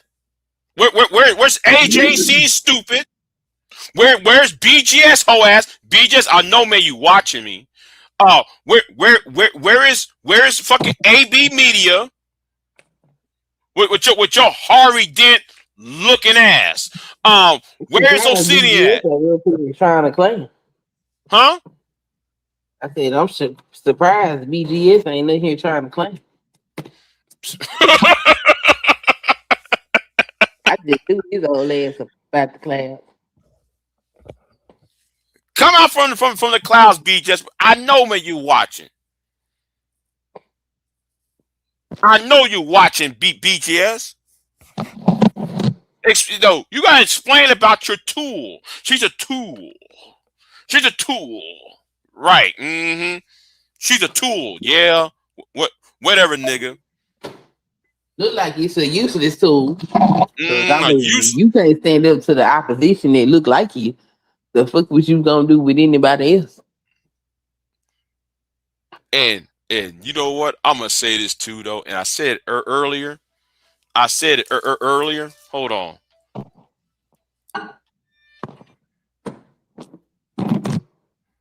Who the hell called me? Oh, okay. That debate wasn't even 20 minutes long. That's Yo. Good morning. Yo, that shit was not funny, yo. I want to say to the black manosphere niggas, that's your girl? That's your girl, nigga? That's your girl? That's that pick me y'all was talking about? The dumbass I can't debate for shit? It's fucking crazy. What up with y'all? Not much. I mean, when you debate, you have to research. And that's what apparently she didn't do. But, you know, just like Big J was saying earlier, they hold this girl in high regards. I'm like, how? She's dumb. She's a tardo. Most of their talking points is dumb. It is. They gonna pull up some goddamn stats and twist and turn them hoes, and then when you find somebody that actually reads shit, then you know that shit don't hold water. Plus they want to bring the Bible into it by saying up there saying every woman needs to be submissive now. And it's like, oh, okay, so y'all didn't change the rules. That's why, son kids, you need to stop saying I'm in a manosphere. I ain't in no damn manosphere. Oh, you gonna every time you make some goddamn relationship content, your name is Little Manosphere, little nigga. I don't rep that shit. I'm not there. That ain't me. This is lies. Yeah, it's fucking sad. And then she called Anna a fucking feminist. I'm like, Anna never claimed she was a feminist. She said she left the left. And she was like on the right wing of shit. You feel me? Like, nah. Yeah, but you know, they been blaming feminism for shit. For everything. Feminism is an easy scapegoat for a lot of shit. When woman got an attitude, feminism, be like, what? Right. and you know, it kills me when the black men do it. Because I'm like, y'all dumbass black women was trying to get y'all niggas the right to vote. I wanna see who got a response, you know. BGS and his whole clan got a response to this dumb shit, this bloodbath. Well, hell, they should have been responding. This been out like what 3 days now? Yeah, but he ain't saying anything. That's the point. They He ain't ain't gonna say saying nothing about this shit. Nobody says shit. Big J. Nobody says shit. But I'm gonna tell you, everybody trying to use the Anton shit as cover. They know it happened, but they're trying to use the Anton and Corey issue as cover and not to address what was being said. Because I bet you, right. Because if this whole Anton and Corey had not did all that bullshit, they will be forced to deal with this shit, or at least they'll not even come online. Corey should have hit his ass. Yeah. Corey didn't hit him. I don't give a fuck. Yeah, Corey should have smacked the shit out of him. Beat the shit out of him. Yeah. I was rooting for Corey. Come on, Corey, knock that nigga upside the fucking head. I'll wait for somebody to knock Anton upside the damn head. Somebody needs to knock his Anton got what he shit out. deserved. He'd be puffing his chest out and talking shit, and then he runs into the right nigga, and then it'd be a different story. I was like, that couldn't be me. I'll be ready to fucking fight like Corey did. I remember when he bucked up the super slide. He bucked up Super Slide, and Slide like I don't know if y'all saw that when he bucked up the Super Slide. Oh man, that was bad. Hold on. Go over to Super Slide's channel and find it. Go to Super Slide's channel. Wait, did he say? Does it say like interview with Anton, or does it say something else? No, but Anton went over there and was talking shit to Slide. Slide was saying, "Bring on that heat." Facts. Slide was like, if you got the "Bring on that link, heat." let me know. Oh yeah, if I find it, I'll tag you. If I find it, I'll tag you. Cause I saw that shit, I was like, oof. And that's what Anton does. He talks all this bullshit to people, right? Yeah, because he got that security. Yeah, that punk ass security. Yeah, you got fucking stands. That's why I be clowning on them niggas that got that started their channels. I be sitting up there calling them Anton Daniels descendants. They don't like it. Yeah. And one of them is Sharon. Hell yeah! I said, bro, Big J. I went on this panel and said, like, if you don't know, it's like I don't know nothing about you niggas if it wasn't for Anton. I said, y'all ain't nothing more but Anton Daniels descendants. And then Sharon then bucked up and said, I don't really know much about the manosphere of Red Pill. I only know because I went on Fight Club. I said exactly my point. Y'all are Anton Daniels descendants. Manosphere niggas gave y'all a platform to be talking all that shit y'all talking. What you talking about? And then had bomb cherry to prop your stupid Sharon and Brownsville ass up. Yeah. But you already know about that though, Big J. She gonna be doing that shit anyway. But it's just like they don't like they didn't like that I said that because I was you know what happened? I was trolling Venus, and then the thing about it is after I was trolling her, she called me out in the chat. I was like, oh fuck it, I'm gonna hit the link. And when I hit the link and shit, they was like, it seems like you're what do they call? What do they be calling people? They be sitting up there saying Rembrandt or some shit. Yeah. That whole ass Rembrandt shit they be saying. I told that nigga. Word, Big J. I told that nigga, I said, I'm not no fucking Rembrandt, so I don't know what the hell you talking about. I said, y'all ain't nothing but Anton Daniels descendants. Don't sit here and call me no fucking Rembrandt. Like, it's crazy how y'all insult people, but then y'all don't like when you talk about criticize black men, but then it's like criticizing black women, but then when we criticize y'all, now all of a sudden we Rembrandt. It's like, nah. Right. And let I'm gonna say something too. I'm gonna urge you to do something. What? Our mutual enemy is over there. Do not say that name. Do not say this person's name. I'm gonna see something happened in March of last year. Hold on. And what? No, you keep talking. I'm gonna put it in the big chat. Yeah. Don't see. There's a particular person me and you hate, Brownsville. That's over there. Be careful. Brownsville, not Brownsville. Yo, I'm not gonna say the name, but I see that person in the chat all the time. Yeah. Me and that person don't exchange words, but yeah, I know exactly who the fuck. They always there. Always there, yo. So that's why though you don't see me over there because I will file a fucking lawsuit against that person. Oh, there's a couple of people on the job right now. There's a whole investigation on that shit. I know. Oh, wow. See, yeah. Yo, that's why I have that's why I have my Cash App for. I ain't had no Cash App for no fucking ass. Oh, I'm living off of you. No, I want that person. Okay? Because she did something on March 14, 2025 on his show. And with that whole shit she did in that back chat and what she said on that panel, oh man, I want her gone. She's a fucking pussy. I've already sat up there and said my whole thing on it. I don't give a fuck if they felt the need to sit up there and try to find me directly. Yeah. I felt like I was trying to find me directly. I told that bitch. I told that bitch, you got such a fucking problem. You come find me. I'm in New York. I'm never scared of none of you niggas. She says something on air. Nobody else is not even supposed to know that shit. No. She went in and said that shit. I said, you know what? It's time. It's time. You know, no. That particular person overstepped their bounds. They did. It's time. It's time for it. I did, but I feel like, yeah, she might do the work to do all of what she does, but like in reality, it's just another one of those. Oh, I'm the big fucking gangster behind the goddamn mic. Like, you ain't saying shit. Like, and then try to come at me and be like, oh, Bronsberg thinks he's gangster. I said, I don't think that I'm gangster. I'm just gonna talk my shit. If you feel impelled, if you feel implied that you want to find me on some real shit, just come out to New York. We could talk. But then otherwise than that, she was just talking shit. I was like, you a pussy. And that's why she think that I'm going to stop talking in the fucking chat. No, bitch.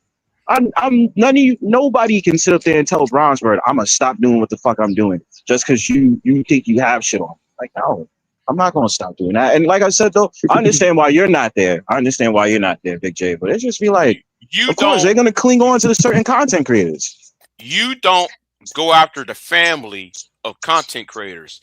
That's what I'm pissed off about. Right. She went after a family. She went after a family member of mine. Oh no, that's and when she said that shit on his channel and said that shit in that back chat, I want that bitch gone. Okay.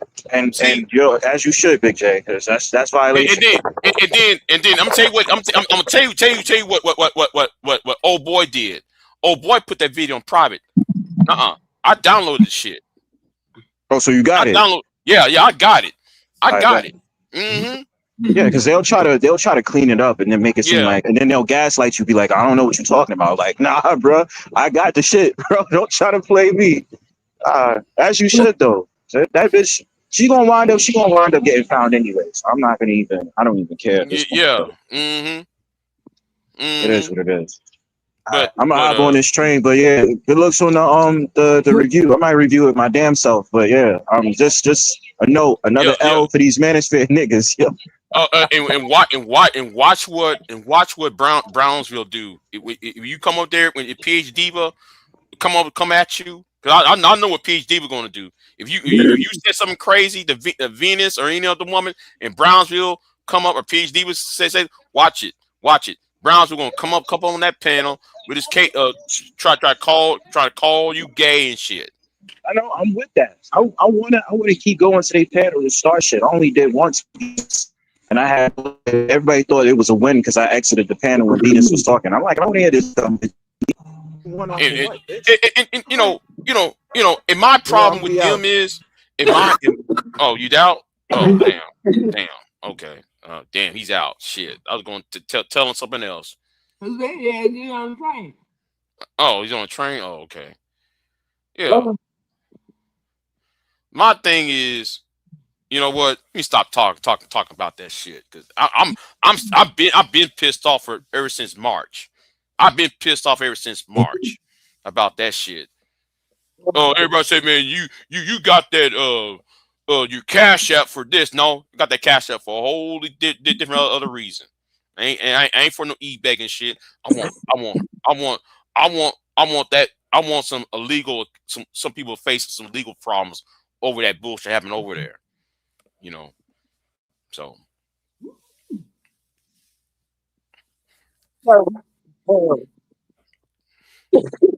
Usa. Let me calm down because I was warm. Let me Usa for a minute. Let me Usa. Oh, God.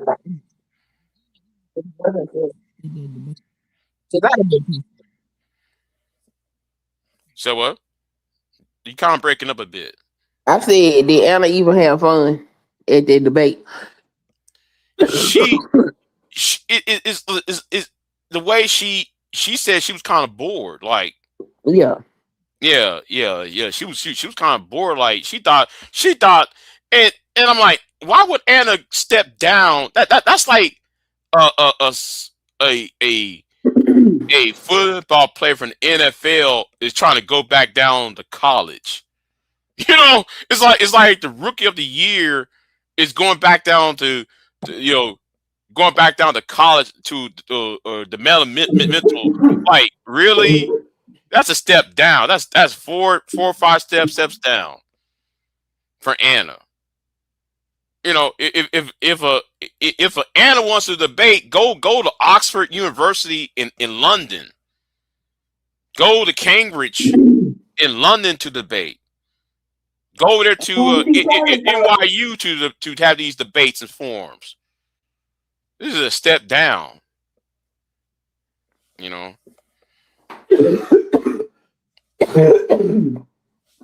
She probably thought, without the notoriety the girl got, she would have got a decent debate.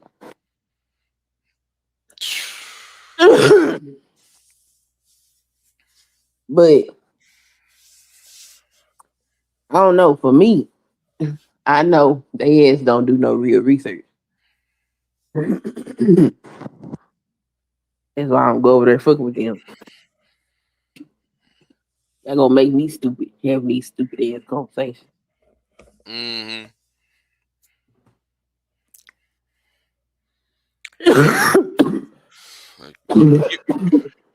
You all right? You all right? Something done irritated my throat. Oh. I'm gonna eat this pickle and see if that helps. Pickle.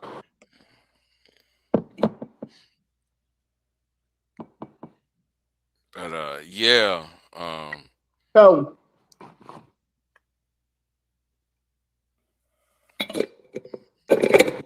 yeah, how many different shows she do talking about she gonna fight that woman? She only did that on one show. The link and time step is in the description box when she said it.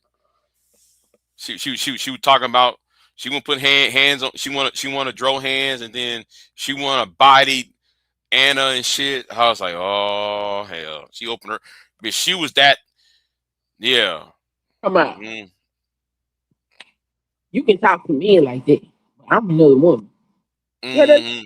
You. Oof. You want to put your hand and feet on her. Right. Right. Huh? I apologize for not doing this yesterday. Had unexpected company, so I meant to do this last night. And what kind of company? Family con. Oh. You know, ain't no female coming over here. You know, ain't no. I'm off the market. I put myself off the market. So no. Hold on. You gonna be a monk now?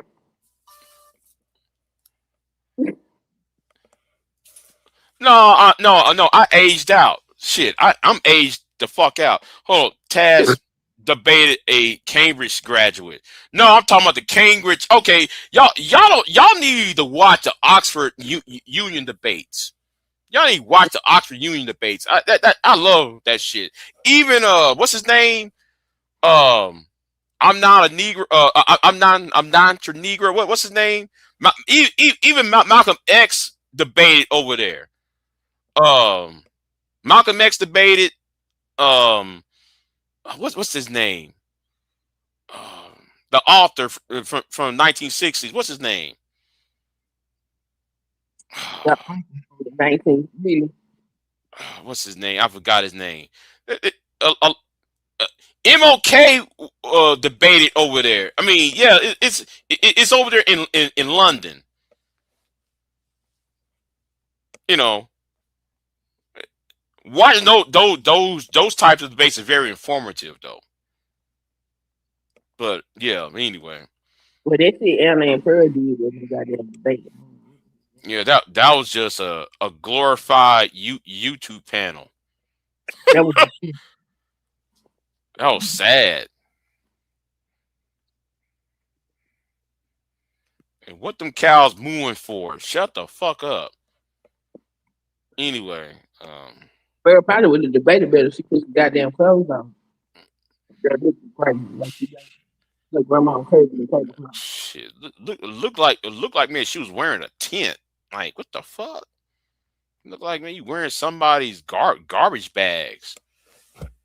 Shit. At the very least, if you go over the beach, you put on a goddamn A-line dress. You said what? You said what? So I said her big overbuilt ass put on an A-line dress and instead of that funky ass shit she had on. like she could even. Damn, I mean, like she could even go ahead and get a you know, you got 2 weeks to have this debate. You couldn't go to a tailor. you couldn't get yourself a tailor. I'm trying to remember the guy, the poet or the author who debated at Oxford. I'm trying to remember his name. Oh man, that damn it, I forgot his name. It was the she wore that shit on purpose. You really think so? She wore that shit on purpose? Yeah, she wore that shit on purpose. That's her not dressing like a whore aesthetic for them men. You know what I'm saying? Them old weird ass pygmy bitches be stabbing themselves in the toes and shit, trying to impress these men that don't want. When none of them dudes knock Pearl ass down.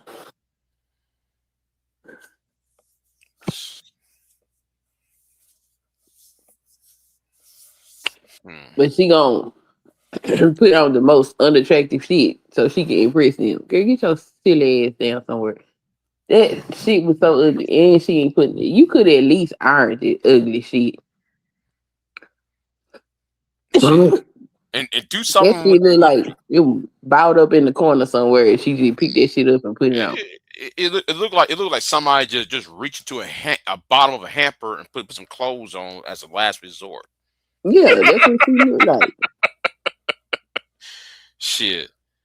I said, what the hell, baby? They should have let her walk out first and let Anna walk behind her, because her coming behind Anna, she took all kind of ills. All kinds. A Deacon Day said Eric Abrams. No. I'm talking about 1960s. What's his name? He's what's that author name? He's black. He was talking about the civil rights movement at the time.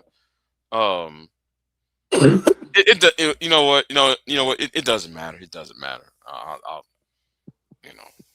but you got all these people who debated at Oxford Union. You know, I rather James Baldwin.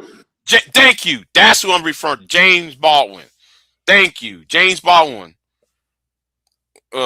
Watch some of his debates at Oxford when he debated. What's his name from who wrote William F. Buckley debate over there in Oxford. Yeah, I used to watch that shit. So I always get him and Du Bois confused.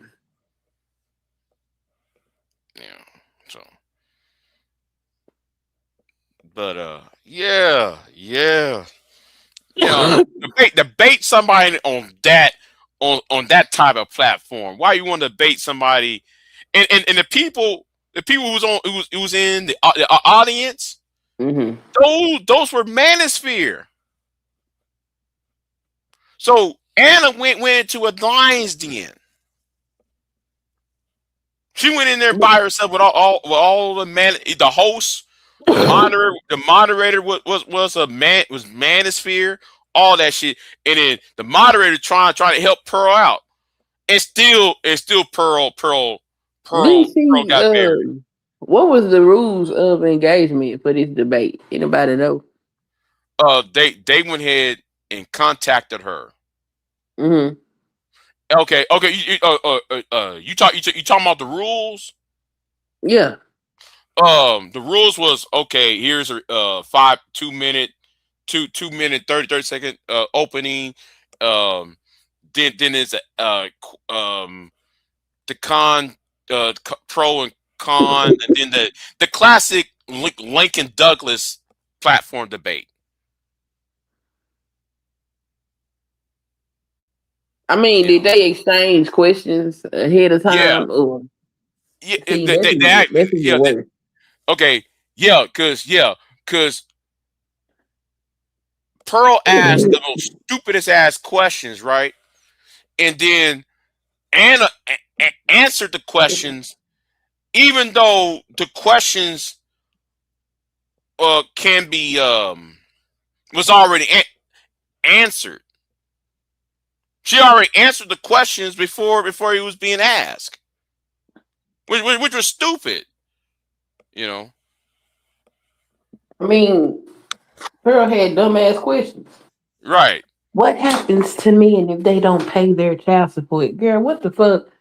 This is a debate. Really? And then she told her, ask me your question. Answer me your question. So you don't got no questions to ask? You just here with the ugly ass outfit on. It's like if Hood Surrative, and Game Changer and Jalen got into a room. Yes, I said it. Jalen, who's on the bus, got in a room and gave Pearl some notes. That's what it sounded like. Like the question she asked came from a YouTube channel. So what? Oh Lord, what? Look at this shit. Deacon Dave putting a text talking about the boys is the code. Man. I'm ignoring what's in that chat room. Yeah, I saw what Deacon Dave wrote. Talking about the voices. Look, I ain't gonna even say nothing bad about because I can't stand neither one of their ass. So hey, boom, there you go. I can't stand neither one of them two either. Right, but the thing is, I hate Anton. Oh, I have a serious problem with Anton. Yeah, I can't say I hate any of them. I just don't like any of their ideologies. Corey is full of shit. Corey's a no good ass nigga, and he ain't. But there's something special about Anton that I hate, you know. And I'm gonna say something too though. That beef, what happened between Anton and Corey, that's gonna start a beef between O'Shea and Anger Man. It's coming. It's coming. I don't know. Watch out for it. It's coming. I don't know about all that. Oh yeah. Because O'Shea and Corey talk, right? So, but Anton talks to Anger Man all the time. Anger Man always been on Anton's panels. So yeah, watch it. It's coming. That's about to blow up.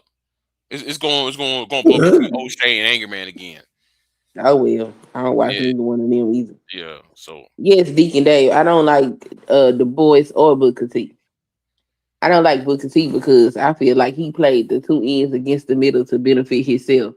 And the boys was just a bougie ass nigga. So now I'm cool on both of them. The boys to me is like he's trying to prove something. Like nigga, like why are you trying to prove something? Just shut, that talented 10 shit. Yeah, you want to separate. You want to play class games. Like I don't think neither one of them really ideologically benefited black folk with their shit. You know, but Booker T was straight up cooning. You know, that's his ass was straight up cooning. That's straight up coon. He was cooning, especially when we love the slave master. We love being enslaved. Bitch, what is you talking about? What? If you don't see, it was so hard for me to get through his little book. It was a tragedy reading that damn book. You talking about out of slavery? Upward from slavery. Yeah. Upward from slavery. Yeah. Ooh boy, it was so many times I want to throw that damn book across the room because that man would piss me off so bad. No. I read a book called The Presidents of War, and they were talking about the Spanish-American War, and Booker T. Washington was hanging around with President McKinley, right? So this is around 1898, 1899, around that time period. So he went to Iowa talking about we got the best black fighting force in the world, and we're going to do this. Like, motherfucker, do you know what why we invaded Cuba for, motherfucker? Do you understand why we took Puerto Rico? You jackass. You know, you should send black people over there to the war because the way we built is better. Right. Dude, what? Man. I wish people actually read and research these people that they always want to quote and shit. And then he said, what did he say? The better climate. Black people can adopt the better climate to fight the Cubans and fight against the Spanish and shit. He lost your damn mind. Then he was criticizing them for wanting to learn classical literature, other languages. Criticized black folk for that. Criticized black folk for wanting to be pastors. Criticizing for all kind of shit. Yo, what the fuck? Meanwhile, don't try to come up in the society. You know, stay your black ass in your black ass place. All right. But while I tell you this, I'm gonna send this money over here to these black resistance organizations. But in public, I'm gonna tell y'all not to do this shit. Yo, Booker T can go to hell.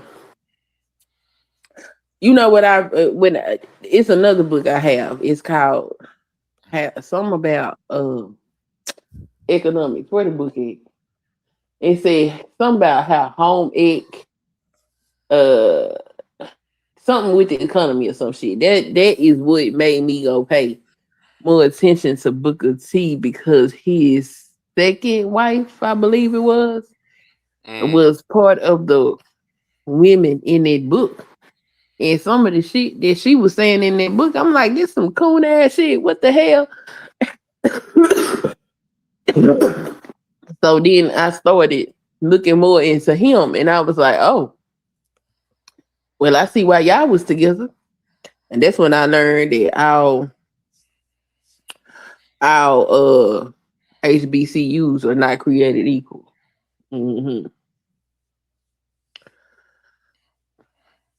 Some of these schools will teach you how to be a whole coon. I ain't paying for my child to learn how to be no coon. Fuck that. Dave, if I ain't a real woman, I sure popped out cheering like one. I sure got a husband like one. I sure bleed every month like one. And I would drop the F-bomb whenever I feel like it.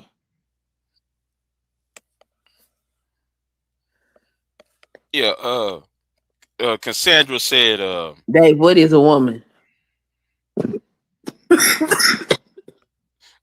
Cassandra said, many people don't know Booker T often donated money and help black folks in secret. Yeah, that's why I don't respect him, because he was saying one thing out loud and doing something else behind everybody back. I'm like, now you playing the two ends against the middle to benefit yourself, which is ultimately some selfish shit. Am I mad that that's what you did? No, that's the American way. Go ahead with your bad ass. But as far as black people go, nah, I don't respect it, player. I never liked Booker T. Washington. Never did. Cause I just sitting there like really, it you know, like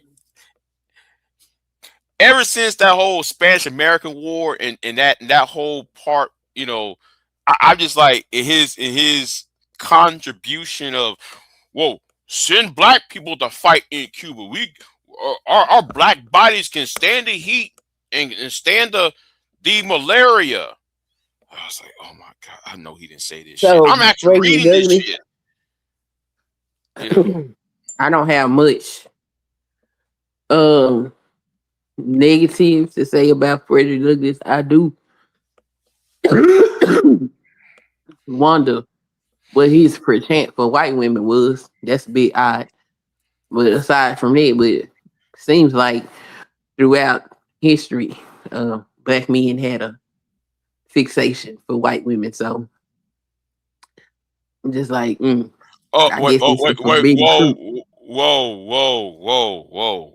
whoa. Let's be fair to Frederick Douglass. He's half white. I don't give a flying fuck what he is. He was a fucking slave. Like, yeah, I don't give a fuck about him being half white. Okay. What about Mary C. Colt then? Who? Mary C. Colt. Mary C. Colt. I don't know who that is. Oh my God. Wait a minute, hold on. You don't know who Mary C. Colt is? Okay. Mary C. Colt came from from Jamaica. Okay, she went to Crimea during the Crimean War of 1856. She joined Florence Nightingale and helped save the British soldiers from the Russian army. Her husband's white. So wait a minute. So stop acting like so can we stop with this whole jungle fever argument as if just black men that was chasing after white pussy, and then and there was a whole, and we're going to ignore all these black women who was slinking on some white dick. What the hell was wrong with what's her name? Maya Angelou. I always wonder what the hell wrong with her too. Who else? Was it Eartha Kitt? I wonder what's wrong with her. Yeah, I do wonder what the hell is wrong with these people. And do I put my blackness ahead of my faith in God? I don't understand how the two will correlate. Deacon Dave, can you break that question down a bit further? But yes, I'm sorry, BJ, but the leaders of the community chasing white skirts is a bit strange to me. I'm sorry.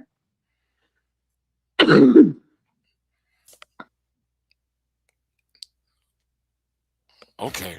I'm just like, you think it was odd. I mean, okay. I mean, it could. Okay. Given the time period, Eldridge Cleaver went to the whole goddamn penitentiary because he was listing after white women. Like that's a bit strange. It's kind of odd, sir. These is the same people that's been hanging y'all from trees, turning y'all into strange fruit, turning water hoses on your kids, and got dogs chasing you and shit. And y'all like, ooh, I want that. Eldridge Cleaver was doing the same shit that he was doing the white women. He was doing the black women. So what he said was what he said was he was practicing on black women so he could do it to a white woman. Well, he was still doing it. He was still abusing black women. He was out of line for doing it, but his goal for doing it was to get to a white woman.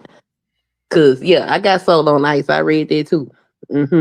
Yeah, it's very interesting. Black men's psychology when it comes to white women. And I think should I decide to further pursue my education, I might go and explore that so I can try to help my people on a psychological level, because that's what we don't have. And something is clearly the fuck wrong with us living in this country. I think some of it had to do with the European beauty standard, Well, I don't know nothing about that neither, because I ain't never decided that I see a white man and the black man needs to measure up to what this white man look like.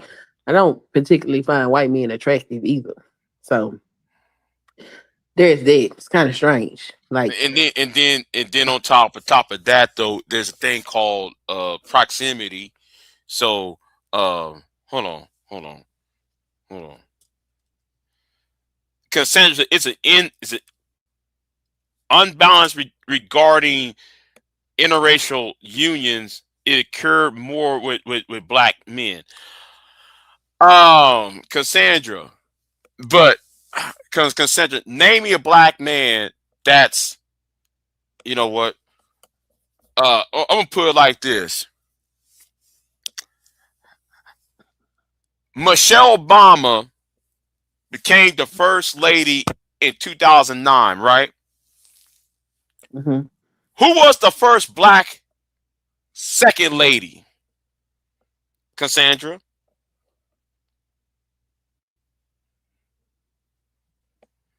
You see, nobody don't want to talk about this.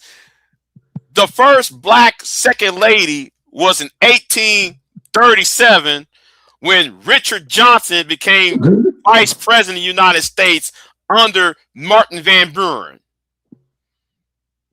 That's why Martin Van Buren lost the election in 1840 because it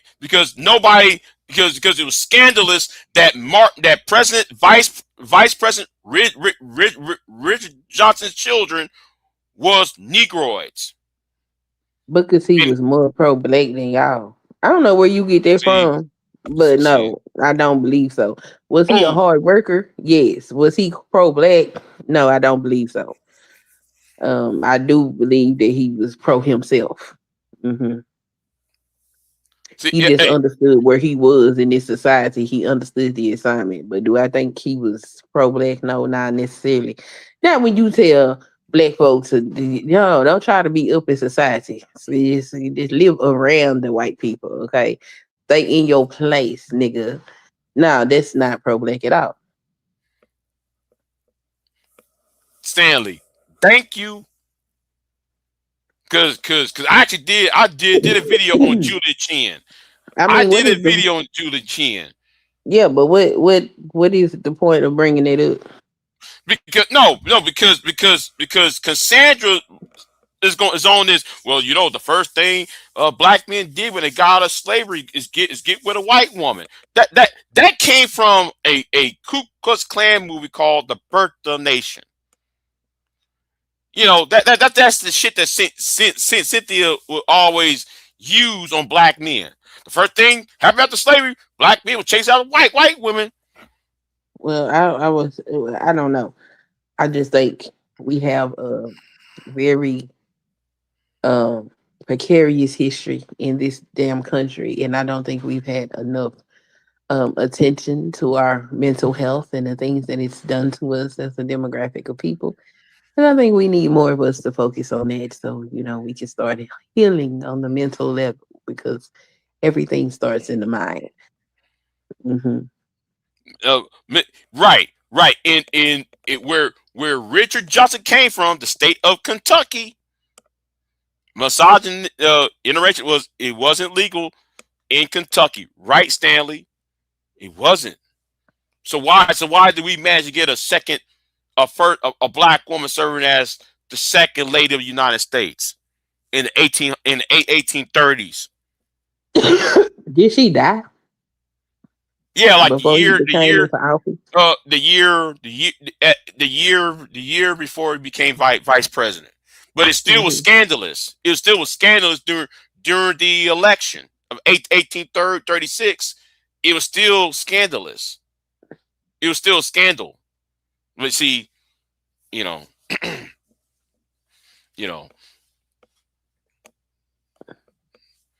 then though Vice President Johnson was trying to get his daughters to become Senate pages. Oh, why you allowing these niggas to be pages in the well of the United States Senate? So in 1840, that's the reason why Harrison won against Van Buren in the election of 1840, was because that was a problem.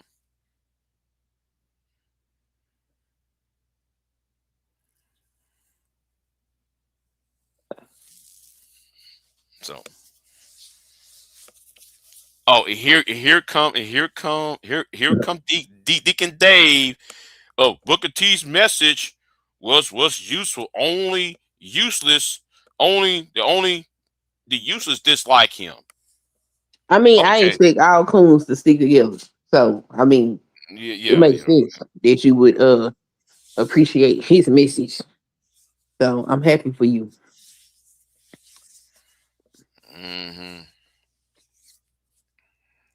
He's on some bullshit. Booker T, you know what really just disgusted me. On his way to, what is it? It's Hampton, right? Well, Hampton, right? Okay. Yeah, okay, on his way to Hampton, he ended up working with this white woman. And he attributes this white woman to teaching him everything about cleanliness.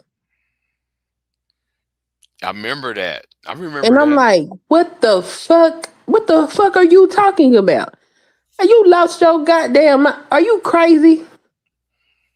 This white woman taught me. So your mama didn't teach you shit. None of them other slaves you grew up around teach you shit. The people that came together to help you get a fucking education, they ain't teach you shit.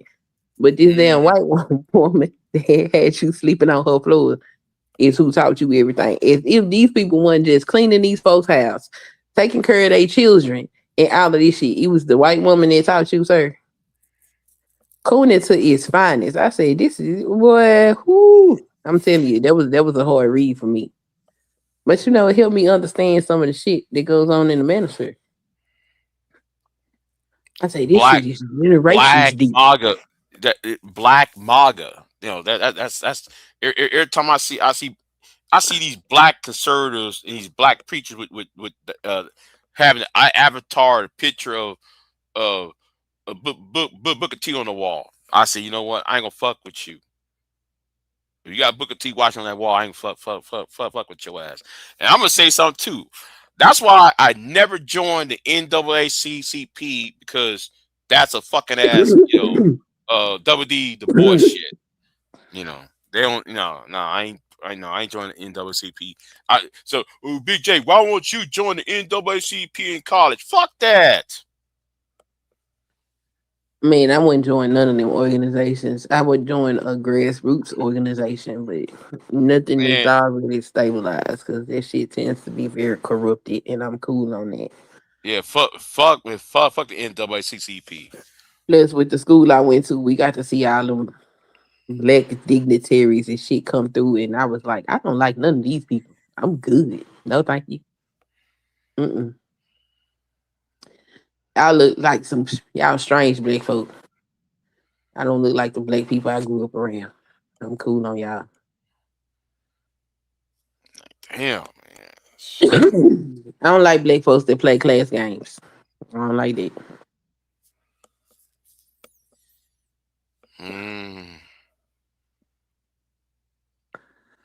I don't know. Do you really think it's class, or do you think though they don't want other people to fuck up what they? No, I think it's class. Okay. You think it's class? Okay. Yeah, I think it's class. It's you must present this way. You must look this way.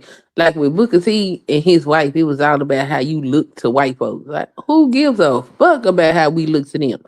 Them motherfuckers just got through telling us that we was less than human. Why the hell do you care? They're never going to accept you, all right? And here we is, even in 2026, things are better, but them motherfuckers still don't accept us. So the hell you sitting up here telling these people, oh, walk around, skirt around them, make them feel good. Fuck them, okay? Go out here and do what you know you need to do. How about that?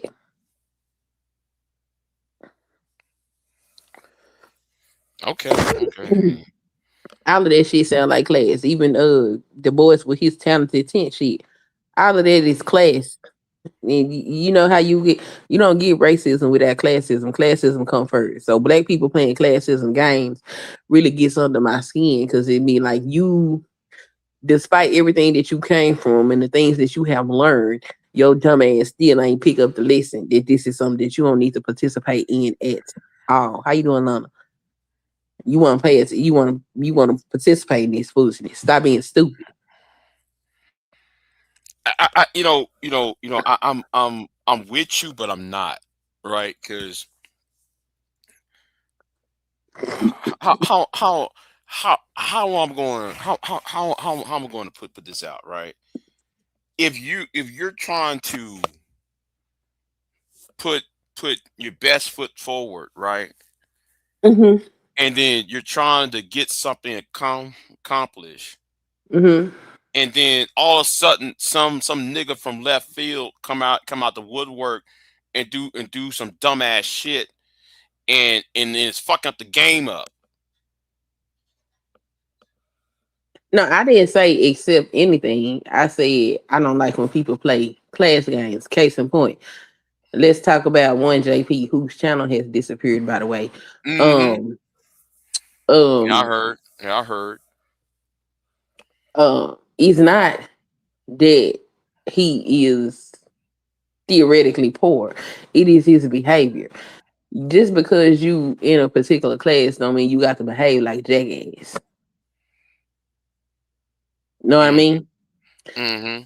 I'm not saying except people acting like a fool. I'm talking about telling people they need to. You need to look like this or that. Look, you ain't got to look like nothing. You know, if you want to come to the stage like Pearl did at that debate, by all means, do that. Just when you get on the debate stage, don't do what she did. No, okay? No. I think appearance matters though. To who? I think appearance matters. I think how somebody present their case matters. Yeah, I think the message and the message, who's giving the message and the person and the message itself should be should be unison. Okay, so let's say she put on she had a outfit that looked nice and she got up there and still performed the way that she did. Do it matter what she had on? No. You a dumbass. Either way it go, you're still a fucking dumbass. Okay. Would I like for you to look better? Sure. But what is the merit of your work? That's what I'm after. Because if your merit ain't no good, I don't give a fuck what you look like. Unless you a model, then I don't even need you to talk. Okay. Let me say it like this, right? I'm gonna use a historical context, and I ain't gonna use no black person in this shit, right? Mm-hmm. Let's go back to a presidential debate, right? Okay. I mean, let's go back to the very first presidential debate in the United States. Mm-hmm. JFK versus Nixon. Mm-hmm. Nixon looked like shit on TV. Mm-hmm. Kennedy looked like $1 million. That's why, and that actually contributed JFK from winning, because he looked like $1 million next to Nixon. How you present yourself when having a debate also feeds into what you're trying to accomplish. So I somewhat disagree with you what you saying, because I don't want nobody look like though you just came out the fucking I grew up with don't judge a book by its cover. And the older I get, the more that expression is true. What if they don't have to look like what you would like, but they got what you need to support whatever it is that you're trying to do? Which you got on, how you appear is secondary or tertiary, or even further down the line than what it is I actually need. If I judge you based on how you look, I might have just let the one thing that I needed to push me over the top or to the top, I might just let it walk out the door because I was looking at some superficial shit. Listen, if I'm going to get on a debate stage, you gonna see me wearing my nines. Okay, and what if your nines don't look nothing like their nines? I know how to fucking dress. Okay, but you missing the point. If we sitting up here playing class games, then that person's nines not gonna stand a chance next to somebody else's nines. What I'm saying is, I'm gonna be wearing, if I'm gonna go to a place that requires wearing a suit and a tie, I'm gonna be and we're having a debate like Oxford University type thing. I'm gonna be dressing to the fucking nines. My shoes gonna be polished. I'm gonna be groomed the fuck up. My hair is gonna be short, conservative looking. I'm gonna be conservative as fucking possible, giving out my fucking point. Because I believe that cleanliness is close to godliness, and also believe that you won't give off the appearance of you being unhinged if you look like a fool to whoever is the listener. But I do understand you wouldn't even put braids in your head. So hell no. Hell no. You'll never find me with braids in my head. In fact, yeah, though, I'm in my 40s. I find that problematic. Why? Because that's a standard of whiteness. No, hey, who told you that's a standard of whiteness? What you mean? Who told me? When do you know black folks to cut their goddamn hair out? Black men had fades. Black men had short hair. Ever since ever since we've been going to barbershop for the last 100 ever since you got brought out of your original culture and put in this white culture, that's a standard of whiteness. It is taboo for black people to cut their hair out. According to whom? It is taboo for most indigenous cultures to cut their hair out. I'm an American. I'm a citizen of the West. You can be a citizen of the West, but you also a black person in the West. And since when since the white man told you that who you are is inferior. But that's fine. If y'all want to accept that, that's cool. But I don't think a man with braids or a man with locks looks unkempt or unclean. No, it do look unkept and unclean. No, it doesn't. Yes, it does. No, it doesn't. That's a white man's mindset. It do look unclean, unkept. No, it doesn't. A man. Okay. So therefore, though, men are so you think that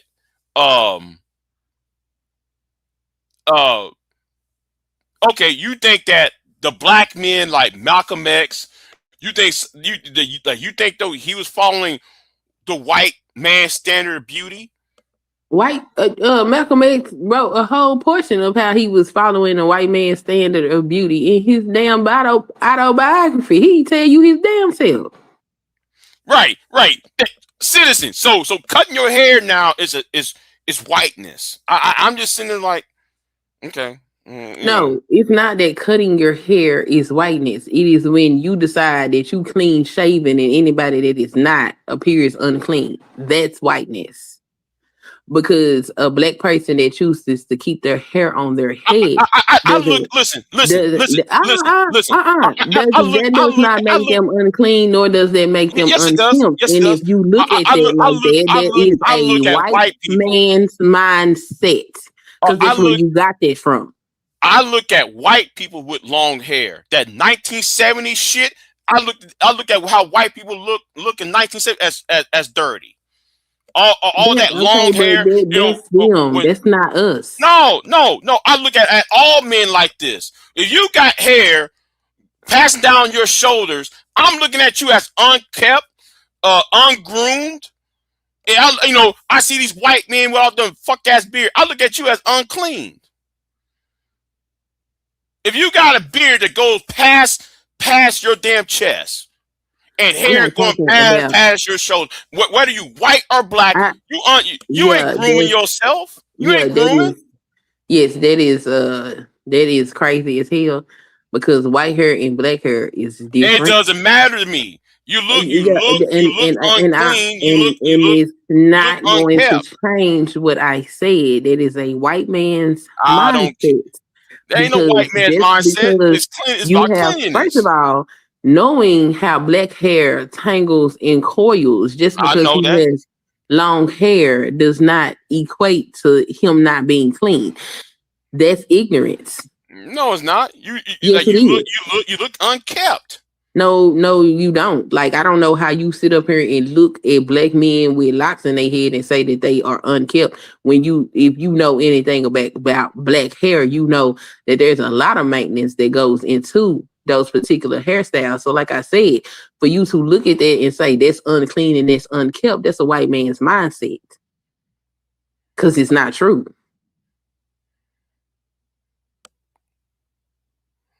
Now, what they do over there, that's their business. We don't grow fur, we grow hair. Okay, they got something else. They got different standards of care that they have to do. They don't apply to us. So judging us by a standard for them, that's white people. I judge the standard by BIGJ Triple X. Well, That's my standard. Yeah, sure. The standard. And listen. You know what? That's very wide to me, sir. I'm going to quote my enemy. I'm going to quote my enemy. Obsidian. The standard is the standard. No, that's not the standard. The standard is the standard. The standard is cleanliness, is it not?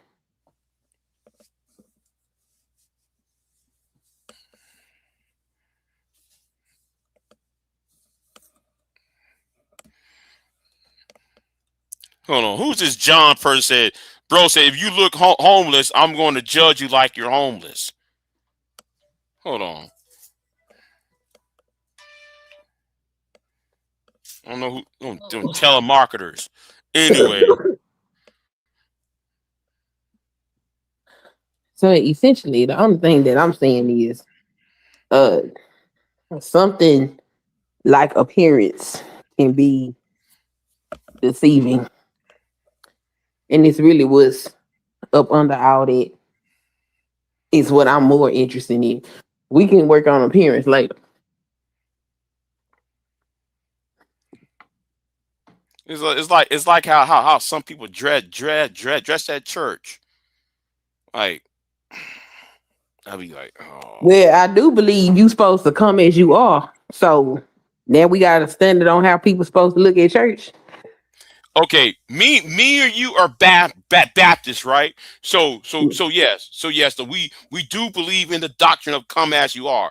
But at some point, why are you dressing in short shorts and you know, I can almost see your twat and shit. And you know, you come into church, man, you like, why you dress as though you just came from a strip club? And what if she did?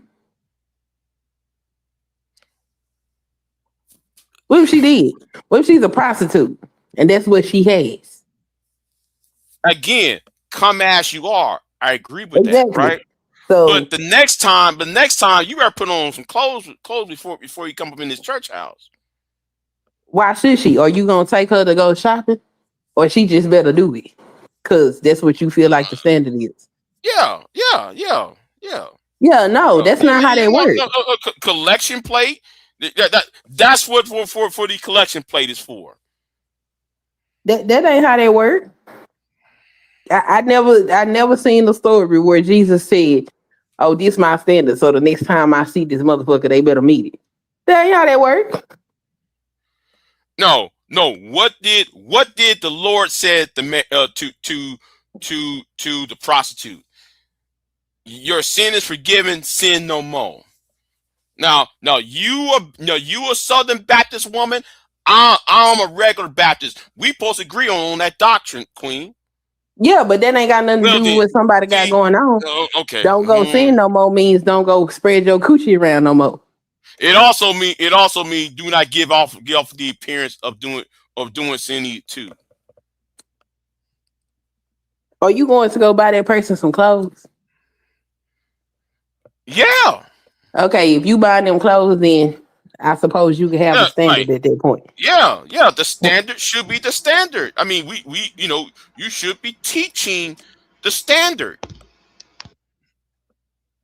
Yeah, if you're gonna go out there and help them meet the standard, then that's fine.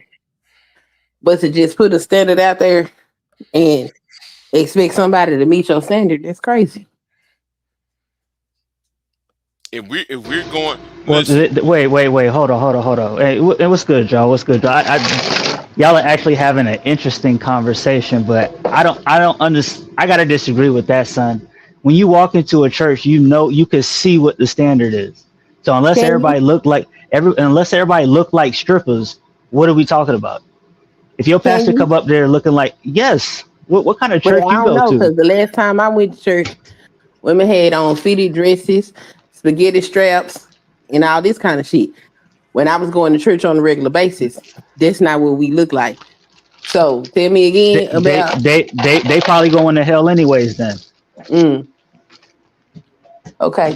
If they look like they just walked out the strip club, then yeah. If that's what you see when you walk into a church and that's the standard, that's marks to hell. And what if that's all my attire? So now I can't go to church because I don't look like what the church folk think I look like. Are you a broke stripper? If not, Maybe go get you some clothes. Maybe I am. Maybe I'm a homeless prostitute. Now what? Go get you some clothes. Where people I'm getting from? People in church. No, you gotta stop with the excuses. People in church who really care will help you get clothes. Like I've seen it too many times in church. Go. There is the help part, but to make that onus be somebody else's problem, that's not their problem. Yes, it is. No, it's not. They solved their problem. Their problem was they needed salvation, and so they went to the place where they could get salvation.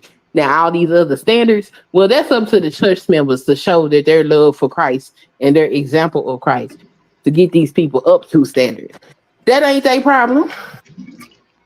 It's the body of Christ's problem. Boom. So therefore, though, as part of the body of Christ, you should get that collection plate and make sure these people get the right apparel, the appropriate apparel to wear on Sunday morning. Okay, I don't have a problem with that.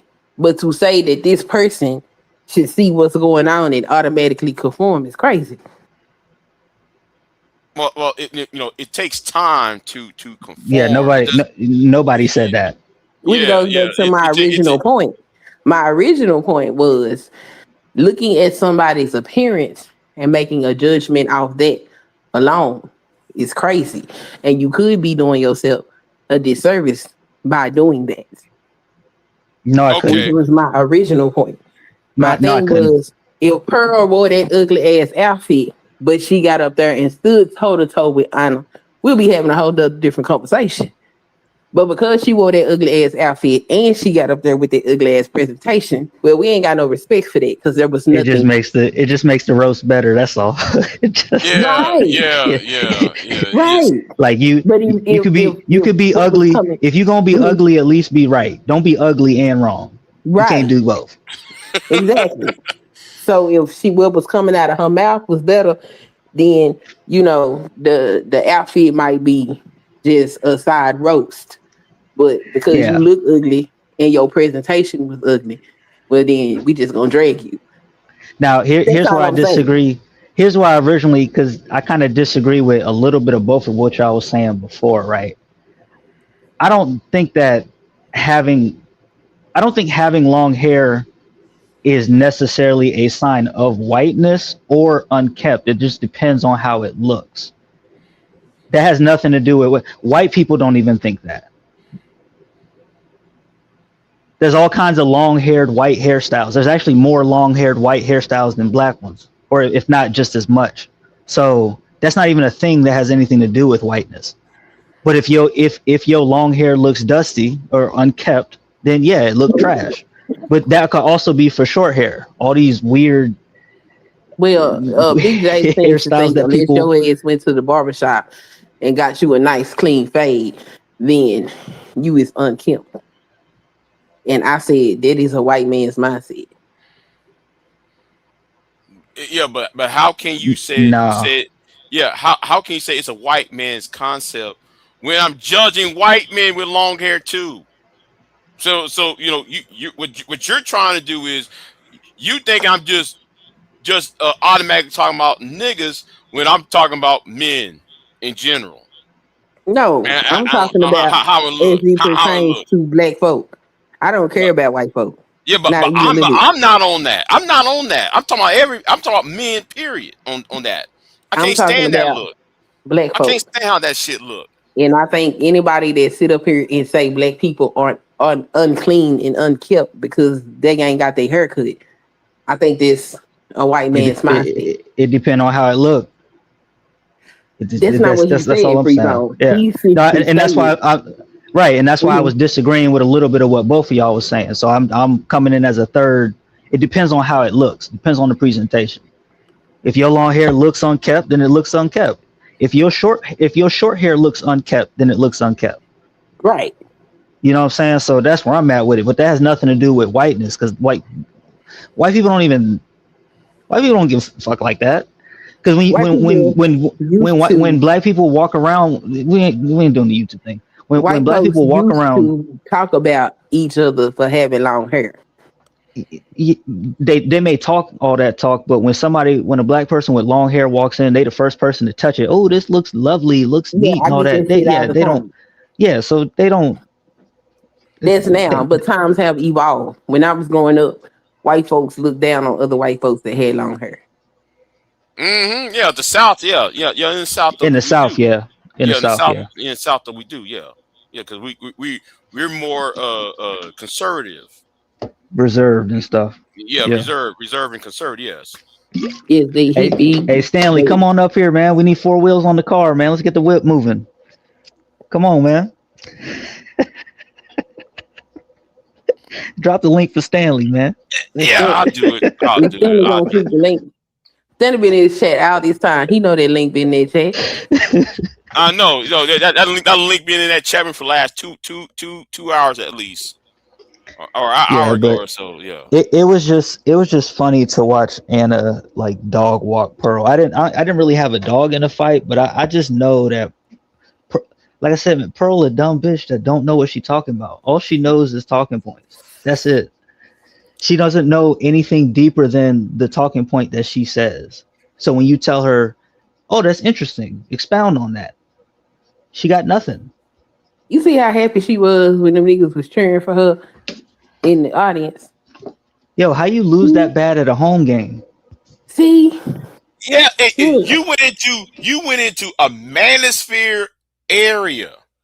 Everybody in the audience, even the debate, the 2 debates that happened previous, right? Because that was it were like re debates, right? And all of them was manosphere, right? So you went into the Lions Den. Anna was the only woman going to a manosphere enclave, you know, and she's by herself. I was expecting, you know, it was gonna be some bullshit, and she just came out of there like nothing happened, like it was a regular Tuesday. Right. It was just, I'm gonna go to the store, pick up some food, get in the car, go beat Pearl, then I'm gonna go home and catch a movie. I think she actually expected a debate, and I mean, if I was Anna, I would be disappointed too. I lightweight was kind of disappointed watching it, but it was expected because Pearl is just stupid ass. Nothing intelligent about that woman. I don't know how black people think. Yeah, I mean, I'm not really in tune with everything that Anna was saying. There's some things that I disagree with, but at least she came with information to back up what she was saying. And that's just in a debate, that the kind of thing matters. Like, you got to know why you're saying what you're saying. Even if everybody in the building disagree with you, you got to at least know why you're saying what you're saying. And Pearl doesn't know, even if she say 1 + 1 is 2, she don't know why. And she can't explain it to you. The question is, has Pearl ever had a debate? Yeah, she's had plenty of debates. She's lost a couple of them, and she's won a couple of them. Yeah, it just depends on who she's. Yeah, You know? yeah. It's based on who her opponent is. Mhm. You know, like B. Taylor. She drugged the shit out of B. Taylor though. I remember that shit. Yeah, I don't Yeah. call them debates. Them is nigga babble panels. Well, you know what? Yeah, you know what? You know what? You know what? Yeah. Who's the who's the soy white boy that she debated? Well, I guess I got to be more specific. Destiny. I don't think she debated Destiny. I think his name's like Neon something, H something. Let me look it up. Neon. H. I'm trying.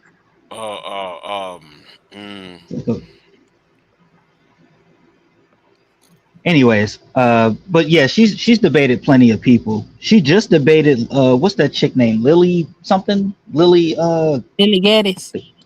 No, not her. Not her. Lila, this some conservative chick that she kept muting and chick ended up leaving. Oh, she's had plenty of debates. That ain't no damn debate. She You can mute them. She went Lila after Rose. Yeah, Lila Rose. Yeah. Lila also went after Candace Owens. Yeah, she was on stage with Candace Owens, and Candace, had to. Oh, y'all, you. Nah, like, I didn't know they. I didn't know they did something. Oh man. Yeah. They was on stage together. Yeah, man. Candace had to tell her something. Yeah. You know that if you watch Pearl's videos on Candace Owens, she's mad at Candace. She been mad at Candace for years. Yeah, but I didn't know that they actually like met up. Yeah, or ran into each other. I had no idea. Yeah. They all met up and shit. This is before Trump. When Trump first lost. You know, this is like it was midway in Biden's term, right? Like 2022, 2023 is when they finally met, and then they and Pearl has been anti Candace ever since. Are you familiar with Ethan from the H3 podcast? Yes. H3 podcast. Yes, and I'm familiar. That's with what I'm talking about. Yeah, they had a debate, and I remember bits and pieces of it, but the same kind of thing happened where Pearl would say something, and Ethan would just be like, "Oh, interesting. Why do you say that? Where did you get that from? What are your sources?" And she just, whether you like it or not, these are the facts. It's like, well, okay, well, where did you get your facts? What's the context of your facts? She just doesn't know. But she don't do no research. No. But like the Anna thing actually sealed the deal. Her being a loser. And the whole Anna thing, and then with Pearl, I don't know if you watch because I actually played Pearl's reaction to her loss. Talking about she want to put hands on, she want to throw them hands on Anna and body Anna. Yeah, I've seen that. That was funny. Yeah, we don't funny. believe you. Yeah, we don't believe it, but at the same time, that does fucked up her statement about black fatigue and how we supposed to be 13% of the population, but yet though we're the most violent people on the planet and shit. Yeah, that's right on back in her face. So if she come here with that 13-20 argument, ask her why she want to do violence after a debate. Yo, she was about to when Anna said Anna asked her, she said, "Are you just making stuff up?" Yo, Pearl looked like she was about to cry, bruh. Cry. I mean, it was kind of sad, man. Shit crazy. That's just sad. She thought she was on the YouTube panel, just like fucking Anton did when he was. He was in Corey Holcomb face. Like, yeah, y'all think y'all on YouTube, huh? Mm-hmm. Man, I was hoping somebody would knock Anton on his ass. Damn, I was just waiting for Corey to knock Anton off his rocker, man. It's crazy. People still talking about it. They're gonna be talking about that thing all weekend. Man. Has Anton responded? Oh yeah. He's been going around. He just been talking a lot of shit. Really, he feels like he punked him. Yeah, and rightfully so. I mean, he did. Like Corey ain't do nothing. You did all that standing and shit. You ain't do nothing. Yeah, Corey should have punched his ass. Yeah. So, they both cornballs. So it makes sense that they would almost fight. And realistically, from a content standpoint, everybody wins when you almost fight. If you actually fight, there's a definitive loser. But if you almost fight, everybody wins. Because it's ambiguous. You know what I mean? So right. Hell, it could have been a prank. Because if Corey would have knocked Anton right, and Anton would have went back to his stream with his panel with what's the dude name? Like Smitty and all them and all they be on his panels and stuff.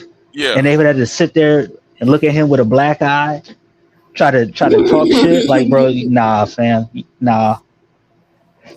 Nah, we seen you, bro. What happened to Ari Spears when Ari Spears got drilled upside the head. You remember that? Mm-hmm. Yep. Yeah. Oh, Aaron Spears got hit in the head. Hold on, you wasn't there for that? Oh man. Yeah, that was crazy. Yeah, man, they knocked the shit out of Ari Spears, man. They two-piece his ass, tap, man. Ari Spears was talking on that shit. Homeboys went pop upside Ari Spears' head. Oh my god, that was bad. Aries thought niggas jumped him. It was like, no, it was just one guy. Yeah. Ari Spears thought though it was niggas. Everybody jumped on. No, it was one. Them hands was fast. Oh wow. That nigga punched Ari Spears. It looked like 16 niggas hit him all at once. Them hands was fast. Damn. He went do. And all what Ari Spears could do was sit there and curl up like a fucking baby in a fetal position. Wow. Actually, man, that was he couldn't go anywhere. Yeah, he couldn't go nowhere with that ass beating, man. He couldn't go. Look, you know what? Let me go ahead and find that video. Let me find that video for you. Because that shit. Hold on. Yeah, man, that shit was hilarious. Yeah, man. Aries was talking heavy, man. He was talking heavy. They all be talking that shit. Like, this is real life. This is not the internet. Man, he was talking all that shit, and then he thought homeboy wasn't going to do anything, and then all of a sudden, pop. Like, what the fuck? Mm-hmm. Yeah. Hey, Stanley, if you're hold on. Yeah. Hold on. I got it up here real quick. Hold on. Let me see if it got the right video. Yeah, where's Stanley at? I don't know, but Stanley, if you're out there, bro, we got to review JP on Pop the Balloon. I'm telling you. Yeah. Oh, I think that's what he's supposed to be doing today when he go live. Oh man, I'm gonna send Stanley some money for the beer. Yeah, I gotta send him some bread for the beer so we can enjoy that because that's what happened to JP channel. I have no idea. I just know it's gone. Yeah, it's gone.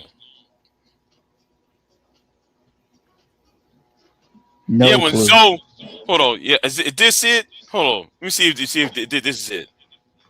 I got told. Yeah. All right. Is this it? It might have been Florida. Got his channel gone.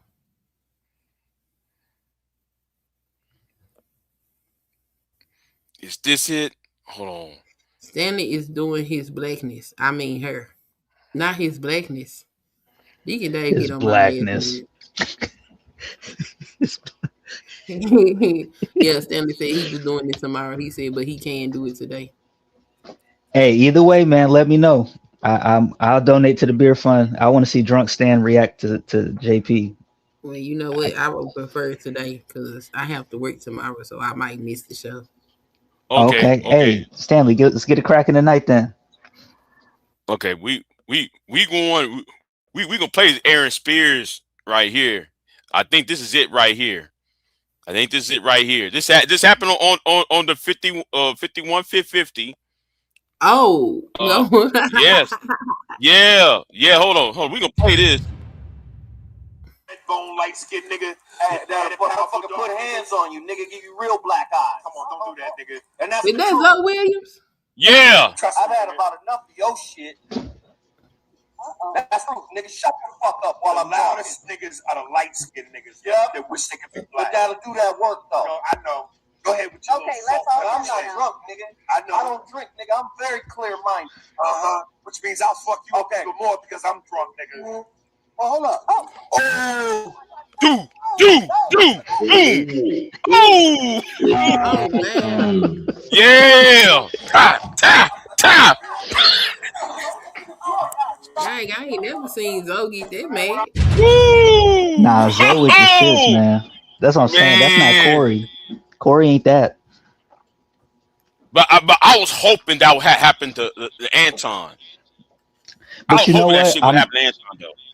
But you know what? I'm glad that it didn't happen to Anton. I'm gonna tell you why. Because the person who's gonna do it, I'm guarantee you they're gonna pack a better punch and they're gonna give less of a fuck than Corey. So the time will come. It's just not this time. But there is somebody down the line. You know what I mean? There's somebody down the line. I'm just waiting. You know, I'm waiting on somebody to go ahead and go on and piece his ass up because he sure need it. No, you know what's the name looking for him too? 75. He 75. Yeah, you know he looking for him. Yeah, Sly is. Sly. You want that Sly fade, ain't playing. Super Sly ain't playing. Super Sly ain't playing. He ain't playing with Anton. Why is he after Anton? Why is Super Sly after Anton? You know what? Hold on. We're gonna find the video between Anton and Sly, and also Jeff, because Sly was trying to come at Jeff too. Nobody. You know what? Let me find that. Ooh, man. Hold on. Let me find this. I think he. If I remember, so I remember Sly saying something about Jeff, like doing like a stream because they were talking about him and Corey and stuff, but it never got to that point. But I do know he want to fade with Anton. Because Sly's been making. He looking for that video. Your opinion. Booker T and W.E.B. Du Bois. I lean more Booker T. Of course. Yeah. Like I see. Obviously, I would want them together because there's good info on both sides. Mm-hmm. But if I had to lean slightly a little bit more, I'd say like 45-50 towards Booker T. Because you do need a little bit of institutional push. But a lot of it has to be, you know, I'm all about the self. One of them myself, but you know, it is what it is. Hold on, I gotta find that Super Sly. So Super Sly actually talked about it the other day. He talked about it like 2 days ago. I'm trying to remember. I mean, go ahead. We waiting on you. Oh, here it is. Oh, here. Is this it? Is this it? Hold on. Let me scroll down. Is this it? I mean, no. That's not it. That's not it. Come on, Sly. I need that video, Sly. Oh, here it is. Here it is. I got it. Hold on. I got it. Hold on. I got it. Hold on. Let me go ahead and put it on the screen. This better be good. You so excited. Yeah, this. Okay, that's fair. There you go, Coco. Free zone. Not free zone. Yeah. Yeah, I dropped the clip in the back. Let me find out. You where the mess is. I'm always where the mess is, man. If you ain't found that out by now, then I don't know what to tell you. Free zone, nasty work, man. Just an arms dealer. Piss off Free Zone Lou. I would never piss you off, sir, because your clip game is. There you go, Coco. Oh, this me? Oh, okay, real quick. Okay, let's go here. All right, give me a second, Joe. Hold on, let me get this person up here. Yeah. What's going on, bro? Oh, that's super slap. Good evening. Yeah. So you have an issue with me, or you have an issue with my opinion of how you present your marriage? No, I have an issue with you saying what you would do to my wife or what she would do if she was single. What exactly did I say I would do to your wife? No. I have an No, issue. if you're gonna quote me, if you're gonna quote me right. Let me answer your question. You said what my wife would be, what she would be doing, and you started emphasizing and illustrating exactly what she would be doing as far as with different dudes and who she would be fucking and all of this other stuff. That's exactly what you said. Okay, that's fair. But There you go, Coco. I get my shit checked. Free zone. Where's the rest of it?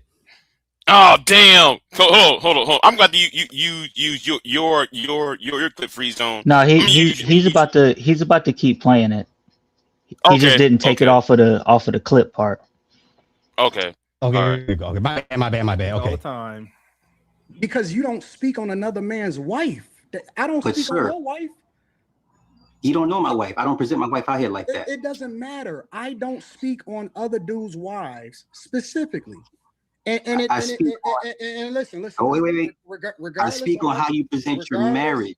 No, that's not what you said. You've never heard me present my wife in a negative way like that. You've never. No, I never said. No. I said how you present your marriage, because a lot of people that follow you are new. When you first came in, it doesn't matter. I've never had a conversation. I got to give people context. When you first came in, you were throwing your marriage in a lot of people's faces. You were the Mr. Married Man. You did everything right. Marriage is for poor people. All that good stuff. Fine, have at it. You presented a certain optic on your marriage, how you thought you made people like it was all good. Fine. And it still is all good. She's sitting right there. Oh, okay. Here's my question for you. How do you have hoes then? Are you allowed to have outside relationships in your marriage? Yes I or no? never said that. You've never heard me say that I had outside relationships ever. No. But if you say you have I do have hoes around me on a regular basis, and they come to the studio. They come to the studio. Is that his wife in the They come on background? the panels. Oh, they fly in, bruh. and they're regularly in the studio on a regular basis having conversations. That has nothing to do. Zero. You've never heard me. Nobody has ever heard me ever say that I have ever stepped out on my wife. There is no accusations against me. Okay, we're gonna get to that because he basically confirms that he has an open marriage. Don't worry, we're gonna get to all this. I got time. This shit's in the crock. What is pot, it? okay? Hey, you free zone Lou for this. There's nobody that can ever say that. Say what? Hey, Say what now? If I said, and I quote, I got a stable of hoes, how could anybody misconstrue that? Right. I mean, he said he got hoes all around him, and that's weird. Right, but his original statement, because he's kind of cleaning it up right now, and because I keep clips and stuff, it's on my channel. His exact quote was, "I have a stable of hoes." Oh, okay. So if someone says that, there's no way to misconstrue that any other way. You can't come back and clean it up and say, "No, what I meant to say is, hoes be around me." It's like, I mean, you married, so that doesn't make any better. Like, right? Like, why you got hoes around you? and it's just like, bro, just say you an open marriage, bro. It's cool.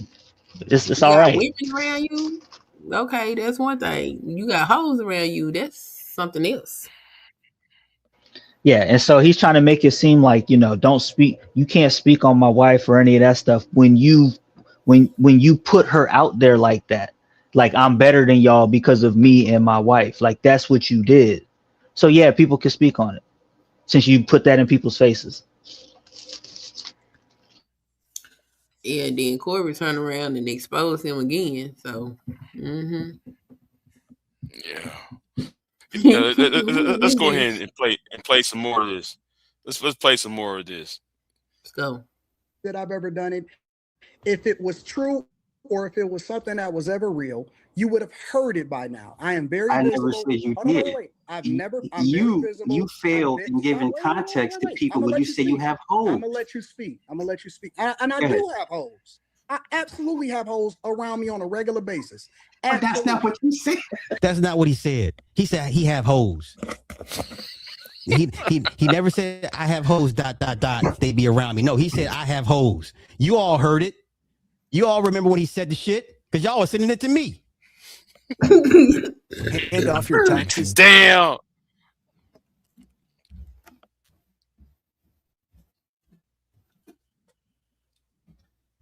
Okay, come on. Listen, Thank you, Free Zone, for this. You have never. You need to start sending me heard me say anything about infidelity or. Is Freeze on the panel? Yeah, he on mute. But you need to send me. Okay, you on mute. You need to send me the videos because I pay for premium, so we won't have no commercial interruption. I'm just saying. Carry on. Right. If I'm in it, look, if I have a wrench and I'm in the chat and somebody asks for a clip and I have the clip, and it's not hard to find a clip. You just type something in YouTube, find a stream and send it. Like, it's not, because people think I like keep a terabyte of just YouTube videos and clips. It's like, no, I just type it in on YouTube. You got to know what to type in on YouTube, and then you find it, you send it. Like, that's it. Well, like me, people like me and V-Dub, we have the archives, right? So yeah, we have a external disk drives and shit. Like the issue between when Tommy got naked on that live panel when me and Tommy was talking, when me and Tommy was beefing, he disrobed and went in that shower. Whoa. That shit. Oh, you wasn't there for that, huh? I don't know. I'll take your word for it. I don't want to. I don't want that clip. Man, you wasn't there. You wasn't there doing that. V-Dub, he has that shit up. That shit was crazy. That shit was crazy. He did that whole ass shit. You know, because I told him, man. You know, never mind. We ain't gonna talk about that. But yeah, we ain't gonna talk about that. Nah, that's wild. Yeah, it was wild shit. That was the bad old days. I forgot what year was that. 2015 when that happened. Yeah, on the First Stop channel. Was this before COVID? Yeah, way before. It was 2015. Okay. Yeah, it was a long time ago. When Tommy first, you probably should get you an external hard drive though. Yeah. Leak shit and shit has a way of disappearing. Mm-hmm. Yeah. Anyway, let's keep it moving. Forever stepping out on my relationship ever, and still stand on the whole idea behind marriage. And one of the things that I've always said is marriage is a business first. And then I said the love comes later, afterwards, that I would never, ever let my wife's feet hit the ground. Have the utmost respect for her as far as how it is that I make sure that she's taken care of, and she will always have. What you did is giving my opinion on the optics you present. I'm gonna let you respond. You assume you did a disrespectful live stream, which you're entitled to do because there's nothing that I can do about that, right? You can say whatever it is that you want to say. But I think that it was corny as fuck because you did a rumor mill type live stream that had nothing to do with what was really happening in real life. So the one thing that I don't do is I don't do speculation and I don't do rumors. I react to exactly what somebody says and I give my opinion about it. You went off the deep end and you turned into a gossip girl and you started talking about my wife and you was disrespectful, talking about how she would be bouncing up on other niggas' dicks and all of this shit. And that shit is disrespectful, bro. Real talk. It's disrespectful. And then I reached out to you and I asked you to take it down because it was disrespectful, which obviously you don't have no obligation to because you don't know me in real life and we're not cool like that. But I asked you to take it down because I don't care what people say about me. I absolutely do not care about what people say about me. You could say I am the worst human in the world. That is cool. If you don't care, then why are we here? Wait. Hold on. I'm gonna let you respond. Why am I here? I'm gonna let you respond, but I finally got you up here to say it to your face because I'm not gonna do all of that gossip and shit. I can be even better. I'm cool. Here we go. You saying whatever you can say that I'm a harlot, that I don't have no hoes and I'm trash or whatever. But when you start saying shit like my wife would be bouncing up on other niggas' dicks and being passed around and shit, you don't see that as disrespectful, fam? Okay, here's where you went wrong. You presented an optics of your marriage to people. You did that. And then you say, and then certain things you say as a married man, first of all, now you're giving the full context of why you say you got hoes. You shouldn't have said that to begin with, because people obviously You can't no tell man. me what to say. But once again, you can't get mad if people take it like, You well, can't why say my wife will it be bouncing up on other niggas' dicks. That ain't got nothing to do with what I say. You She don't do have it. You nothing put it to every. do- You she put it don't out have- here. No. You put did it that out shit here. 'cause You wanted to be a shock jock Anti. content. You wanted Just to a get couple the months. views. Wait. You wanted to get the views. Here's how much of and a that shit hypocrite. was Hear me out. disrespectful. Wait. Here's where you went wrong. First, you said she needed surgery. You put her business out there, which I didn't agree with. Why would you No, do I that? It's asked people beyond to me. pray for her while You she don't was want- going through a surgery. That's what I did. You don't need everybody's prayers because you don't know people's I bad don't intentions care. behind that. You can't tell me what to do with my content. I'm not telling you what. Oh, What you not bruh. answering? What you not answering is why would you turn disrespectful and start saying that wild shit? Because see, you keep dodging all of the other stuff, but you don't want You to said address you the had real issue. hoes. So You that don't tells me, address well, it. this man must because I have. say I He want hoes. must have out. So He's because I allowed say to I have got outside. hoes, We're Phoenix Energy. Yeah, whatever. I'm broke, y'all, for not buying premium. because I say I got hoes, that means that you can say that my wife will be bouncing up on another nigga. The average person. Hold up. Let me address that first, because you said you had hoes. The average person will listen to that and say, well, he must have outside affairs, because you didn't give all this breakdown context with the extra shit. You don't watch enough content to actually understand. I don't it because watch you talk like about it on that, a bro. regular basis. Honestly, I don't. But you know what? I'm gonna let you talk. I'm gonna let you talk without interrupting. The whole Nah, I'm not long-winded like that. So if you guys took offense to that, okay, I get it. But you presented her. You put her out here in I everybody's ain't never face like presented that. my wife as a harlot ever. I never said she was a harlot. Nigga, you talked about her bouncing up on other niggas' dicks. What's wrong If with you? y'all got a divorce, that's what I said. We didn't, nigga. That's false. I didn't say, information. what did you say? I said if. I said if y'all had gotten Nigga, that if you is got a divorce, wild. this is what You this is are how a she would wild move. nigga. Why would you first of all Okay, if y'all tell me where I went wrong, because we're gonna get to the fade part in a minute, or the meetup part. Oh, that's But super fly. I thought I had a pretty solid Oh, argument. okay. And I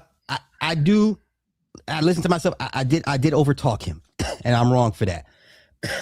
But I thought I had a pretty solid argument and defense for what I said. Okay, and I clearly said Well, what the if. fuck did he say? I remember saying if, but okay, let's continue. assume or even speak on if a nigga got divorced? And what Hold my on, wife hold did. on, That's hold on, weird hold nigga on. shit. Because you moving hella. Hold on. It was over a video he did. Okay, it was a commentary video. Oh, hold on. Who jumped on this panel? It's Stanley. Who's in this panel? Oh, Stanley. Okay. Hey, now we got the bus moving. Let's go. What's up, Stanley? Yeah. How you doing, Stanley? You know what? I walked away and started looking at this video, and it reminds me of something I just typed in Nidish's chat. It's like these old YNs are fighting ignorance with ignorance. You know, there's fire with fire, ignorance with ignorance. It's really disturbing. So Anton can't figure out what if means, and the other guy's going, well, what did I say that was wrong? I'm like, what? You're talking about another man's violated wife. It's like, what the hell is wrong with these people? They got gray in their beards. And they're acting like this. Yeah, he definitely did. He definitely disrespected Anton by saying that about his wife. Absolutely. What did he say? So he was saying that because remember I was telling you about the Anton talking about Anton be bragging that he got hoes and stuff. Yeah. So what Sly was saying was basically if you walking around here saying you got hoes and you really walking around here with hoes, then Rita gonna leave you and she gonna go do her thing. And her thing would be dealing with other men, you know, bouncing on whatever. That's what he was saying. But Lou, here's the thing. You know, Anton doesn't realize that if you're married, you don't talk like that. And the other guy doesn't realize if you never talk about another man's wife under any circumstances. So it's I disagree, Stanley. I'm gonna tell you why I disagree. You never talk about another man's wife. No, I'm gonna tell you why. Unless she killed somebody. No, here's the problem. Anton used his wife to bully everybody and make himself seem like he was better than everybody because he was married with this woman. Right. So she's a Right, she's a but vital I just- thing. Like I get what you're saying, and I would never say what Sly's saying. But my thing is, if you do that, then Right. you've now opened up your wife to scrutiny. You've opened up Right. your whole family to scrutiny, and so Okay, that's the but what I'm scenario. saying, but you're saying what I'm saying. I'm saying, Okay. Anton, if you're married, you don't talk like this. Absolutely. So yeah, of course he's opening himself up, and the other ignorant guy wanted to fight ignorance with his ignorance to make a joke. Yeah. Apparently, now we got another version of Corey and Anton. It's like they don't understand English to begin with, so it's easy to like misinterpret what they don't understand tense, verb tense. They don't understand conditionals. Well, it all if it's okay, if it's Anton and Corey and then Anton and Sly, then the common denominator is Anton.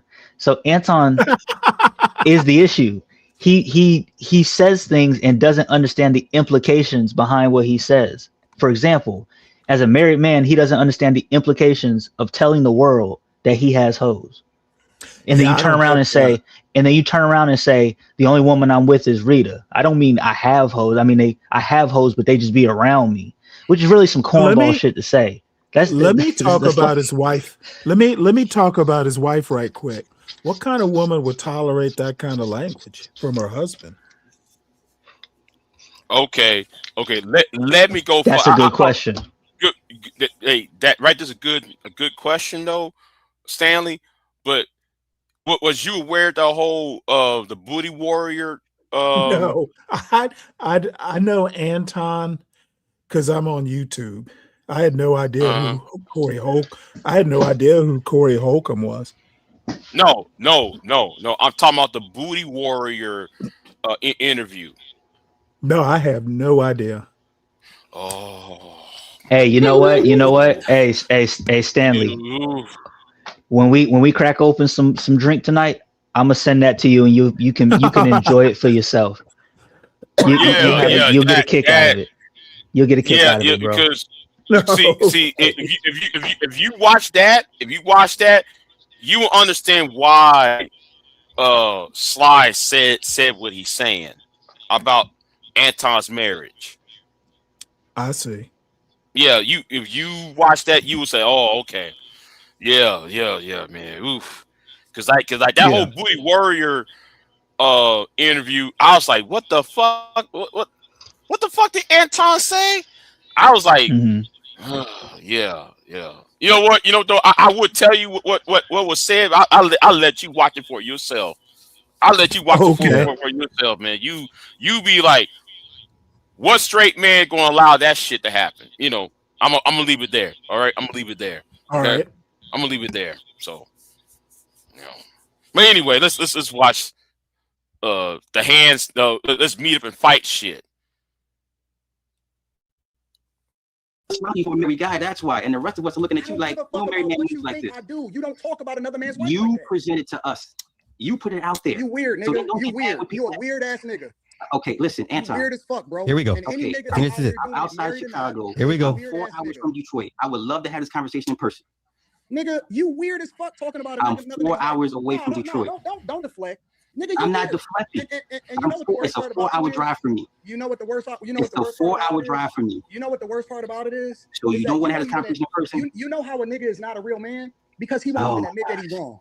He won't even admit that he's wrong. It's you one thing. present it out here like this. It's one you thing put to it talk out here about like me, this. but it's another thing to just completely be disrespectful like that. Okay, and I'm offering you the chance to have this conversation in person. I'm a 4 hours, but I'm here. You don't want to talk to me, but somehow I'm here. Bro. You disrespectful. I'm 4 hours from you, bro. You I'm disrespectful. 4 hours. What does I'll that make mean? the drive. So what you want to do? All right. So what you insinuate? Let's just get it out. I'm not insinuating anything. So what the fuck you talking about meeting up for then? You don't want. Hold on. You don't want to have this conversation in person because you said you're a real dude. You said you're a real nigga, right? That's you. Oh look, I'm getting a call from Fucking ass ad. Damn, I'm cheap, y'all. I'm cheap. Like, forgive me. Pay the premium, I'm bro. broke. Come on, man. Pay the You premium. got Right. Are you implying that you I want know. to And you come to get these I YouTube know. music, I which know. is and got heat. smoke? Is that what you're saying? Did I say that? Where did I say that? I'm asking. No. So then, if that ain't what you're trying to do, then I don't want to fucking meet up. I don't want to be friends. I So don't you want want to to be meet up for cool. smoke? Is that what you're saying? You never listen. Okay, wait. So you want to? No. If So you you only want want to meet up for smoke smoke? and you want to meet up on that type of time, then say that shit. But don't insinuate nothing. Don't act like you that tough, like you really want to pull up. I'm That not ain't even- tough. That ain't even I what know we this on. sounds tough. That ain't what we. Then don't say that shit. Okay, I ain't meeting what's with it gonna you take for me unless to, it's on some Anton? other type of shit. What's it I gonna ain't take? meeting with you unless it's on that other shit. Okay, what's it gonna take? I don't want How to do meet you with want to you, meet nigga, up? unless we got smoke for real in real life. Okay, we got smoke. I want to meet up. All right.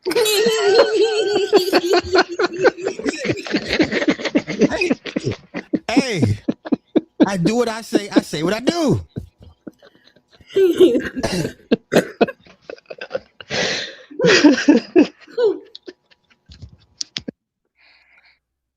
Lord have mercy. That's funny. You say, okay, we got smoke. I want to meet up. Damn. And ever since then, Yeah. That. But did he ever tell him how they can meet up? yeah. Later on in like right after that, he shows that he sent the email because they exchanged information, and then he sent the email, and Anton never responded. So Of course he didn't respond. Of course. yeah. And you'll hear people say, and that's why it's interesting you brought up, Fleece Johnson and all these other people, because he doesn't keep the same energy with everybody, which is, and there's a reason for that, Fleece Johnson real, like Sly is real, Corey is not. Everybody know he won't bust a grape in the fruit fight. Isn't that the dude who was in prison? Yeah. Yeah, The booty warrior. Yeah, booty warrior. Yeah. Oh, okay, yeah, okay. I didn't know he was called that. Yeah, that's what they call him, the booty warrior, because he was Gotcha. raping. Okay. There was a cartoon that did a spinoff of it. Yeah, the Boondocks. I missed that TV show. It still holds up. It still holds up. And you know what? That shit actually predicted a lot of shit, especially the Tyler Perry shit. Mm-hmm. Yeah, it predicted Tyler Perry and all that shit. Yeah. It did, man. So And they finna be arguing about this, the Corey and Anton thing. They finna be arguing about that all week, all weekend. Shit, it's for like all the that, next man. About? Why are they arguing about that? Like Anton did get hit, so it shouldn't even be no. It's when a moment like that happens, you try to get as much money out of it as you can. That's really what it boils down to: views, money. Yeah, but like I said, that's going to reignite that beef between O'Shea and Anger Man. I'm gonna give that a couple more days. I'm getting that more. No, I'm gonna give that a week. Because Anton was on Anger Man's show talking all that cash shit, right? And then I saw O'Shea bigging up fucking Corey. Interesting. Yeah. Wait for it. It's coming. Just sit there and wait. It's coming for. O'Shea Eggman gonna hook horns for who they favor. It's coming. So yeah. Yeah, it's crazy. It's crazy. But I just thought I know everybody talking about the Corey and all. I thought that was interesting, but I thought the Anna and Pearl thing was just was hilariously sad, in almost like the same way. Literally, like part one, like part A and B of just you could literally run it down. They're very similar, but they just panned out very differently. Mm-hmm. And it's just funny, man. It's just funny. I'm just waiting for that whole ass nigga BIGJ to say something. He ain't gonna say nothing. No, I actually watched the whole thing yesterday, or maybe it was the day before, and I decided not to even bother showing it because what thing? I really didn't think it was that good a debate on either side, and I kind of felt for Anna. And when I made that comment that it's hard to debate with stupid people or stupidity in general. You know, when you're arguing a point, there's a certain structure or a certain logical progression, and you kind of depend on your opponent to understand the topic. And all Pearl did was like, it was literally like she was on some Black Manosphere show. It was all just talking points. There was no, there was maybe one or two data points, but it was literally just like a narrative. None of it based in any sort of data or, I mean, anything. It was like arguing with a child. It was an appeal to emotion. That's all it really was. It's like if you go to a child and you tell a child there's no Santa Claus, but that child is dead set that there's a Santa Claus, and you can go back and forth with that child, but if that child believes in Santa Claus, you're not going to be able to argue that child out of it. That's what that debate was like. You know, if you believe that men are being wronged, and it's hard for me to believe that Pearl is genuine in that belief. I don't know how you can be. Supposedly she's a baby mama. How can you have a child and think that, you know, men are blameless? Pearl ain't got no kids. Pearl ain't got no kids, bro. Yeah. Oh, she doesn't? Neither of them have kids. Yeah, yeah. Okay, I thought she said she did. No, you're talking about a different person. No, they had said that Pearl had kids in the commentary after the fact, but no, she ain't got no kids. Oh, okay. No. Well, the thing is it was like she has bought into a narrative. You know, she was reading some narrative, like she had like a paper. It literally sounded like something Chat GPT. Like if you went and said, you know, typed in a topic, how are men, you know, abused or something like that. Chat GPT would spit out something like that. No, here's what it is, Stanley. And I like the example of kids for Christmas, right? You know why a kid believes in Santa? Because when they wake up, there's presents under the tree. and right. that dude Terrence that she brought out, this is Terrence. He went to Iraq. He got hurt. Then his wife left him. That's Christmas that's the presents under the tree. Exactly. You see what I'm saying? So she's not going to ask why. She's not going to ask why. It's just like you can have all the data and the facts and the statistics and all that stuff, but if you have, I have these 1,000 men, you're not gonna change how you feel, even if the data and the facts account for that. That's the funny part. So it's like, even if you say like 1% of men, it's like you only talk to 1,000 men. That's your sample size. Exactly. You don't have all the information. And not only that, this is like, you get paid to do this.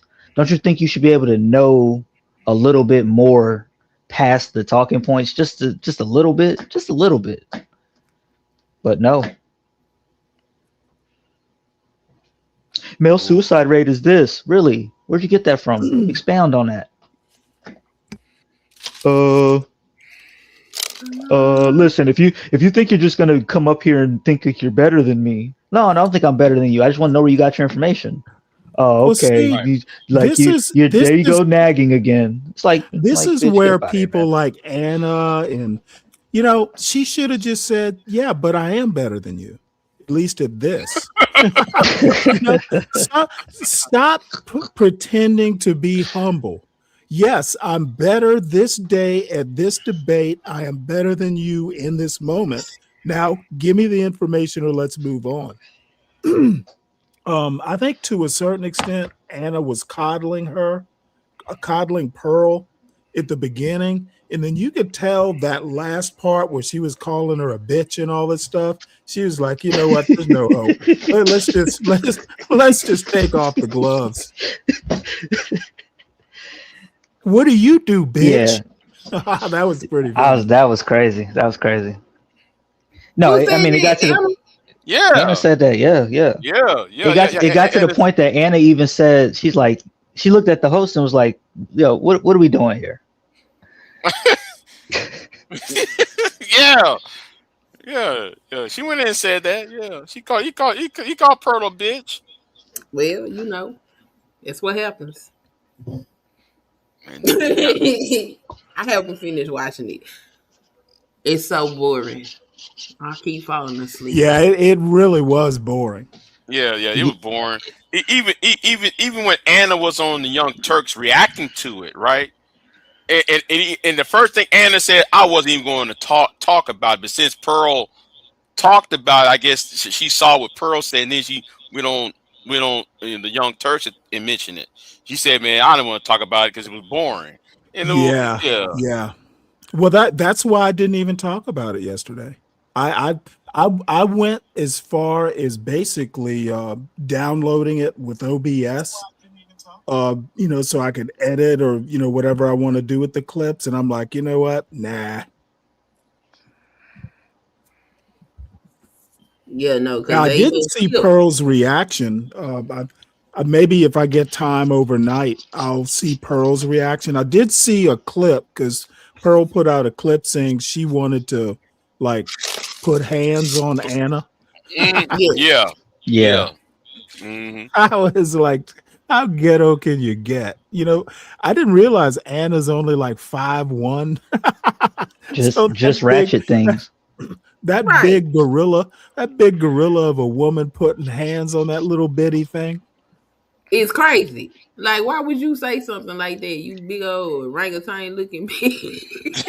That's right. She throw a barrel at that little bitch. If she puts hands on Anna, Dave's gonna be there to fend her off. Anna got a whole husband. That's what she better be waiting for. Yeah. Oh well, apparently she trashed her husband too. Mm-hmm. I'm like, damn, that's about as low as you can get. Yeah, I'm telling you, they both was wilding, bro.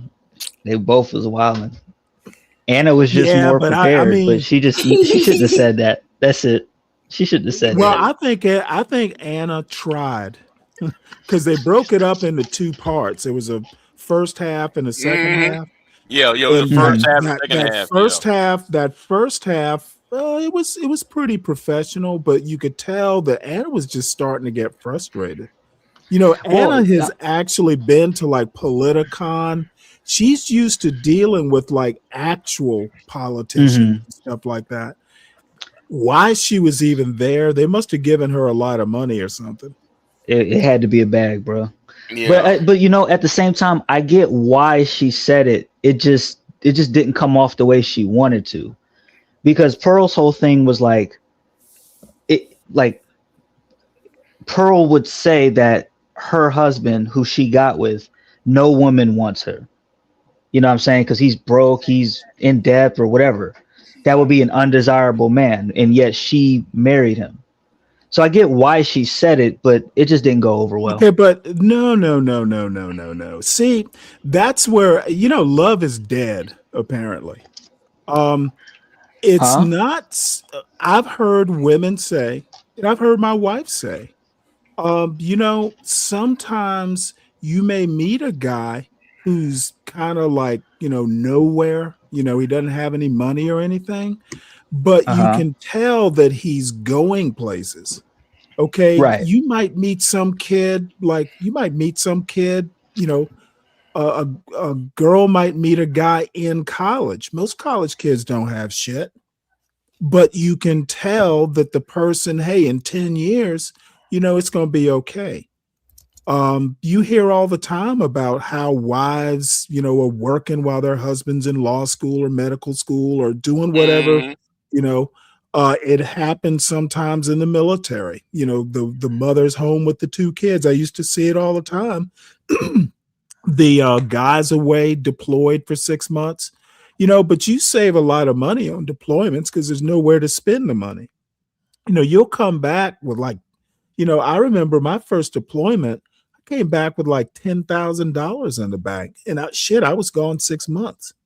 Because what are you going to spend it on in the middle of the Persian Gulf? It just kind of collects.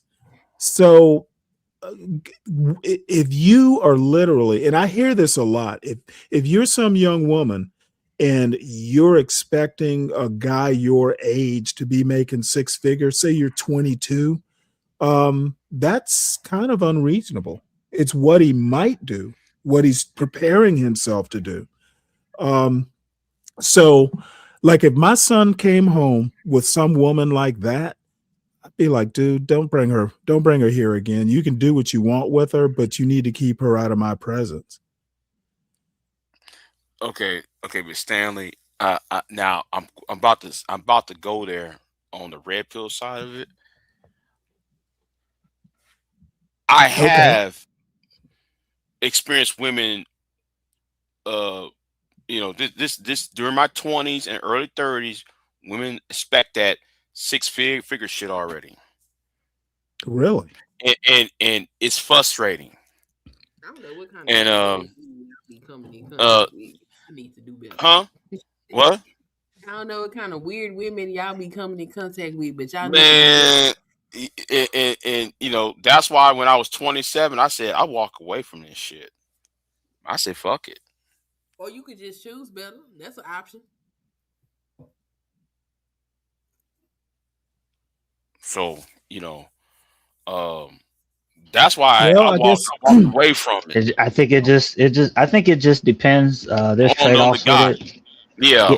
Well, no, it just depends on the dynamic. It's like, because I kind of I resemble more of what Stanley is talking about. Like my wife got with me when I didn't have nothing, but I was on the way.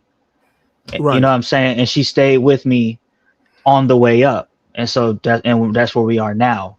Whereas from what people say now, I'm not in the market, so I can't expect. They're saying that just women are just waiting at the finish line for winners. Yeah. I Like don't know how, but my thing is that I'm not saying that that's not true, but my question has always been, how true is it? Like how many women are out here? How many women out here are out here and are saying to themselves, I don't even want to play that game? Well, let me ask a question though. Is it a rural versus city thing? The reason I ask that, I was at my son's high school graduation, and there was this gorgeous girl that came up and shook my hand and said, "Well, it's nice to meet you, Mr. Cross." So I looked at my son and I'm like, "That was your girlfriend?" I was like, my father-in-law was standing right next to me. This girl was just drop dead gorgeous. And I don't like interfering. I was almost like, wait, you need to pursue that girl. Why have I not met her? But what I'm saying is that, it's a relatively small town high school. And a lot of these girls, they didn't strike me as like gold diggers. Some of them were going to West Georgia College. Some of them were, going to do this, that, or the other, but they didn't strike me as girls that were out for some bag. So I'm wondering if it's a small town thing. Now, say I'm in New York City. If you're in New York City, all those women are going to be expecting, millionaires and movie stars, that sort of thing. For women they gravitate to. No, not Queen. Yeah. Queen got low group. So I ain't trying to hear none of it. No, because it is a rural versus urban, right? Because I'm actually rural. I'm a country nigga, right? I'm from the country, right? So when like I came of age, right?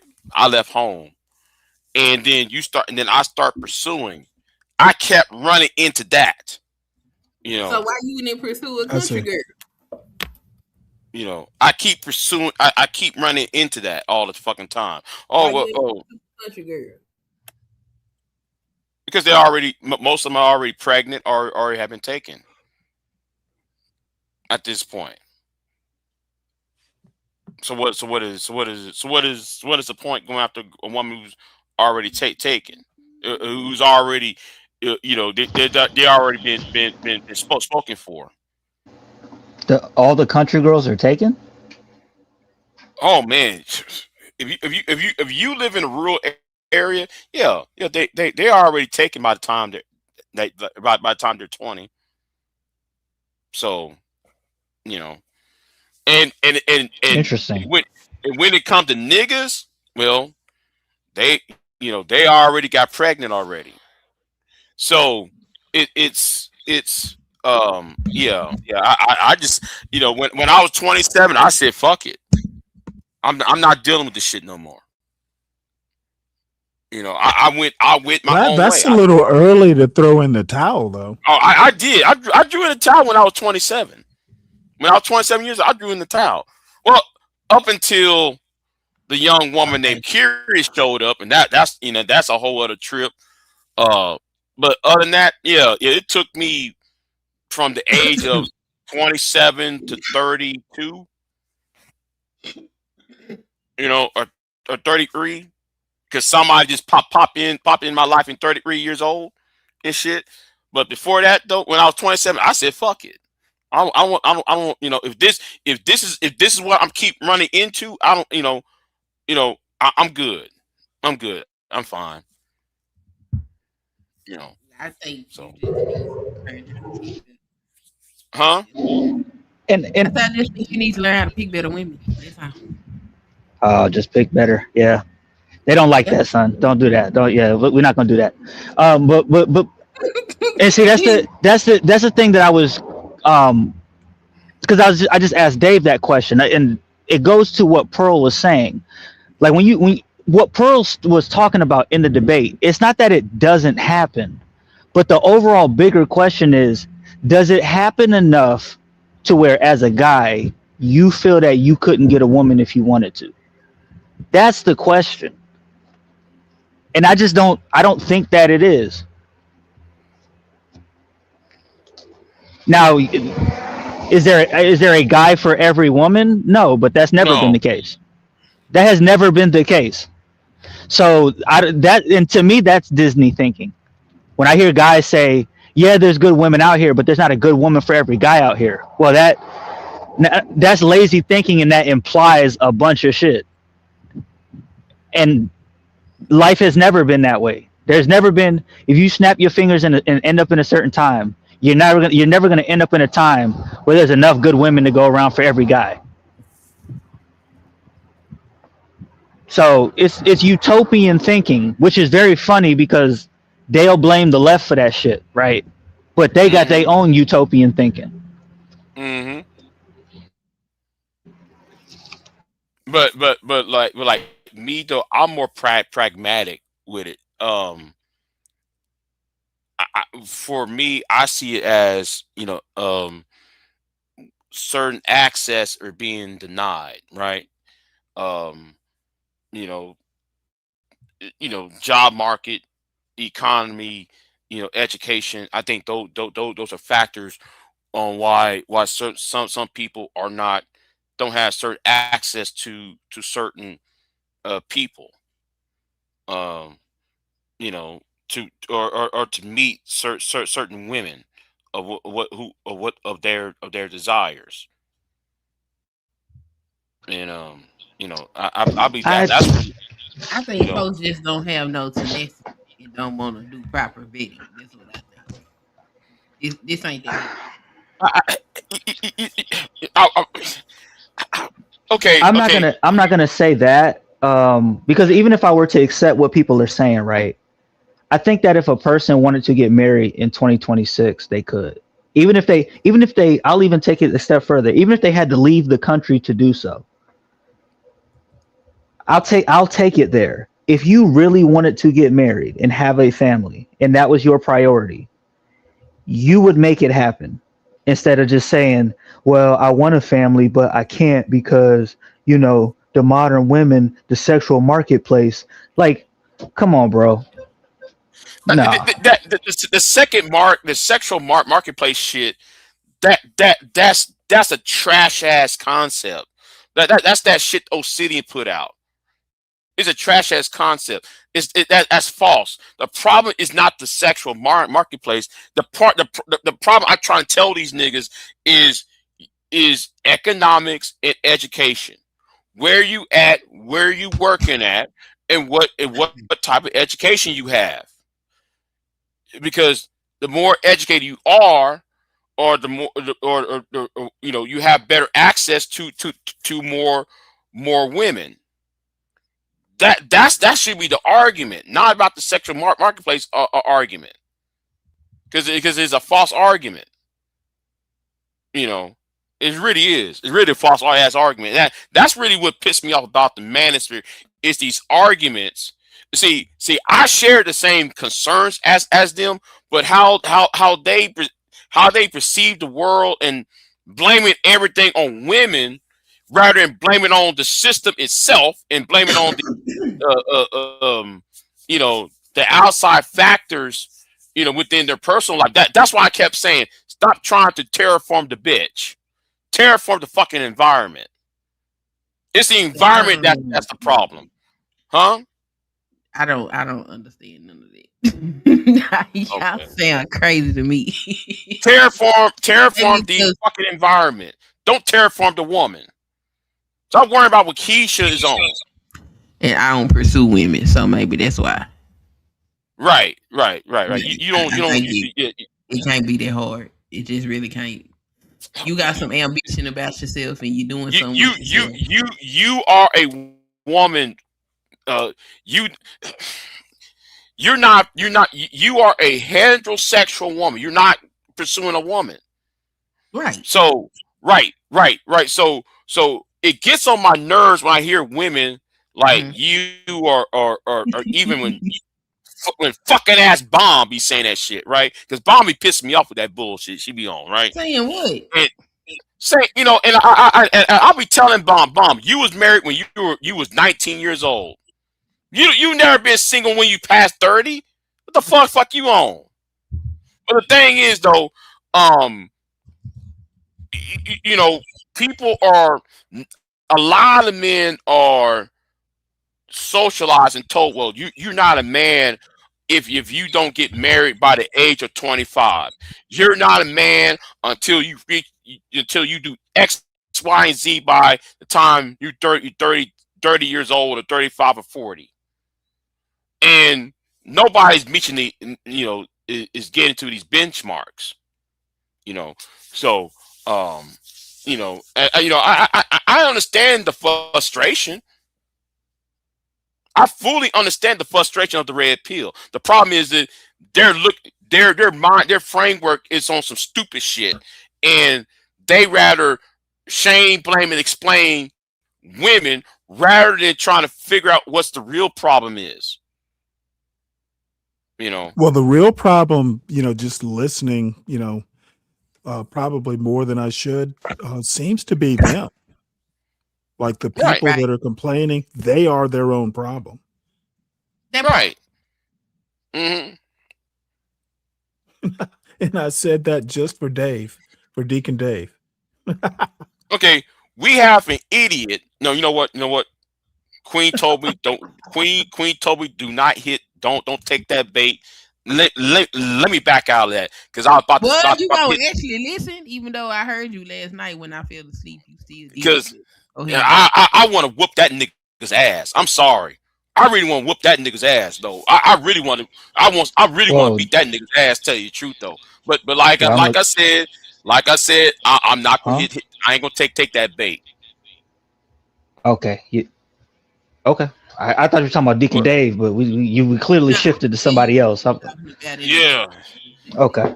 No, that was me baiting Dave. Okay. Yeah. That. I'm sorry. I can't. You know. I'm like Deacon Dave. I can't stand dumb niggas. I can't stand some uneducated, never went to school, or I've been in and out of jail over some sexual charges ass niggas.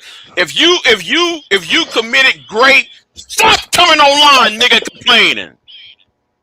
If you committed a sexual assault, stop complaining online. Stop complaining about women online, nigga. You should not be talking at all. I'm sorry. I hate that nigga. You did it anyway. I know. If you went to jail for sexual sexual assault. Now I'm saying this. There are about 5 niggas, about 5, 6 niggas who in this space who committed a sexual assault charge. I suggest each and every one of you niggas shut the fuck up. You got no right to speak to me. None of you niggas got the right to speak. I mean, but still, I want to.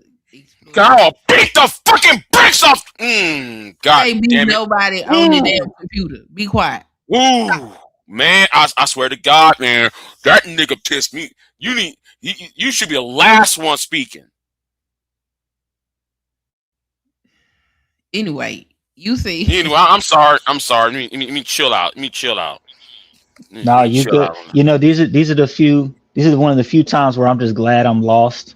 I'd rather stay there, you know, being lost at what you talking about. But these personal vendettas that Yeah. I have a personal vendetta. I got a personal vendetta against BIGJ. I really want to see Anchorman catch a fade. I want Anchorman to catch a fade at some point. I'm waiting for that shit to happen. Anyway. Anyway, you said that these women won't six-figure dudes in their 20s, and I'm trying to figure out how you can say that, because most of these women that got baby daddies ain't 6-figure dudes. Okay. Here is what I'm running into, right? And this frustrates me. Now I'm going to divide my life. I'm gonna divide my youth. I'm gonna divide my time from when I was 18 up to 35. I'm gonna divide that in halves, right? So the first half is okay. The girls did not want you in high school and in the freshman, sophomore years of college, right? So they will get with the Pookie and Ray types. They get pregnant with them, right? So they actually rejected your black ass. So therefore you moved on, right? And when you are older, these same women will come right back to your ass. Well, can you give me a chance? When you got a boatload of kids, I'm sorry, but no. Now on the flip side, when I go to the other side, you know, I'm in Katy. I'm in Houston. Oh, I came from, you know, the north side of Houston. Oh, I came from this, you know, I came from the rich area of San Antonio and fucking ass Austin and shit. I'm a Valley girl. Blah blah blah blah blah. Right. And it crossed racial lines. It's not just black women talking about. I'm talking about all women do this shit. Then is the other way around. Say, well, like you broke. You don't make no money. You know all that shit. So yeah, I'm catching on both ends. So I said, fuck it. Don't you think that this is a archetype of woman problem? Don't you think you just seems to be attracted to the same thing? Maybe they're not the same. They're not the same. They're not the same. It's crossing economic lines. I don't know. I didn't date nobody for the economic. Right. Yeah. So you late know, teens, early 20s. They sound like crazy. Ain't nobody got no money at that point unless you. No. See again, you're forgetting. I said from age 18 up to 35, and said split it in half. So that first part, the women who I was interested in got pregnant by these no good niggas. So I stopped fucking with them, right? But later in life, they would try to pursue you after they got all these boatload of kids and shit. Now since I went on to the other side, let's divide from 30 from age 27, right? Then therefore you got women who of a different income bracket, different educational bracket. then what they do is, well, oh, okay, you from such and such. Well, you a broke ass nigga then. Cause they like the same type of women, Choco Kitty. That's the moral of the story is they like the same type of bras. So therefore, on that angle, you like, man, I can't fucking win.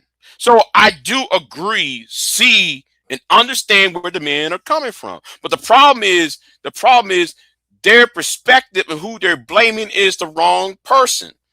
Yeah, all y'all should be blaming yourself because that's a personal problem. Well, I have blame myself. I have blamed myself. But at the same time, when I blame myself, I try to change my fucking environment. These niggas over here don't want to change. Edward Anderson refused to change his fucking environment because he have his mouth on BIGJ's dick. Edward Anderson won't change himself, so he can change all the environment. He can't, like the nigga can't even iron his own damn shirt right. Yeah, that's a personal problem. It ain't his environment. That's him. He's the issue, not his environment. His environment is fine. The car didn't do nothing to him. Okay. Well, hey, you know what? It's been that Edward Anderson. I need that video when he drove into that ditch. I need that video. No, Stanley, you might want to see. No, when you talk to Free Zone should give you the link when he ran into the ditch on that video, on that live stream. He was talking about women. I got it on my channel. Yeah, I gotta find it, but Ed going SBE into the check engine light. Come on, man, he don't give a damn. And still was talking shit after he wrecked that car too, though. He was still talking shit. But it didn't matter On that live stream. I said, I'll be damned. Hey, I had another recent one where he was in the middle of SBE and like going crazy, just raging, and then he looked down. It was like, oh shit, my damn gas light is on. I don't think I'm finna make it to the next gas station. Hold on. That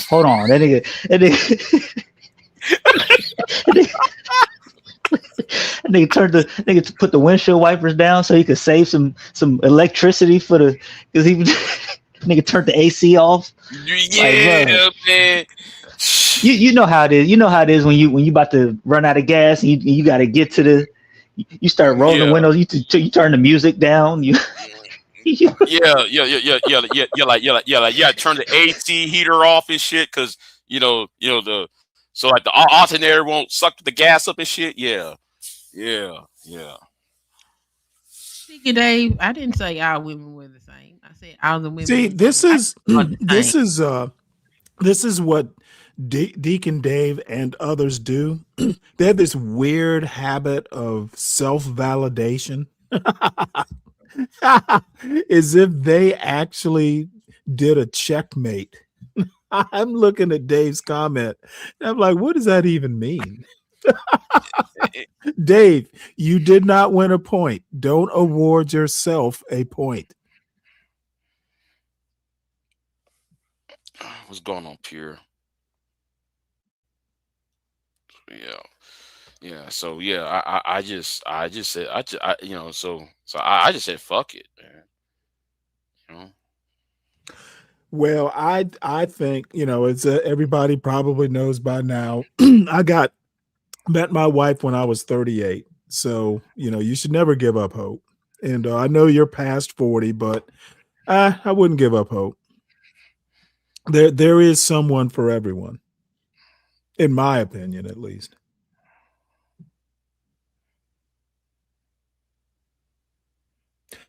Deacon Dave, if all women are the same, then how can there be different types of women? Well, all women, most women, 98% of women have the same chromosomes, but maybe not the same personalities. Two things can be true at once biologically, Dave. You need to be able to critically think before you declare victory. Women are the same, but they're different. Now I know what's going to happen. Oh, Big J is being incel shit. You know, Big J's an incel now because he said, Oh, I didn't some say shit, that. I know. I didn't even think it. Somebody's going to clip and then clock it and shit. Well, but the thing is I kind of, you know, but see, I can kind of empathize because I really did think that, you know what, it could very well be, I'm 38. I'm not meeting anybody. Of course, I was living up in the mountains, but, you know, I'm not meeting anybody. It could very well be that, you know what, won't be giving my parents grandkids. And then I met someone. So, you know, I think you shouldn't give up hope until, you know, it's time to give up hope. I'm not looking for love. I'm looking for vengeance because there's some niggas I want to snap some necks. Well, women I'm are. Don't tell women that. They won't like that. I know. No, I'm past all that trying to find love. There's some niggas I just want to stomp to hit their ears together. You know, I'm on that shit now. You know. So. You not stomping nobody's ears together. Stop it. Stop it. Cut it out. Yes, ma'am. I'll stop. You know, yeah, I'll stop. Yeah, you really need to listen to the voice of reason there. He never listens to the voice of reason.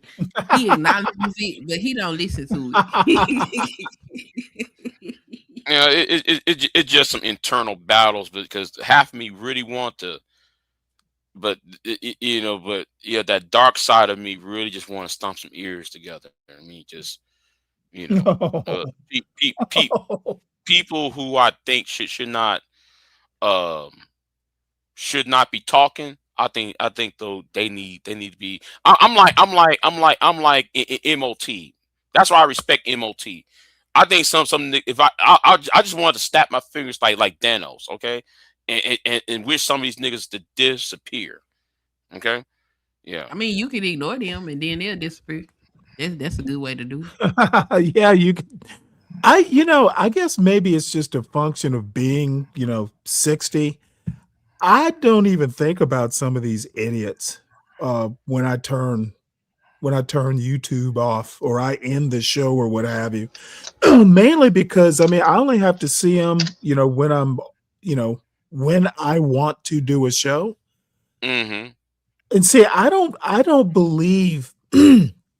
Like I heard on Nightish or somebody on Nightish's panel say that this Corey and Anton thing represented black manhood in a less than positive light.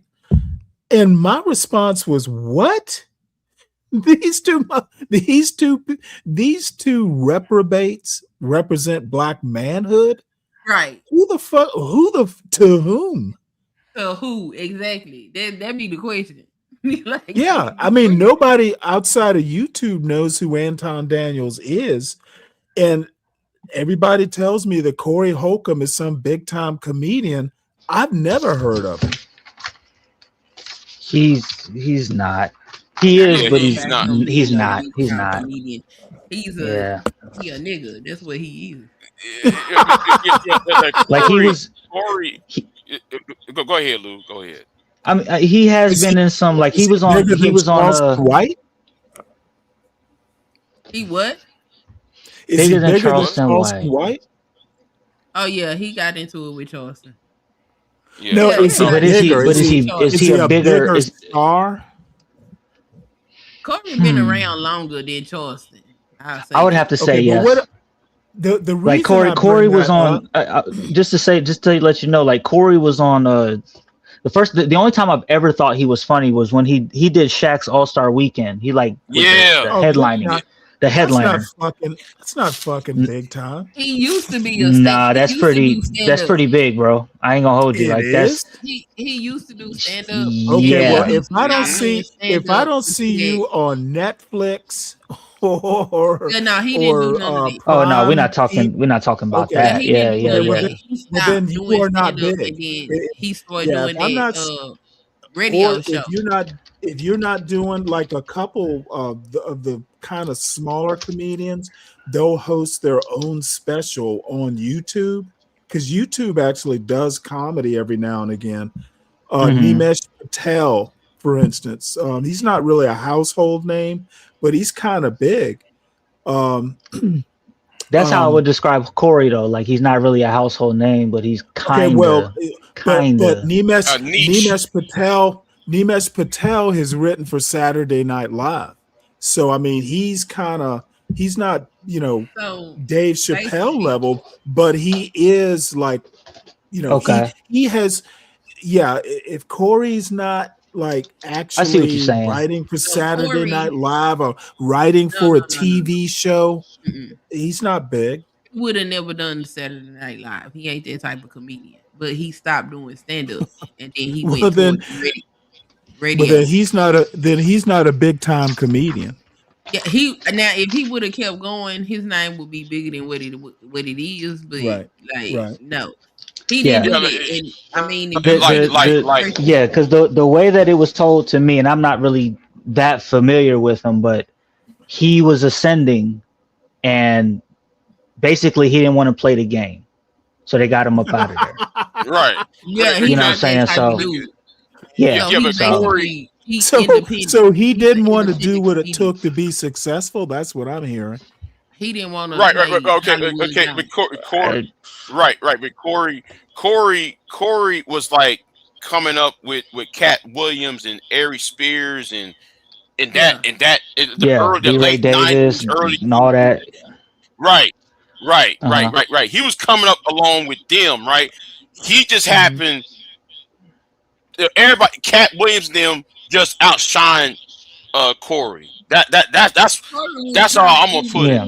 You know how you be? He was kind of in between, like Steve Harvey them and Cat Williams them. He was kind of in the middle of that. Right. So, yeah, he's probably like I would consider him like a C-list. I wouldn't even say a B, just a C-list.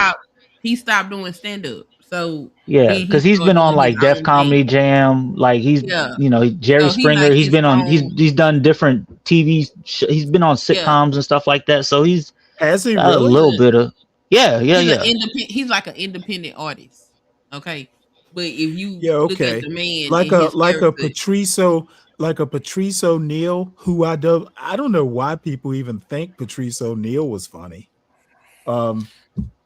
He funnier than Corey. That's the damn sure. I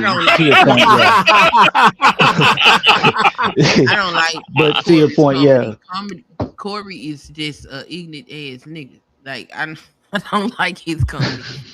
But if he would have kept doing stand up, he probably would have been more popular. But if you watch Corey enough and see the type of person he is, you can understand why he didn't keep doing what he was doing. So he do his own little thing. But Patrice O'Neal. See, the thing with Patrice O'Neal, Patrice O'Neal was more popular with the white people than he was. Exactly that Opie and Anthony type humor. Right. Yeah. Which I don't find funny at all. I thought that shit is hilarious. I can't roll with you there, bro. That shit is so funny. That shit is bargain basement. Yeah, I don't care. That shit funny. And Patrice O'Neal was like the Godfather or the proto man. He was the magic Negro to what was that dude? Something North, Opie and Anthony. That whole crowd. He was their magic Negro. He was their Bagger Vance. I love it. Yep, and the shit was funny. Yeah. Okay. Well, and then when it comes to the manosphere, Patrice was the godfather of the first iteration of the manosphere. Because a lot of people the manosphere back in the day was quoting Patrice O'Neal. Right, but you know what's funny? Big J. I'm gonna tell you. I don't find that manosphere shit funny. Yeah, Jim Norton. I'm gonna tell you what's funny though, Big J. I think if Jim Norton. Yeah. I think if Patrice was still alive and he looked at the manosphere as it is today, I don't think he'd recognize it. I think that they would cast him out. Yeah. Because one of the biggest things, would. right? Because one of the biggest things that Patrice would say is that as a man, if you end up in a situation that you don't want to be in, it's your fault. And you know that they're not going to take too kindly to that. You know that. Because to them, it's everybody else's fault. That prefix, if you start your sentence with "as a man," I'm already looking for something idiotic to come after it. What you mean? I mean exactly that. If you have to start off your sentence with "as a man," I'm looking for something that would indicate you're a numbskull afterwards. Well, he wasn't I may be talking to- disappointed. I may be wrong. Okay. We're talking. But the We're talking Opie and Anthony, right? We're talking Opie and Anthony, right? So we're obviously not talking to women. You know what I'm saying? So these are men we're talking about. So like I get what you're saying. I get what you're saying, but who else would he be talking to? Hey, y'all, hold on. Certainly not women. You got hold me on there. real quick. Hello. Yeah, I just got to correct you real quick. Corey's still doing stand-up. You are completely wrong. All right. You're right. Okay. Was that AP? I think that's Mulatto or whoever that is. No. It's not mulatto. It's not mulatto. No. I know. Yeah, I know the voice, man. Damn. It's not mulatto. Shout out to him. Mulatto's banned over here. Fuck mulatto. I mean, but they name say Mox Binock, so I think that is him. No, that's action. That's action potential. No. Yeah. Oh well, he can't come up here neither. So he. Yeah. Whoa, yeah, what? Yeah. Damn. Yeah. No. Who do y'all niggas like, man? What? No. If you cannot, I gotta see your block list, Big J. I gotta see it, bro. It's 200. I'm not the one who dropped him. No, I dropped him. Yeah. Oh, okay. Yeah. You can't come up here and speak like a human being. Like you come up here aggressive. Like you not trying to have a conversation. Then get your ass backstage and go find the goddamn gorilla cage with the rest of the monkeys because I ain't got time. Okay. Oh shit. Get your ass up here and converse like an adult and act like you got some sense. And if you can't do that, then you can't talk to me. You got to get the fuck out. I'm sorry. I can't. I'm not gonna be able to do it. I don't go around because I don't like seeing it. I'm okay. See, that type of stuff is the reason why Pearl thought she could get up there and debate Anna with her dumb ass. It's because of that He type of calls shit. himself action potential. Good. Okay, so like my block list is legendary. It's about 250 people on that block list. he's I still block backstage. I really think that's Mulatto. No, that's not mulatto. It's not. Okay. It's not. Yeah, it's AP. Well, if it's AP, I'm not letting his ass back up here. Action potential. Oh Lord, then you ain't gonna go find it, is you? That is a goofy name. Potential action. But carry on. Yeah, man. Again, man, I'm just trying to relay something. I just left a Corey Holcomb show December 20th. I've probably been to like 5 or 6 of his stand-ups. You said that he don't do stand-up. He actually sell out. He sell out. Every time he come here to St. Louis, man, probably about the pageant, that's probably about 5,000-6,000 people. I'm talking about cars wrapped around the building. So, I mean, I get it. He may be a B-C list comedian, but the dude goes state to state selling out, man. So I wouldn't say he's big time, but he's definitely not small time. And action potential is actually something that happens in the neurons in the muscle, man. It might sound goofy, but if you knew more about the human body, you would know No, what action potential is. And that's cool. That's cool. It's a goofy name, but it's actually a part of the neurological function of the human body. And that Y'all makes have a it good that day, makes man. it That makes it goofier.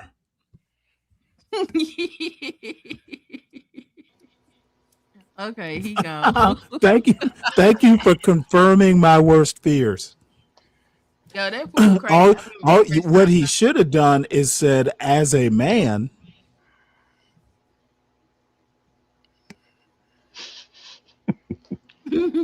As a man, it's a neurological function. So that would put Corey on the level of who would be on the same tier as Corey then? Could you call it the Chitlin circuit he's on? Because I've heard Charleston White make reference to it. Mm-hmm.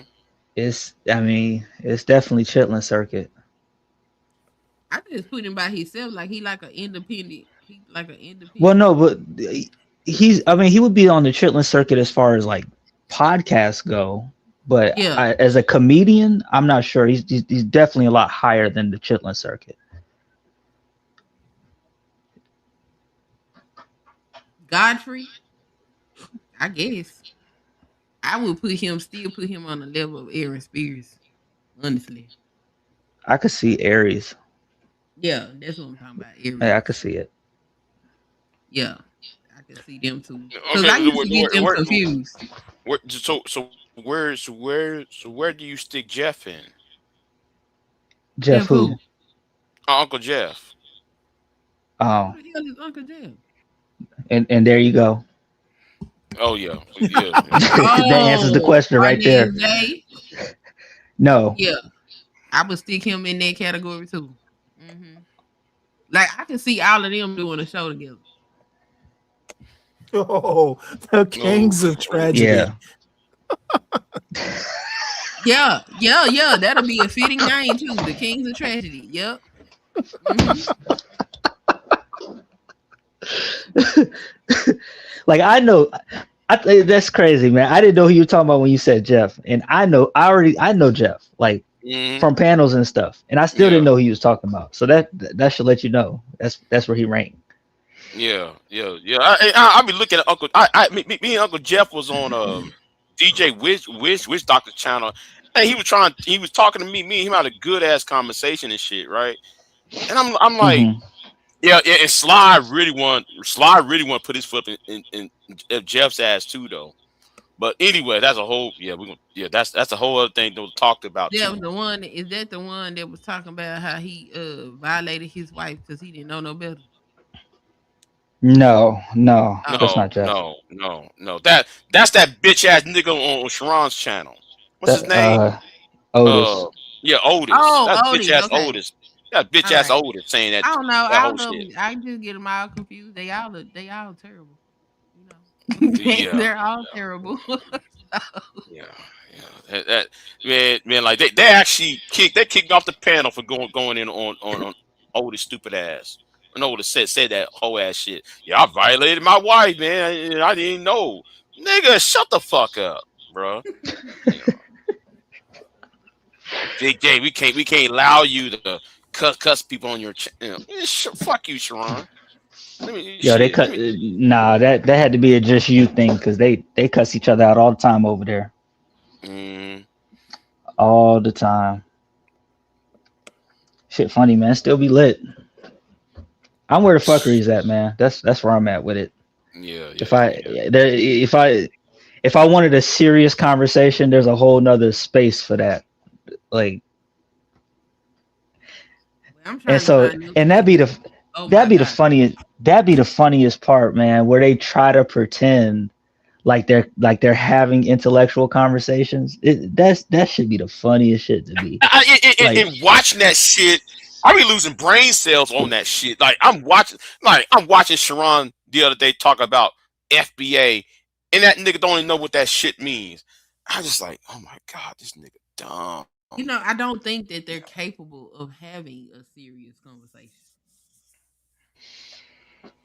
I remember I was having a serious conversation and somebody, I ain't gonna even say who it was, decided to click my link and I let them up there and like the foolishness that was coming out their mouth and I was just like, Are you okay? Are you serious right now? Like, what exactly are you doing? It was like I'm having a conversation.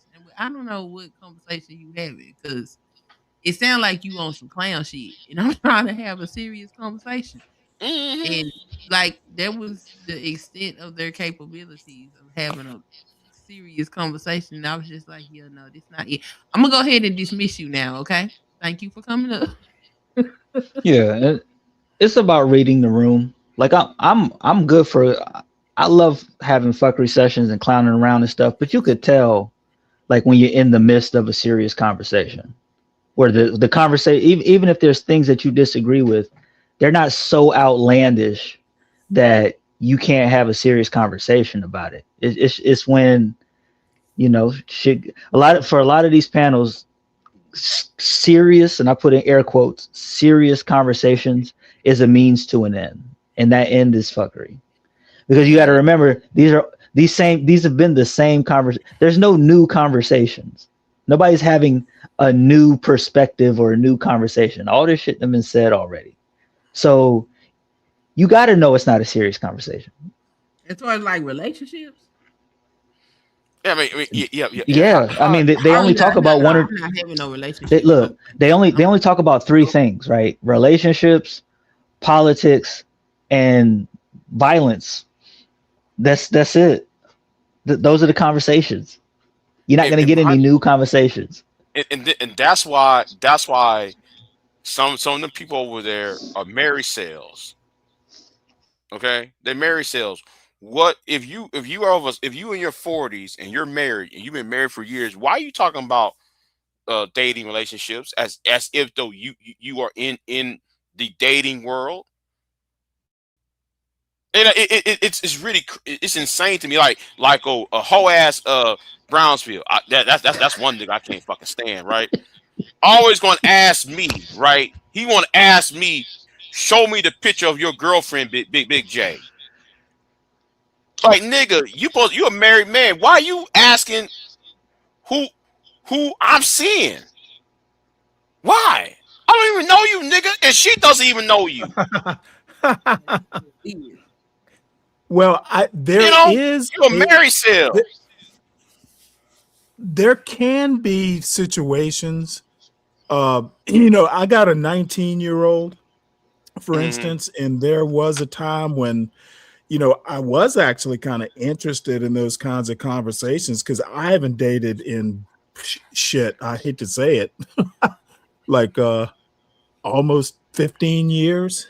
Well, actually, shit, he's 19. Quarter of a century, probably. So I just kind of wanted to figure out what the dating scene is like in case he comes and asks me for advice. But, that would be the scenario I could think of where I actually would be talking about it or asking about it. Excuse me. Well, it's okay to talk about it, right? From whatever perspective, I believe. But the problem is that when you come on a panel and speak as if you're the authority and nobody else knows what they're talking about, and you're not even in that market. That's the issue. It's like, dude, you ain't, you know what I'm saying? You ain't had pussy since pussy had you, but you on this panel trying to tell people the dynamics of women because you heard it on some other panel, and you can tell easily. You could easily tell. You know what I mean? Where somebody just don't know what they're talking about. Most of these people ain't got no business saying. They got no relationship. Like, no, I'm gonna say this though. Niggas like ism should not be talking. All right. Show me your bitch. Show me your. I don't know. I remember that one woman that appeared on his channel. At one time, but I'm like, nigga. He's married. Yeah, he is, but still. Why should I or any other man that's younger than him have to prove their manhood? In order to prove your manhood to ism, you have to show them your bitch. Like, nigga, why should I have to show you my bitch to prove myself a man to you? So you can qualify. So you can qualify. Yeah, qualify. Yeah, qualify with ism or show me your bitch. Like, nigga, I don't got to show you what I got, nigga. That's it. The same shit I told Brownsville. Why should I have to show you shit? You know. Show your bitch, nigga. Yeah. I can hear it in his voice when you. Yeah, man. Because remember that time I was on DJ Witch Doctor. Show the bitch. Show the bitch. Yeah. Me screaming, yelling in the middle of the night at me and shit on DJ Witch Doctor's channel, trying to tell me, show me your bitch. Like, huh? Niggas like that. It's 2:00 in the morning. Shouldn't you be in bed with yours, nigga? Shit. Yeah, Big J. Wake your girl up at 2 a.m. in the morning and tell her to get on this panel. Right. Like, you see how ridiculous that shit sound? Damn, them niggas dumb. Like I supposed to wake. Hey, girl. There's some strange nigga who sound like Cat Williams. You know, want to talk to you. Yeah, saying them stupid shit like that. So what See, is the I man would have. based on the woman? See, that's where I would have gotten just downright insulting and gone, you know what? Let me see a picture of your bitch. And then his reaction would have been, don't talk about my wife like that. But I'd have gone there just to see what would happen. Maybe. Yo, I look, man. Stanley versus Ism is. I would pay to see that, bro. I would pay. All y'all got to do is go get him. Ism gonna show up. See, there's a certain people fuss at me about the ad hominems and stuff. There's a certain point in a conversation where I just give up and I go, let's see how much fun I can have. You know, if you're gonna start asking, I'm not gonna even tell you that I've given up. You know, it's just gonna be nothing but ad hominems. You know, now it's gonna turn into a comedy routine. It's like you're gonna ask me for a picture of my girl. Well, let me see a picture of your bitch. Wake her up. Let me talk to her. Oh wow. Yeah, so it's like Ism be funny, man. This shit funny. You got to have the clown shoes on already, Stanley. You can't even be trying to dissect some seriousness.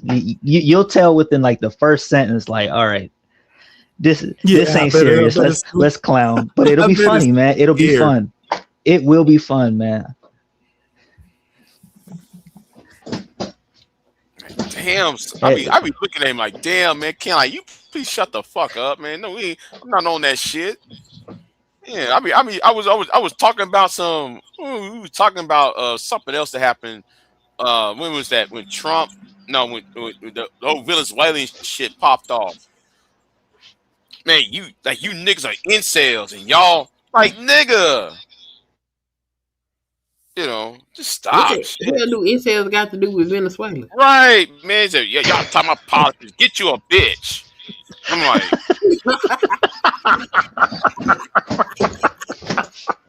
maybe, like seriously, the nigga will pop on a panel. You could be talking about you actually be talking about some geopolitical shit, right? He'll pop on the panel. Get you a bitch, like, and you be like, who the fuck? What the fuck? What kind? A poodle? A Yorkie? A Labrador? What kind? Shit. Yeah, he be saying that shit to you on DJ Witch Doctor's channel.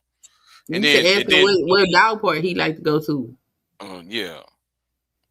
And then though he saw me talking to Creative Solutions that one night. He tried to get up between me and her and shit. Is this the bitch you talking? Man, shut the fuck up. Oh my god. What? That's terrible. Is this the bitch you talking to? Really? Man, he be saying some crazy. He be talking crazy and shit at nighttime, 2 o'clock in the morning to you. He be talking crazy shit. Yeah. At least Big J talking to a bitch. When you other niggas ain't talking to no bitch. Hey man, I be like, oh fuck. That is crazy. Hey, Man, the funniest part about it is that most of the time he don't even be in the chat like talking. He'll pop up on the panel and you be like, where the hell did ism even come from? And he'll go straight into that. Right. Every time. That should be funny. I know it's like hard to appreciate when you're in the moment, but when you get off, like even with you telling it, you know that was funny, bro. Like you trying to like be mad about it, but you really laughing about that shit, bro, because that shit funny. Is this your Yeah, be coming at you like, huh? Now, I know. Now, Charcoal Kitty said, pick another word. I'm not calling a woman bitch. I'm talking about what ism will be doing. I'm talking about what ism will be saying. You know, come on panels because like you can be talking about shit, and then all of a sudden he gonna get you a bitch. Like, nigga, what the fuck you on? Well, you know, that's his favorite word. Huh? Nothing. Don't mind me. Oh yeah, the batch. Yeah.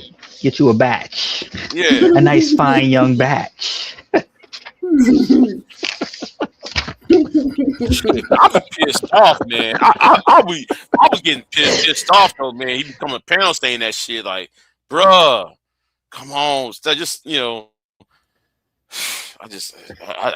got so pissed off. I left, man. I said, man, I ain't coming. I'll come back later on. I ain't got time for that shit. I forgot what the hell I did. I made a video about Ism. Ism was mad at me. I forgot what it was. He went somewhere and got his ass playing for acting a fool. So I take it you don't like Platinum Elite either. Me? Big J. Oh. I'm usually occasionally I get on Platinum's panels, but sometimes Platinum will be on that. I'm a pimp nigga, and I like hoes and shit, and I just like here we go, man. Nah, I feel it. I like Plat's channel because I mean it's funny, and here's the thing too. For the most part, right? It's a drama-free channel.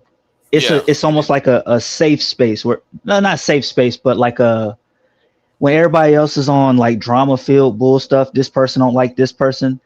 I can always count on going to Plat's channel and just having a good laugh about the batch and all that stuff. So he'll say some of the same things like the ism would say, but he'd say it from the comfort of his own channel, and he do it like a completely different way. And it's just funny, man. It'd be a good time. Yeah. Platinum. He ran me warm though when we were talking about ice. What happened in Minnesota and shit, and it was that bitch nigga named Mulatto. He fucked my whole mood up with that cornball bullshit he was on. I really fucked up my mood up. Where the hell did Mulatto come from? From the conscious community. Acting like that, I guess. The conscious community is a very interesting batch of people. No pun intended. Hey, get over there and Would that be Q Butter? People like Q Butter. Sinetta. in there. Yeah, Sinetta in there. Yeah. Oh, okay. Yeah, Sinetta and all that. I like Q Butter. I like Q Butter and Psychopatheus, even though I don't really agree. I don't. Susan said it. Like who? Said it. I like Sarah Susan said it. That man hilarious. Yeah, he is funny as hell to listen to. But they got some interesting takes over there. I avoid them. I used to be over there. I avoid them at all because if Renee open her fucking mouth again, I'll cuss the shit out of fucking ass Renee. Oh Lord, you done said the woman name. Oh my God. God. I'll cuss Renee ass out. You said Renee. Okay. Yeah. Renee is very interesting. She is. Renee is real interesting. Shit. I remember when I was on Facebook, Renee used to tag me in so many different posts, always talking about white people and shit.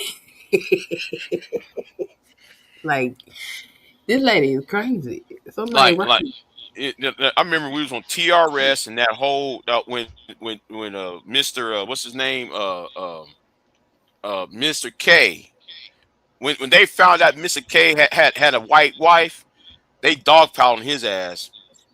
They dogpiling his ass, man. I said, man, even I got pissed off about that shit. I said, why y'all doing that to that man? That man over here doing all this shit in Philadelphia area and shit, and here's y'all just dragging his ass. You know, just leave him I alone. thought that was. I was telling them leave him alone. Why y'all dragging him and shit? So what? I thought having a white wife was part of like the pro-black Hotep starter kit. I mean, that's what I think. Shit, Yeah, like I was telling BIGJ earlier, he got mad. I said, when you go down through history, you know, they always got them a white woman. So what the hell? Yeah, but but I don't consider that pro-black though. If you have a white wife, I don't either, but that I'm just saying like it's almost like a built-in feature of the movement. You know, it's like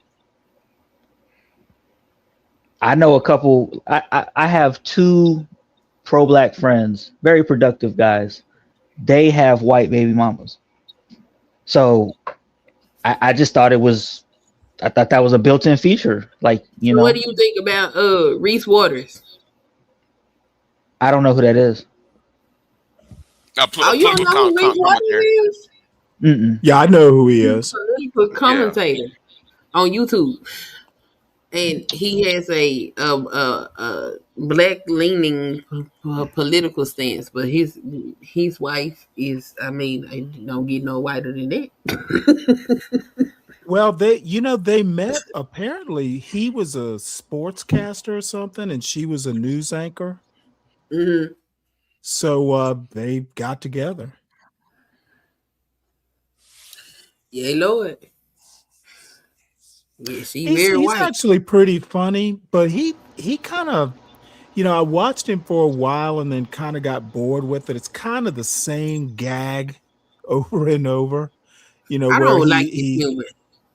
That shtick where he's talking to somebody off camera. Yeah, that gets old. Who raised y'all? Yeah, who raised y'all? That's the segment of one of his shows. Yes. Street politics. Who raised y'all? What's the other ones? This dude, I ain't gonna hold this. This dude looks like he got a white Reese wife. Waters, Run Deep, or something like that. Yeah, Deep Waters, Troubled Waters. Troubled Waters. Troubled Waters. Yeah. Now hold on. What did Lou said? Lou said something that was funny. I say he looked like he got a white wife. See, he looked like he got a white wife. Yeah.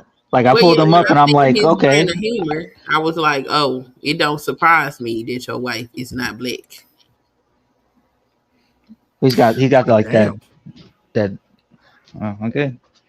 No, Pierre, I like his commentary. I just don't like. I'll look him up later. I'll look him up later. I don't think he's funny. But I do enjoy. Yeah, but I actually like his comedic. Yeah, because it's kind of dry. It's like a dry. Yeah, I don't like humor. Okay. Yeah, I don't like dry humor. I don't like dry humor. I don't like that slapstick. I don't like none of that. No, you can keep out of that. I don't like that goofy stuff. I don't like that either. Yeah. Like that's like 3/4 of comedy, though. Yeah, and that's why most comedy I don't be sitting up there subscribing to. People be showing me stuff and I just be staring at it and they like, oh, you so mean. I'm like, no, I just don't think it's funny. Okay. You know what? Okay. You know what? That's fair then. You know what? Speak my the comedics and shit. We was on DJ Wish Doctor the other night, and then we were talking about comedians that we like, and I was surprised that all these niggas. We're talking about Frasier. We're talking about, The Office. I'm like, what the hell? We talking about some white shows and y'all, that shit You was know amusing though. who Those shows are shocked me funny. when I I heard like them do stand up? Seinfeld. Seinfeld and shit, yeah. You know who I was shocked when I seen them do stand up was Bob Saget. Oh, Oh yeah. yeah, Oh Bob, yeah, Bob, Bob used to cook. yeah, Bob Oh Saget, yeah. man. Oh man, Oh my God. He had a mouth on him. I was like, this the dad from Full House. The dad from Full House, the host of America's Funniest. Yeah, you yeah, wouldn't man. think. Yeah, Yeah. he man, he was almost bad as Andrew Dice Clay. Mm-hmm.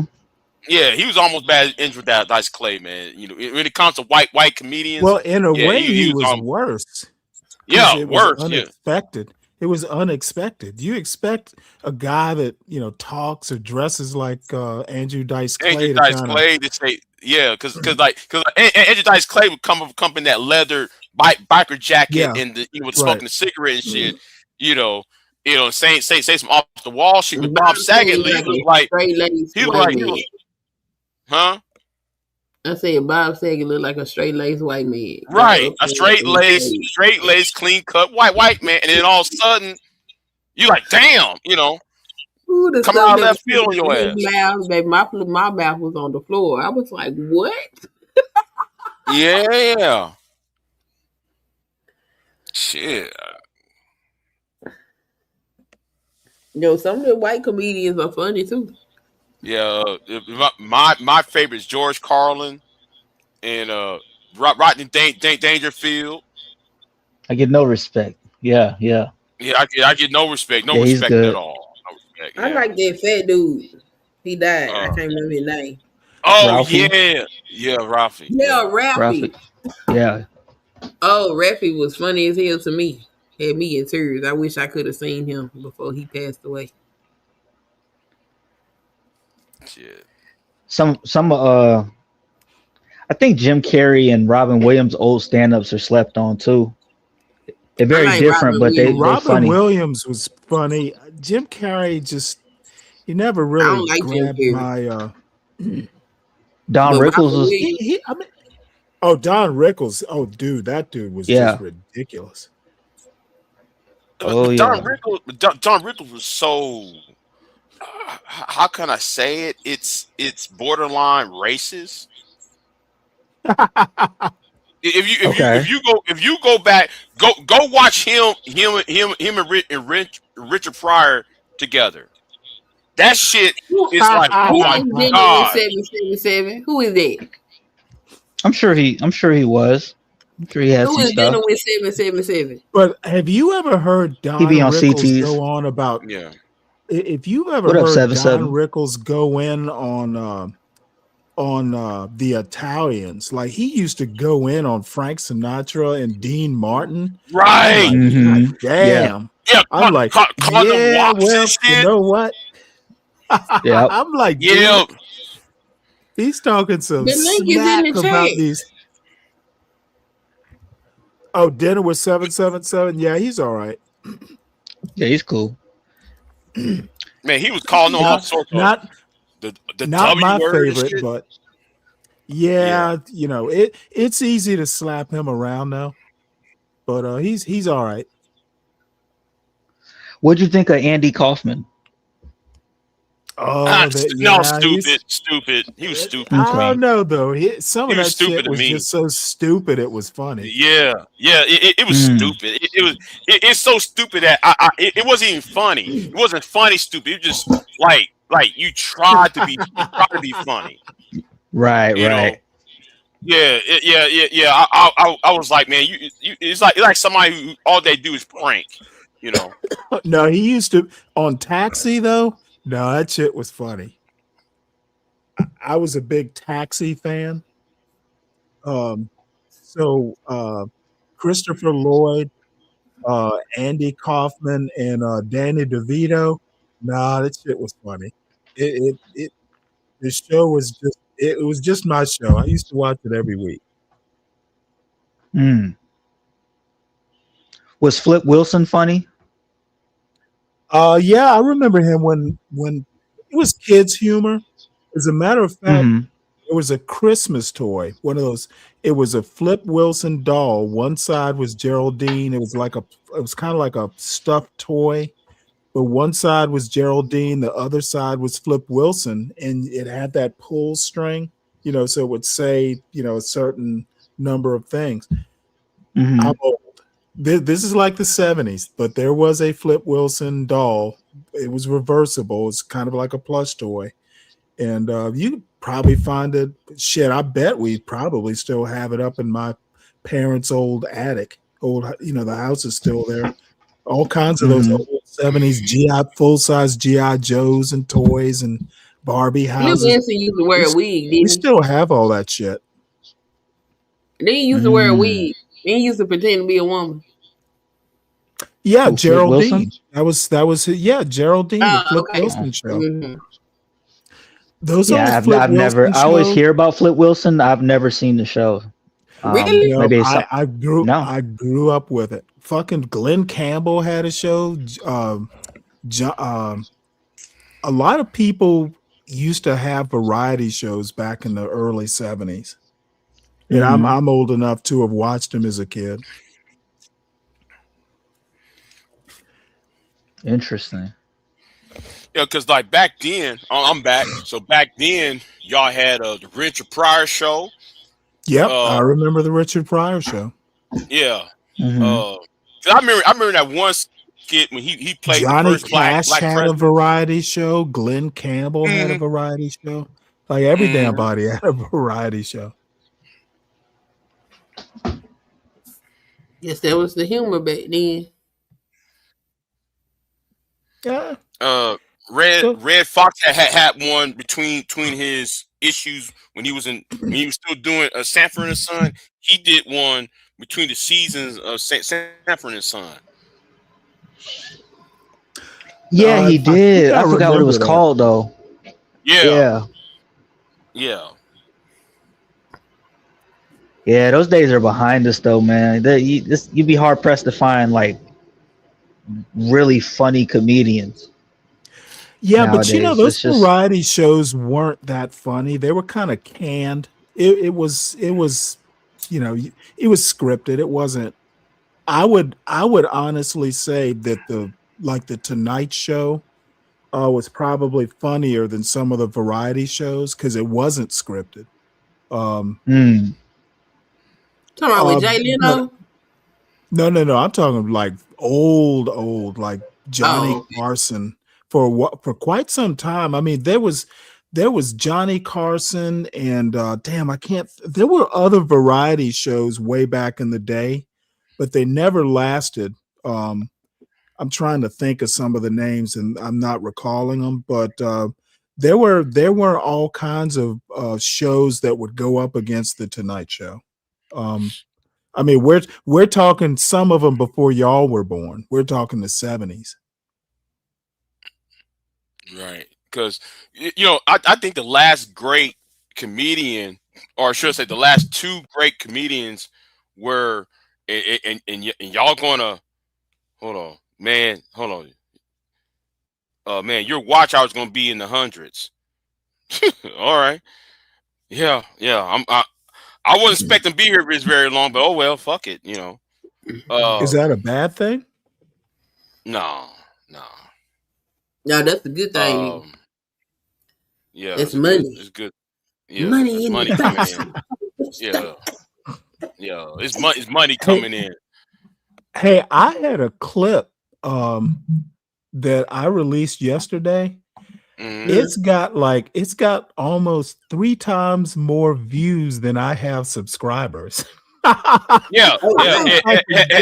happens. It happens like that. It happens like that because I did and Vito can That's the attest first time for me. There is. Yeah. The shorts do that. Like most of the shorts that, because at the beginning of the year, I take down all my content and start over. So most of my shorts right now are over 1,000 views. The shorts. Really? Videos. Why do you take them all down? Do you archive them? Yeah, I just put them on private unless they still getting views, and I put those back up because they still making me money. But if it ain't making me no money, I take it down. Interesting. Mm-hmm. I mean, It I also can make pretty depends good on content, so I right. can shoulder the sacrifice. Yeah, it also depends on what type of genre what of the content that you're making and what type of short it is too. Though I mean, because Like I did I remixed one of Femi's shorts, and I just titled it "This Is America," and that thing went crazy. oh man, I got to download that video that I saw on I saw on that Discord server. Oh, This Is America, and Donald Trump is dancing instead of what's his name who sang that song? Is Donald Trump doing it? Yeah. Oh, they allegedly got a video of him having a stroke. I gotta watch it. Oh, speaking about Femi, she needs to release that video of her taking a bath. But anyway, keep it moving. Bro, what the hell? Yeah, you know what? I shut up. I'll be quiet. Anyway, where wait, hold on. Wait, stop. Vito said he already got okay. What clip? Hey Vito, if you want to jump on the panel, you can if you want. With Trump, he said this is America. Yeah. This is America with Trump. That shit was fun as fuck. Yeah, it's gang. It's gang. That's what it is. Gang. And yeah. We call me and so some people on here called them gang now. We call the Trump administration gangs. They do motherfuckers finna kill all of us. Okay. It's the gang for real. You ain't lying, bro. Yeah, it's a gang for real. Finna be killing up American citizens. This is crazy. Hey, we gonna make Venezuela the new state of the 51st state. You can't do that, Trump. You can't take over Venezuela. We're gonna do it anyways. And we're gonna take Greenland too. Now come on, Trump. That's illegal. That's illegal, Trump. You can't do it. We're gonna do it anyways. The French and is it Greenland? The French in Denmark. Yeah, French. They running exercises right now, ready to go to war. They already landed. They already landed troops in Greenland already. It's French troops doing military exercises on Greenland now. Like they getting ready for the day, getting ready. Like, my God. Yeah. So the Republicans said that they got enough people to be able to impeach Trump. Is they gonna do it though? Well, that is yet to be determined. They better do it now. If they want to save the Republican Party, they might as well do it now. If they were smart enough to save the Republican Party, because I mean, I don't know. They said they got enough folks to do it, but is they gonna do it is the question. Because ain't nothing the Democrats can do at this particular time. All of them can vote, and it's not gonna mean nothing. But you know who I wish was still on YouTube. Why y'all keep telling me to drop the link? Like I ain't dropped that link 500 times in this chat. No, I already dropped the link already. Oh, okay. Yeah, I already dropped it. Yeah, it's on your channel or mine. Yeah, I dropped channel. So yeah. Hey, I agree with you, BIGJ. My bro Lou got to come back, man. Yeah, I mean, Lou. He got to come back. Citizen Lou needs to come back, man. Because shit, he needs to come back on YouTube, man. Because some of the shit he does, it was crazy. His live streams was crazy, man. Yeah, the panels was lit. Like it was insane. Was lit. Yeah. Why did he leave? Just nothing was happening. He actually ended up moving to TikTok because on TikTok you got different panels. Like we'll have a panel like this on TikTok, right? But under each, it's basically kind of like this, but each individual person on the panel can get paid.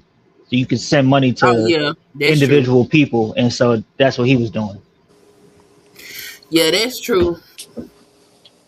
But they ignorant as hell over there on TikTok. Jesus. I thought they Yo, were you bad thought, over there yeah, on niggas, YouTube. yeah, TikTok fuckery is a whole nother level, man. Yeah, I don't even. Ignorant as Mm-mm. hell. Holy cow! More than They be YouTube. like, come on the panel. I'm not coming on y'all panel. But you know, they give me good content. They do. If I go over there and participate, they'll piss me off enough for me to come over here and create some content on YouTube and drop it.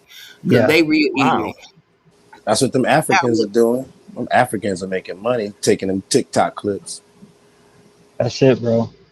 I'm telling Stanley, if I posted them on my page, you would look at me. You would look at me different. Like, man, this is the you're going to this low to get content, Lou. I thought you was better than that. Like, that's how No. bad the TikTok Well, I content don't is. know. TikTok is You know horrible. what? I'm gonna reserve judgment. Yeah. Thank you, sir. TikTok is something terrible, boy. I swear to God. I went over there. I was like, Sarah oh, says she okay. loves it on TikTok. Clubhouse is worse. Them damn Yeah. people. I got my ass over there and I was typing in the chat and they invited me up to the panel and I swear to God I said 5 words. They kicked me off the panel and talked all kind of crazy. I said, oh boy, let me on TikTok. Yes. Oh man. I say, oh, this a whole nother different situation over here. This is But Clubhouse, my God, that's I don't know about Clubhouse. I can't do it, bro. Yeah, I had Clubhouse from the time I downloaded it to the time I uninstalled it. I had it for all of 15 minutes. I hit like 3 rooms. I'm listening. And I'm like, nah, I got to get up out of here, man. This ain't it for me. Hey, Rumble's about to blow up. I think so? Rumble's about to get a lot more active than it was before. I'm gonna tell you why. Tommy's over there, right? Tommy, a lot of people's over there. They're doing their shows. Or the white boys are over there doing their shows. This nigga Tariq Nasheed heard about the shit. He done went seeing his name and Tommy talking about him. He said, "Yeah, I'm about to start doing my shows on Rumble." Oh damn! You know that's about 6,000 people. Easy to come over there, right? Right over there and get away from here. Go ahead. No, he's still gonna have this. This nigga done took over TikTok. That nigga. Have you seen Tariq on TikTok? Have you seen Tariq on TikTok? It be people with couple million followers. I'm so glad I haven't seen him on TikTok. Nigga, no. Queen, it be people going up there to try to battle him, and they all get destroyed. And I'm talking about people that be on TikTok. I've only seen him in Twitter Spaces. I haven't seen him on TikTok. On TikTok, really like that. Yeah. Tommy on TikTok too. That's what Clubhouse remind me of. The Twitter Spaces. But Clubhouse is where you see all those divestors and the black women empowerment crew. Yeah, I just hell no. Can they do video on Clubhouse now? No. But if you want to do video, you can go over there to fan base. Okay. Man, you know what Clubhouse remind me of now that y'all mentioned it? Remember when we used to have the chat lines and shit? You go into the little rooms on the phone. That's what that shit remind me. I'm not going on there with a bunch of cackling But hands. you know I pass. Fan base is pretty cool if they could get their infrastructure a bit more advanced. I actually like it. You can take a YouTube video and play it over there. You said fan base? Yeah, fan base. Yeah. Oh, I have to look it up. Yeah, I want to invest, but they want $400 up front. Hold on. Never mind that. Hold Never on. mind. Hold on, Stu. I don't know about that. Yeah, never mind. I need to invest in Rumble. But last time I looked, Rumble stock wasn't doing too good. It might go up a little bit. Oh yeah, but I popped up because Big J, I got that Donald Trump, This Is America dancing over the oil, the gang part. Man, that shit was hilarious, bro. I nearly pissed my pants watching that shit. So who the fuck did this? Yeah, who did this? That shit was all of those Donald Trump Venezuela memes that they doing, they all funny. The little AI joints. Did you see him pull a water gun on the president for Venezuela? He had the dude tied up in a chair. He had a water gun behind his head, and he squirted the water gun. The AI is out of control, bro. Yeah. No. What about the day Maduro got caught? He put out that video of the Biggie Small song. And he walked in the White House and shit. I ain't gotta stop this shit. That shit was like, what the fuck? And it actually was in the White House. A White House. I thought it was just a meme, right? No, that came straight from the White House. Like, what the fuck? And you playing a Biggie Small song? And black culture is the culture, baby. So some people just try to tell you. And look, and that Tucker Carlson and that white boy mentioned the FBA. That wasn't a good look. It wasn't. It didn't feel right. Corey Holcomb and Anton Daniels. This is what happened when old failed niggas get angry. It wasn't a good look. Pearl getting destroyed though. That was funny. Bitch, what do you do for a living? Oh, is that what she said? Yeah, bitch. What you do for a living, man? When she said that shit, She said because she told Anna, because she told Anna all you do is talk on the internet. And Anna was like, "Bitch, what do you do?" And she's like, "I talk on the internet, but what?" I don't know. She I want to see Anna versus Anna. Said something. She said, I forgot what she said after that, but she just like kind of trailed off and went back into her little quiet place. She said I talk for a living as well. I just don't think I'm doing more than it's supposed to do like you do. But she's meaty. She's been on the Young Turks killing it for a while. So I don't know. Anna does what she does. I want to see Anna versus Ann Coulter. That would be interesting. Man, that would be classic. Is she still around? Yeah, that would be classic. Yeah, Ann Coulter is. I want to see Anna versus Anton. I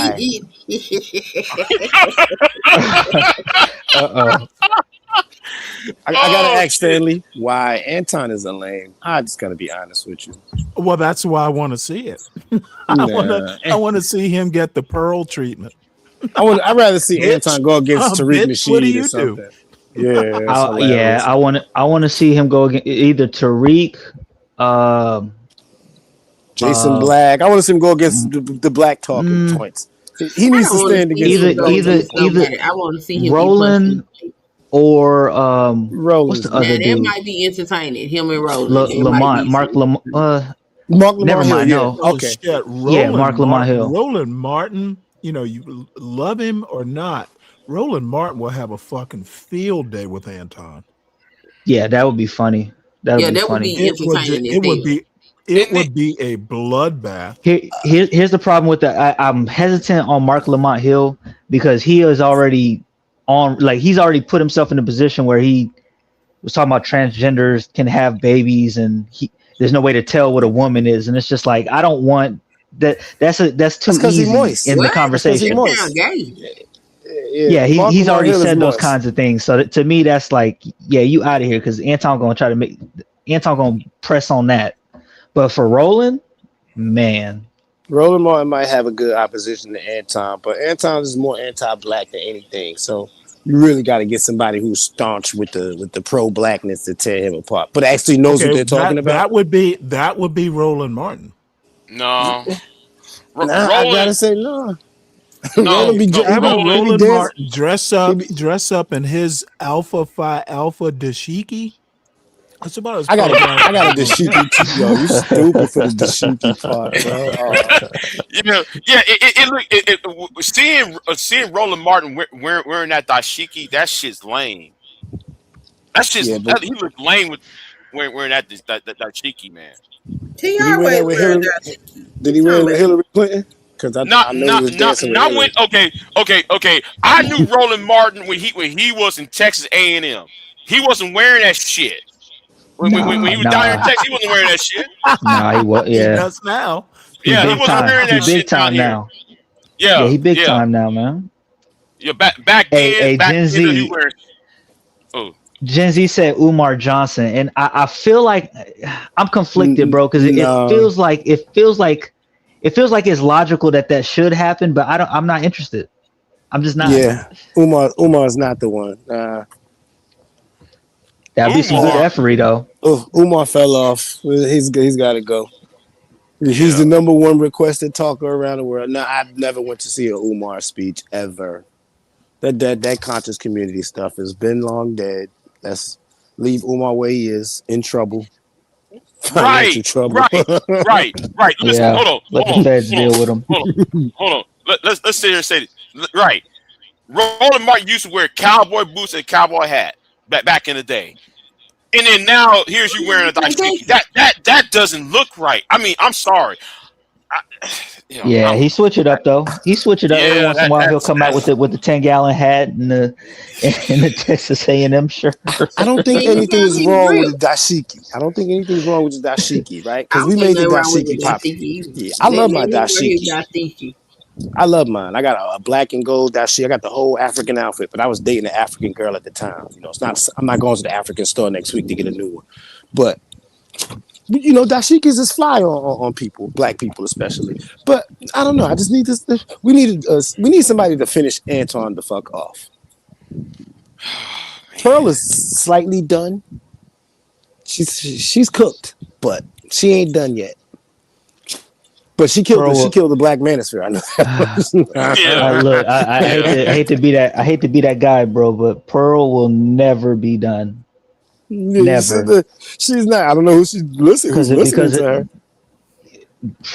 Oh, you never remember numbers. Yeah. You know the vibes, bro. You know, I know who's listening to. And as long, but see, that's what I'm saying. As long as that's the fan base, should never be done.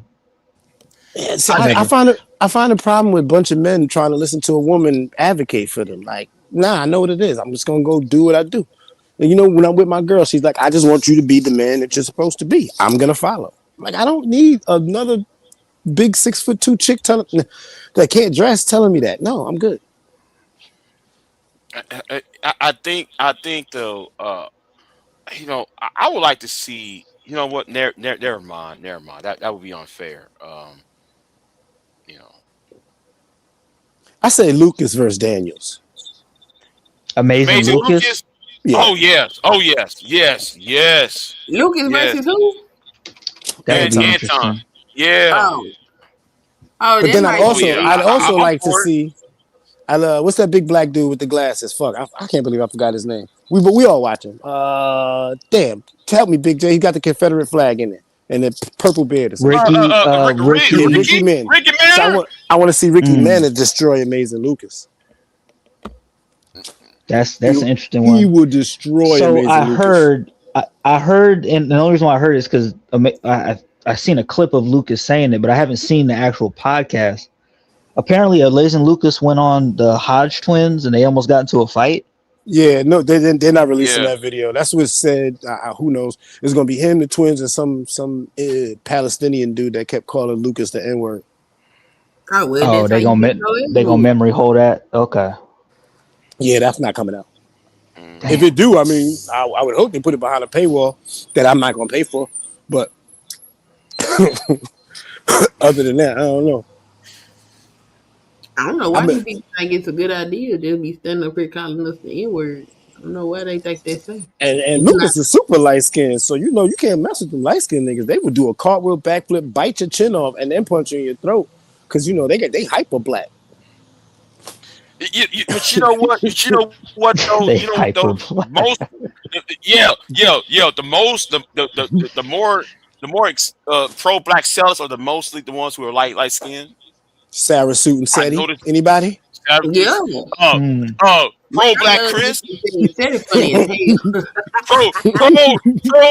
Listen, I wish Pro Black Chris was still on YouTube. No, I don't, because they'll flag him. You know why? I just got a flag for one of his videos.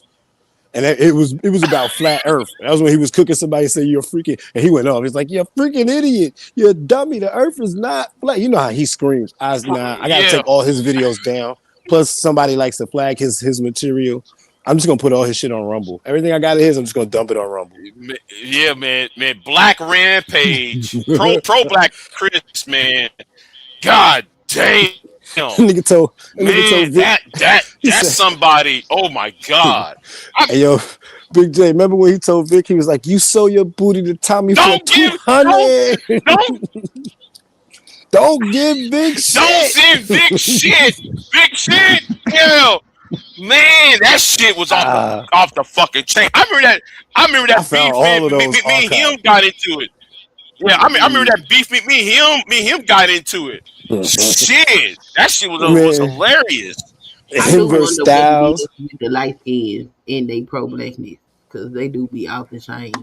Yeah, And because I we be feel talking shit to them niggas. You piss because no, colored and but all that other if you stuff, you go know. back in history and you look, it was always the light skins that was doing the crazy shit. Like, why are y'all like this? Is it because y'all feel like y'all got something to prove, or y'all really crazy like that? Like, I just wonder. I think it's the I part guess white that's in it. I've never thought about it. I never actually thought of was I light tell you, I'm gonna skinned. tell you what I noticed, right? Because not necessarily the color skin part, but I noticed that most of the intense pro blacks that I know come from the suburbs. They're like suburban radicals. You know what I'm saying? That ain't been in the hood for 15 minutes. Those Yeah, are but those are the historical pro blacks. Those are the ones that like know all the information and shit. Those are the book smart pro So, like, blacks. So. Nat Turner was killing white folks. Nat Turner was light skinned. Okay. Now, Martin Frederick Luther Douglass was King mixed. is brown skinned, and he, leading peaceful protests. These other ones, though, that are lighter skin in nature, they committing violence. And I'm like, what's wrong with y'all? What? This is something interesting here. This is an interesting little dynamic over here. I wonder what's going on with it. I think they got too much mixed slave master blood in them. They still got that energy. That light skin Is that conflict what is it here for is? a reason. Okay, those is master descendants. Master wasn't a nice motherfucker. Them light skinned niggas is crazy. Okay, they got master in them. Look, let's not deny that Black Americans got some white in them. That's what makes us a unique breed of people. We have some white in us. Now, it's a good white. I don't know. It was a rich white and it was a crazy white. So yeah, them light skinned niggas is crazy. Crazy as cash. Even my light skinned grandmother was crazy. I seen her holding a shotgun before. Nigga, you do not want to see nobody's church lady ready to blow your head off with a long ass shotgun. Man, no. I have one though that shot that white man and walked away like as if though she didn't, as if she just pick up a fruit, can of fruit. I'm trying to tell you. Don't be Yeah. messing with Ever dated a light skinned girl? Nigga, they crazy. I like women, all of them. And all women are crazy to me, right? But I say it's a level of crazy we're willing to accept as men. They have a level of crazy I'm sometimes not willing to accept. No. Dark-skinned girl, they have a level of crazy I'm willing to accept. I could take a punch in the chest every now and then, Light-skinned girls might cut you and themselves. I'm not doing this. We're not doing that. Nope. It's funny as hell, though. All right. Who's the next debate I think we should consider or I don't want to see Tommy debate anybody ever again. Yeah. The Tommy thing's played out. That's been played out. I tried to get on the show the other day, but it was wild. I bumped into Alex again, Big J. I have her contact information. Okay. Yeah, but I'm not gonna do anything with that. Yeah, big old titty Alice. I'm sorry. I mean Alex. I'm sorry. Yeah. They are nice ones too. Yeah. They're Yeah, very they were. nice. Yeah. I don't know if you got those pictures. I did. No, I didn't. No, I know. Man, the revenge porn of this. It's a lot of you pimps and players online, but Big J is probably number one. Oh yeah. When it come all them new pics, I be receiving from these women online and shit. Shout out to the women. I ain't gonna do it. Even if they sent it, it'd be like, what? Queen, we've had this conversation before. You know they send him naked pictures all the time. Oh. Yeah. They be trying to compromise. I got in trouble behind that shit. I got in trouble behind that bullshit. Ah, damn, I gotta change oil. I'm not in the mood. It's cold as hell in Florida right now. Do y'all know it's like it was in the 30s this morning in Florida? I believe it. Nigga, my girl got in the car. Said 32. It was in the 20s in Georgia. Yeah, well, they can keep that over the line, right? Over that line that's at the edge of Jacksonville, right there. That's where the cold should stop and stay in Georgia. It shouldn't come down here. So I moved here so the cold would stay up there. The shit was down in Tampa. Shit, it was cold down here in Texas, man. Like, what the fuck? Like 30 degrees and shit. Like, oh hell no, man. I ain't. It's supposed to be Fuck this. 70 tomorrow, right? 70 tomorrow afternoon, and then it's dropping back down to the 50s. Chill, I'll be riding a bike, like not a bicycle, but I'm once you go over 30 miles per hour and your skin is out, that shit hurts. Yeah, it does. Yeah. I don't know, man. I got all kinds of shit. My girl was like, "Why do you got long johns?" And then this weather hit, and then I looked at her and said, "Why do I got long johns?" Now she wants a pair of pink long johns. I told you so. I hate being the right. Women don't like to listen to men sometimes, but sometimes we have that insight that lets you know shit is about to hit the fan. You should be prepared. That's all I'm saying. I got a fishing rod in case what? The store shut down. I'm going to the ocean and catching something. I'm not going hungry. Hold on. Who is? Oh. Who is what? Oh, nothing. That nigga Lou dropped down. Yeah. Lou went ahead and dropped. Damn. I need to. What time is that? I am not going to change this oil. Oh yeah. I'm gonna change my oil tomorrow. Fuck it. I'm gonna do that shit tomorrow. I hope you got a garage and one of them little hot heat torches, cause fuck being outside in the cold. I have a wood burning stove outside in the garage. Oh yeah, all right, that's even better. That's that good old dry heat. That's that good old dry heat right there. Yeah. Straight to the bones with that one.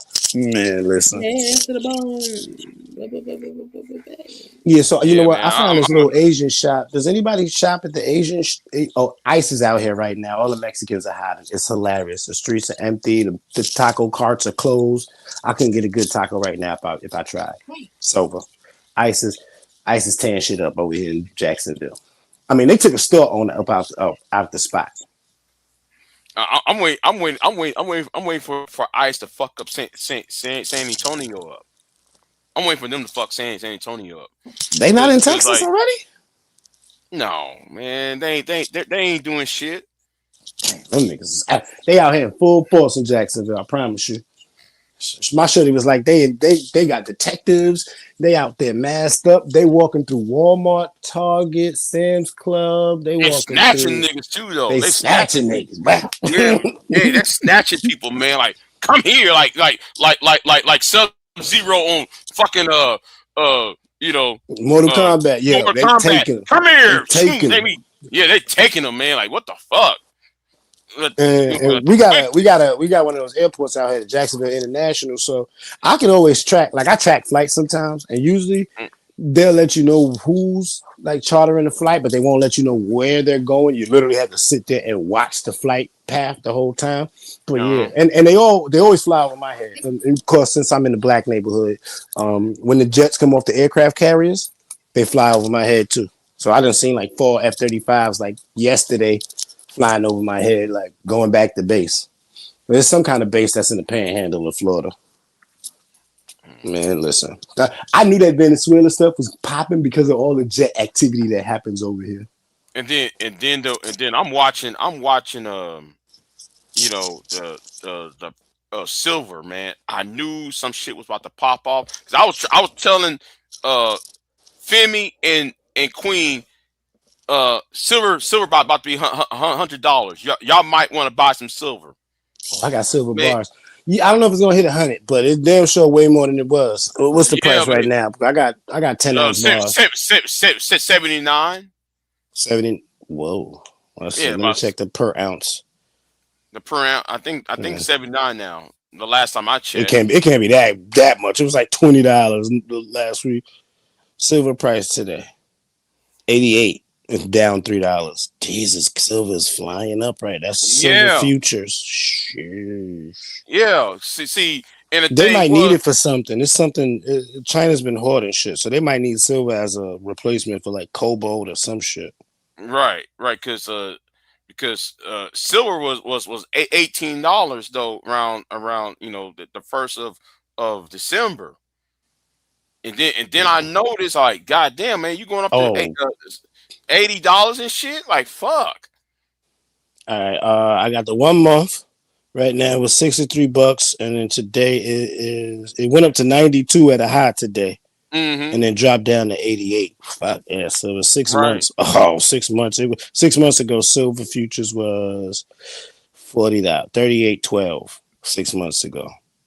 And So if and you I'm gonna held, say, and I'm gonna say this though, because I you know, since Lou dropped off the panel, I want to say this.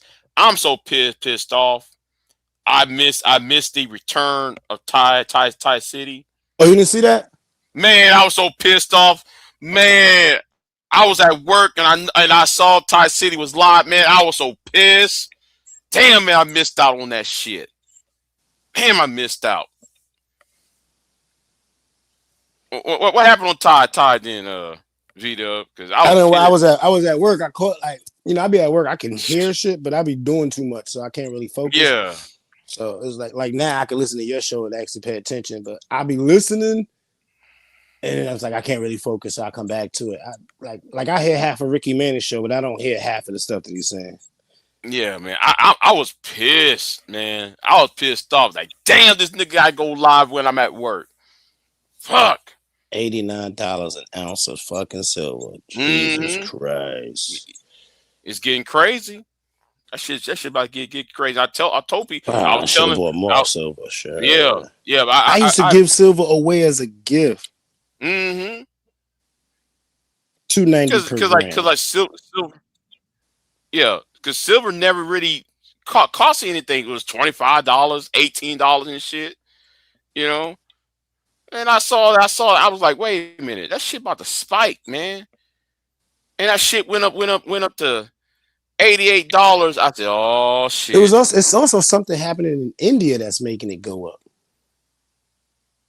It's something in India that's making that shit go up a little bit too. Something was popping up. I don't know. All I know is I told people about raw gold silver bars back in the days, baby. They ain't want to listen to me. I got my silver bars. I was handing them shits out for Christmas. That's how many of them I had. Here you go. Merry Christmas. Keep on holding it. I think I gave one to somebody the other day. This nigga, the price of that shit then went up $10 probably. It's one. I got a silver bar sitting in my face on my desk right now because I was looking at it for something. Just buy silver, man. JM Bullion. Well, it's too late now. You should have gotten the game when it was cheaper. Now you could have made a profit. Shit, it's too late now. It's too late to buy in now. Because I guess Bitcoin dropped back down too. Yeah, and more. If Trump keep fucking around, that silver gonna go up to 120. You know. So. The tragic loss of Bitcoin is like it was at 120 not too long ago. It dropped down to about 80 something, and now it's in low 90s, 94. I remember about 10 years ago, everybody would making money hand over fist over that shit. Right. But I made something in that Doge wave hit where it like crashed, and man, I lost a good 700 on Doge. I was pissed. You know that's you know one thing I'd like to see if the war in Ukraine ends because I need to get that stock from that Russian company that what's it called VTB bank in Russia. Yeah, I wouldn't bet on that for a while. Why not? All right. Why not? So the whole ploy, now that I'm looking at everything and what really happened in Venezuela, the whole ploy was to shut down that little oil market, that heavy crude that was being sold to China and Russia and everybody for the low because Venezuela can't process it. Basically, what Trump did was shut off China's access to oil and shit over here. He's about to start going after people like Nicaragua, who's trying to talk about making another canal. Cuba, who fends resources. Basically, I think they call it the Don something doctrine. Panama, not so much. I think they already made their deal. Has a canal?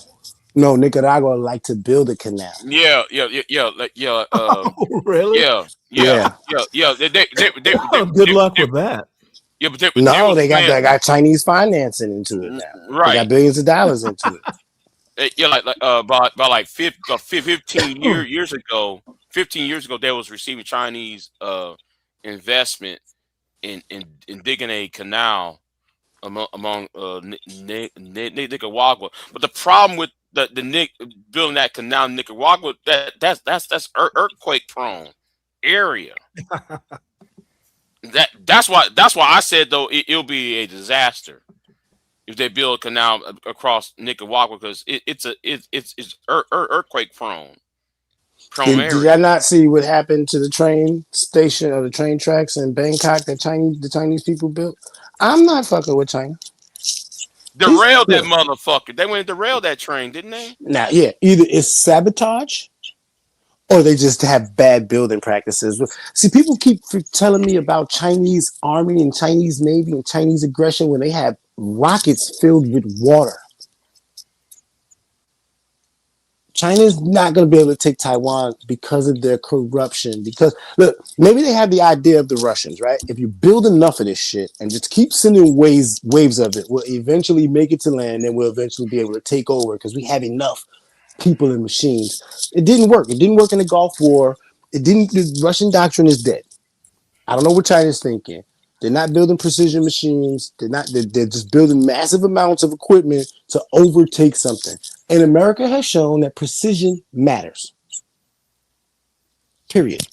And that's why it's not, if China did go for Taiwan, they're going to lose. They're going to lose badly. Right now, I mean, maybe 25 years. I think if they go after Taiwan, I think Vietnam will try to retake those islands in the South China Sea. You talking about the Spratlys? Yeah.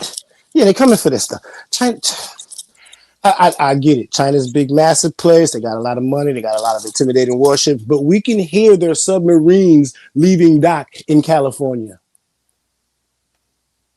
They're not the cat's meow. So I love when people say China's coming for.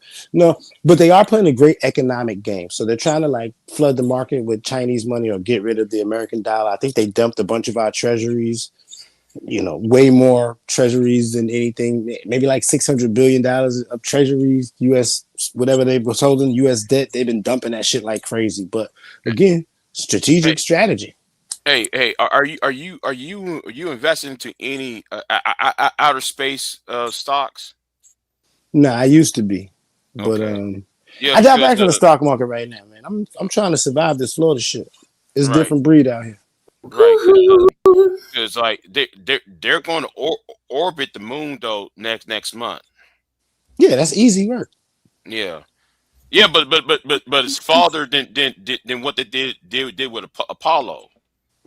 Yeah, no, we're going up there because we need to start a basic. China, India, Japan, and other people are up there, so they're starting to find out what's there.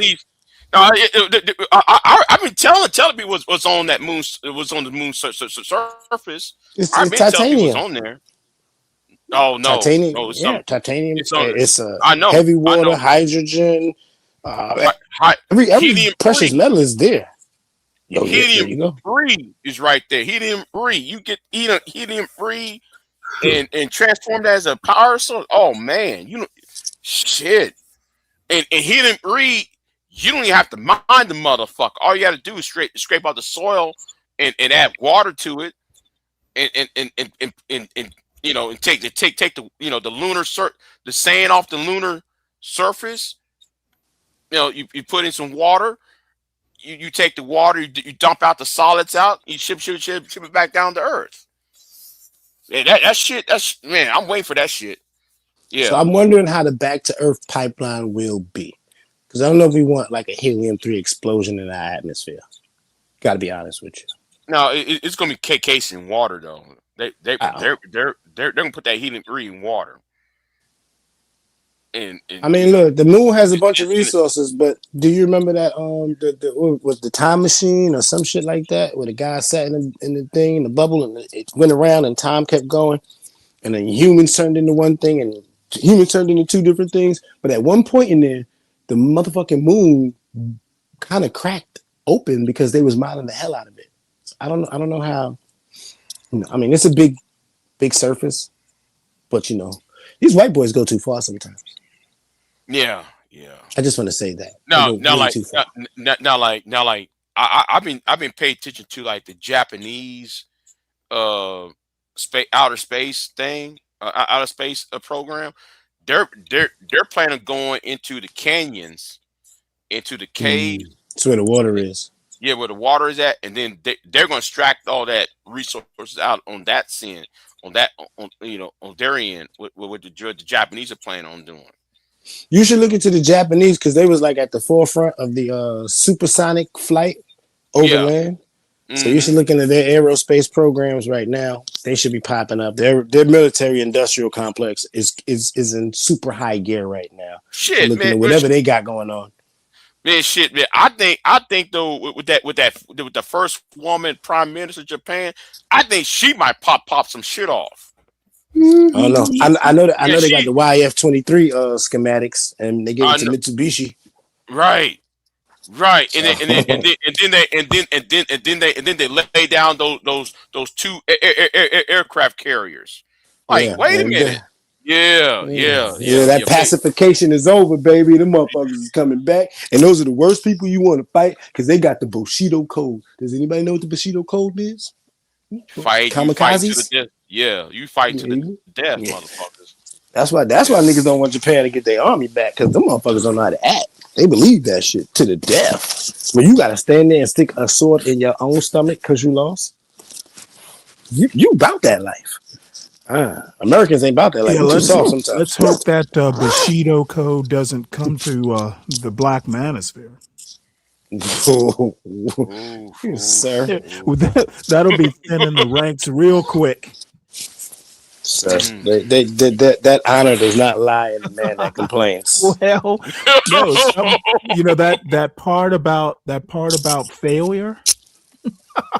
Motherfuckers out. This place would have been done a long time ago, bro. What's wrong with you? Oh Lord, man, listen. Well, shit. Fuck. I gotta get ready. I gotta go take my girl out later. What should I cook? Oh no, soul food. What's a good soul food for tonight, y'all? It's cold as hell. It's in the 30s and shit. What's a good soul food? I don't know if I'm cooking. I'm about to buy some shit for her. I think you should do fried pork chops. She don't eat pork. Okra, tomatoes, and rice. She already drink okra water. She don't eat pork. That was a good one though. Okra? Was a good. She drinks okra water? Yeah, you stick the okra in the water and let the slime and juice come out. It's very healthy for you. Yeah, lowers your blood pressure. Well, you know, I actually did okra, butter beans, corn, and tomatoes yesterday. It's something we used to eat. Well, I used to eat when I was a kid. So, that's always good over rice. And then did your I don't have any make pork chops. Did your peoples make okra and tomatoes and put them in like the mason jar? But then when it was time for grits in the morning, they poured it over the grits because that shit was delicious. Oh, no, man, my grandmother used to do that. It was delicious. I can't. Grits needs a little salt and butter. Anything else is just sacrilege. I can't be. No. Now you got to mix your grits, man. You got to throw your eggs in your butter grits. And a little salt. Man, no. Cheese and grits. You had a horrible. No. Stanley, you had a horrible childhood. They didn't let you mix nothing with your food. No. They would have let me. I don't like mixing food like that. I have a thing. I can't eat cheese, but cheese grits looks good. On my plate, like you put the gravy on the mashed potatoes. I got to make a pit in there so the gravy stays. It can't be dripping all over the damn plate. Shit! It's got to stay where I'm trying to think of that funny dude, man. You starting to remind me of that little kid from that TV show where they fuck. What's the name of the shit? What's the name of that kid? You sound very like don't fuck with my food. I know people like that. Like, well, it's a thing. I don't. It is weird. I admit that, but I just don't like my food to touch. People be like this. If my beets touch my string peas, that's right. If the beets touch the string peas, the red one has to go. Y'all are hilarious with that shit. Do I have my damn keys on? Okay. Yeah. Y'all are hilarious. It feels nice out here right now. I was talking shit. Temperature drops out here like I was in the fucking desert. Actually, I I need to go start my show. I'm a little late, but I was You late? having a good time. I thought You it know, was you could have 21. started it while you was on this one. Just start up and go live right in the No, middle. as a matter of fact, I still have a couple prep things to do. I have my articles lined up, but I got a couple. I Oh, got okay. I was one gonna thing I say got to record. No, you still I got 30 believe it or minutes. not, it's a little bit Thank of you planning. for being a professional and having your shit together before you click the go live button. It's not always like that. Saturdays are loose. Yeah, but I mean, if you got a message to portray, you should have taken the time to do your investigation, line your stuff up. You shouldn't have to pause your crowd. All right, hold on, everybody. Let me look for this. Hold on. 5 minutes later, okay, I found it. Right. Like, it shouldn't be like that. You Well, should have that shit lined up. sometimes it happens, because things happen on the fly. But no, Right. I pretty much it's a loose organization, but there is some organization. Got it. All right, well, I'm gonna get up off this. I gotta make a All run, right, and Big I don't want to J, be out of here on a salute. win. I enjoyed it. All right. Queen Sunkissed, I enjoyed it. I'll see one or some of y'all over there. Damn, it's almost 8 hours in this motherfucker. Well, shout out to Stanley and V-Dub. Damn. It's gonna be 8 hours and 20 seconds. So 20 seconds. Yeah. It's 2 p.m. So I must be up here ever since 8 o'clock this morning. God damn. I ain't 8. You just been sitting up here, you ain't eating nothing? I ain't 8. Yeah. I need to change out these clothes and shit. Oh wow. Yeah. Tragic. Yeah, I'm gonna check on this car battery that I'm charging up since last night. Oh wow. Yeah. I got Let me see if my battery's charged up. So did she lose any subscribers? I you know what? Hold on. We might hold on. Let's do this real quick then. Mm-hmm. Let's go on Social Blade real quick. Let me go on Social Blade and let's see here real quick. Just Pearly Things. I think that's her channel name.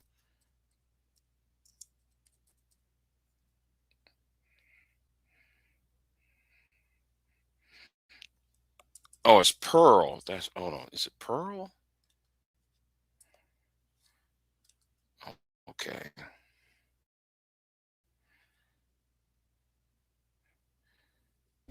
Girl, her standing up there flipping them papers was so childish. Like, yeah, it was stupid. I mean, for somebody Survivor. to sit up there and talk about how women is useless, I mean, she does a pretty good job in proving her point by example. Right. Let me go ahead and show you then. Let's go ahead and just show you if I think all of these things that she says about women is really just a projection of herself. Like, I think if she didn't look like Fiona by body, that she probably would like to be an OnlyFans whore, But because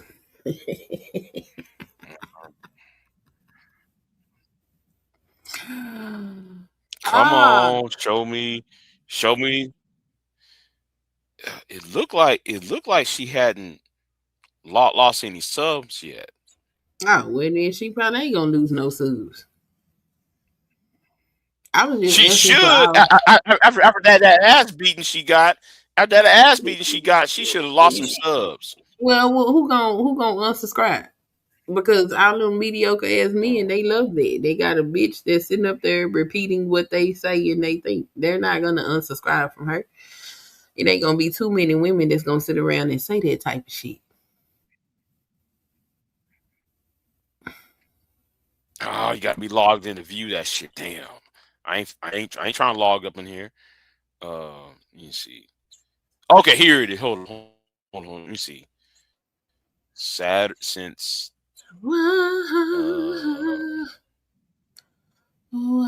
She's actually gaining subs.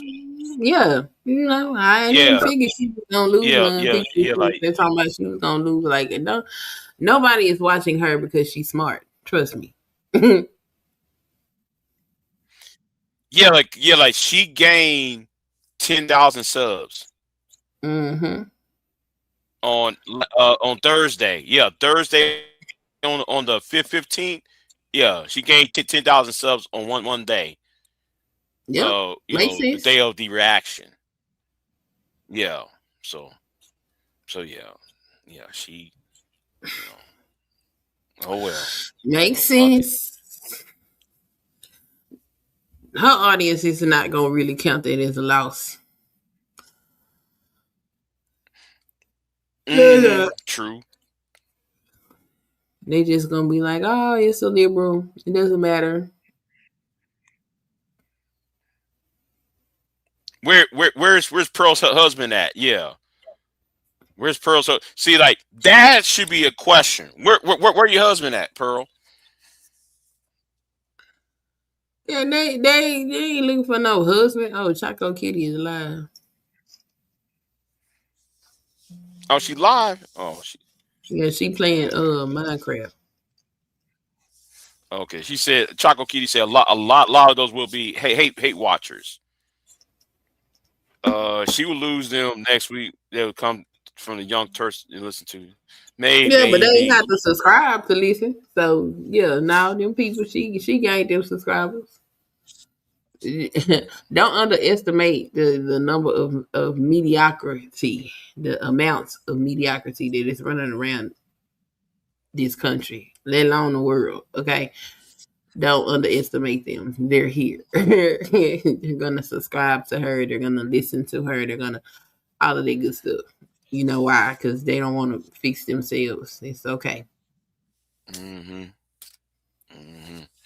Well, been up here since what 5 o'clock this morning. 5 o'clock in the morning. The conversation got boring. Yeah. I heard you go in the bedroom. Oh, she said she would. Oh, okay, yeah. I doubt she lose anything. Pearl. I'm glad somebody finally stood up to her in a way that was effective, where she can't mute their mic. Mm-hmm. Or play the race card, and try to, it's just black. It's just a black woman. Blah blah. No. She can't escape that shit. I mean, I don't think she could have done that in no debate either.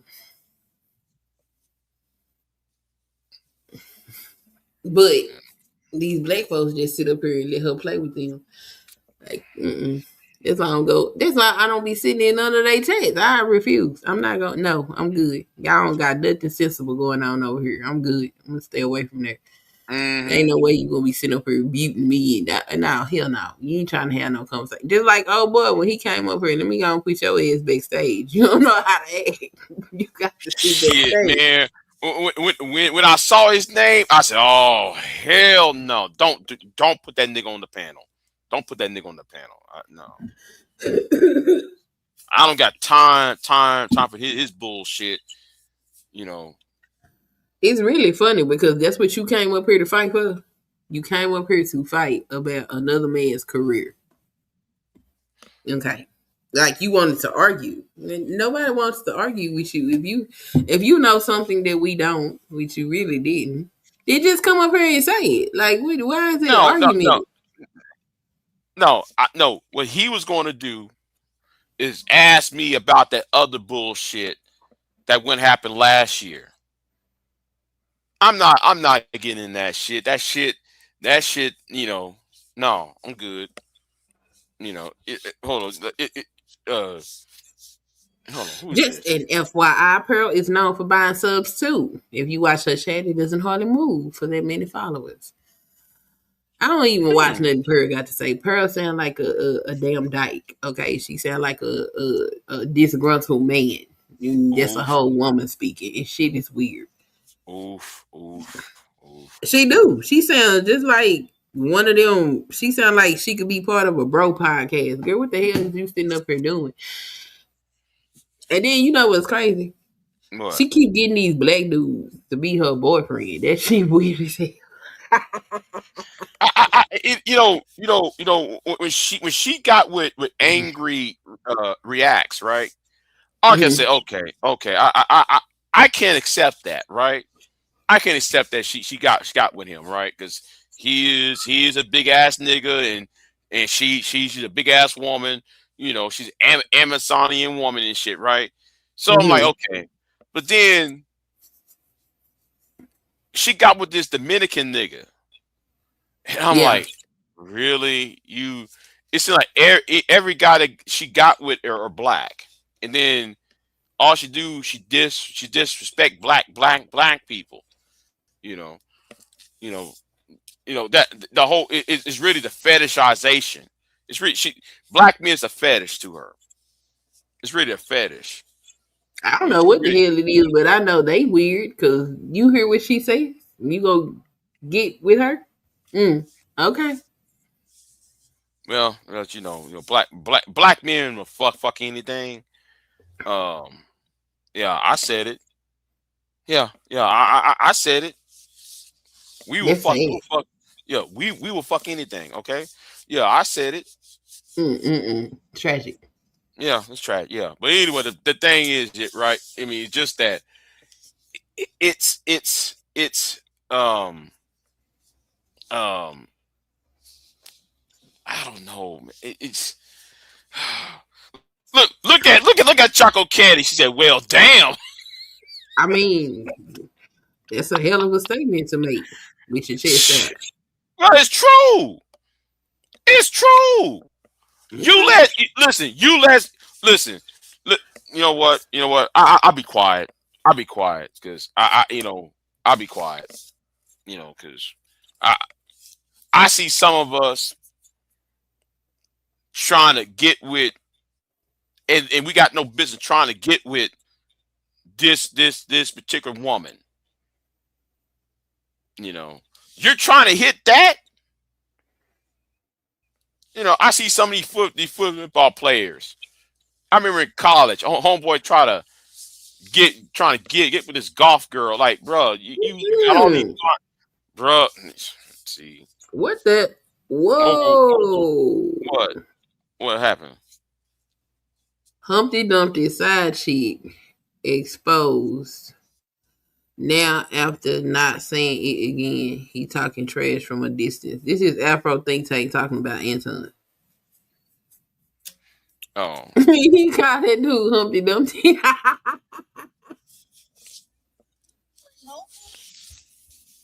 y'all not watch the whole interview? Because I did. Y'all didn't watch the full episode? Anton disrespected him so bad on his own platform. And Anton, he from my city. But he was wrong. You don't disrespect no grown man on his own. First of all, he threw a whole lot of shots at Corey before it got heated, and Corey just let it roll off his back. Corey was really kissing his ass. Before it blew up, he was really kissing Anton's behind. He was trying to be professional. But then, see, I don't have to clock somebody that's rage baiting me and that's trying to set up a play so they can get views. That's exactly what Anton did. He was poking the bear. Anton said, I studied you. Before it got heated, he told him to his face, I studied you. So if you study me and you know I talk about backdooria all the time, you know that I find certain things to be disrespectful, and that's no shade to the LGBTQ, community. But when you say to another man that he is performing fellatio on a man, how many men gonna let another man tell you to your face that you performing fellatio? Okay, let's see. So I watched that Anton Daniel and Corey Holcomb video, right? So before I watched it, I was looking at people like comments about it and shit like that. I was looking at people. Look, I don't need everybody commentary. Get to the part where he exposes the girl. And you don't do nothing? Yeah, you soft. Point blank, period. Ain't no ifs, ands, and buts about it. You don't let no man call the woman that you're supposed to be responsible for, or the women you're supposed to be responsible for, a bitch. So all you do is trying to defend them. You soft too, because what that tells me is that you'll let a man call your daughter a bitch. You'll let a man call your mama a bitch, your auntie. You'll let a man call any woman that you're supposed to be responsible for a bitch, and you just gonna sit there and tuck your tail and walk off and not do nothing. Yeah, you are weak. Protectors my ass, boy. What's going on, everybody? It's Afro Think Tank. All right, so as everybody know, my Antone video and Corey video got taken down. I told y'all in the video, it's hard for me to talk about Antone without getting demonetized, get my video taken down, because he's such a bitch that it triggers my apex predator goddamn pheromone, man. It triggered my shit. It triggered me. Like he one of them dudes. No, I'm a nice guy, but I bully that dude, bro. Like he kind of Yeah. He ain't lying on that shit. What? About Anton, you could be at peace, right? Until you hear Anton's voice, you want to whoop that nigga's ass. Anton sounded like an angry ass woman talking to Corey. You seem like an angry bitch. Just yo, bro, why your voice so high? Like, what's that? I'm like, yeah, what is this? right? Because Corey done exposed that he brought his side chick on the show. Like dumbass, by the way. Okay? Like dumbass, right? And now you talking about he was a beat shit. That Oompa Loompa egg drop soup bald head nigga ain't doing shit like dog. We know he wouldn't, dog. When he sat there talking like a female, well, Corey was right. Now I know a lot of people don't like Corey because Corey he kind of be talking. I understand Corey, he had a guy in a bad relationship, so he got this complex, okay? But hey, but Antone, so he go in there and talk. What's crazy is Corey, who talk mad shit about women, have more respect for marriage than Anton, who's actually in one. That's what's crazy as hell. About somebody ethnic. See, Antone used to go on shows where he could talk like a female and he ain't got to worry about nothing happening. Right? When that dude from jail said he would take his butt, he ain't say nothing. Facts. And let that dude take his butt. Antone sat right there and let that dude say he'll let him take his butt. And Right. So though, he ain't lying. He ain't lying. Because when Booty Warrior told him, go ahead. Yeah, when a Booty Warrior told Anton, I'll take your booty hole, and said it with a calmness, like nigga, I'll bend you over and I'll take you. I'll fuck in your ass. I'm like, bruh, and Anton like was laughing at the shit, like, bruh, he's telling you if he will take you if he had the chance to do it. The interview would have been over. All right, bro. We good. Yeah. It would be no fucking interview. You listen. I don't know about between men, right? You let another man come to another grown man and tell him, listen, bro, I will fuck you in your ass. In your face.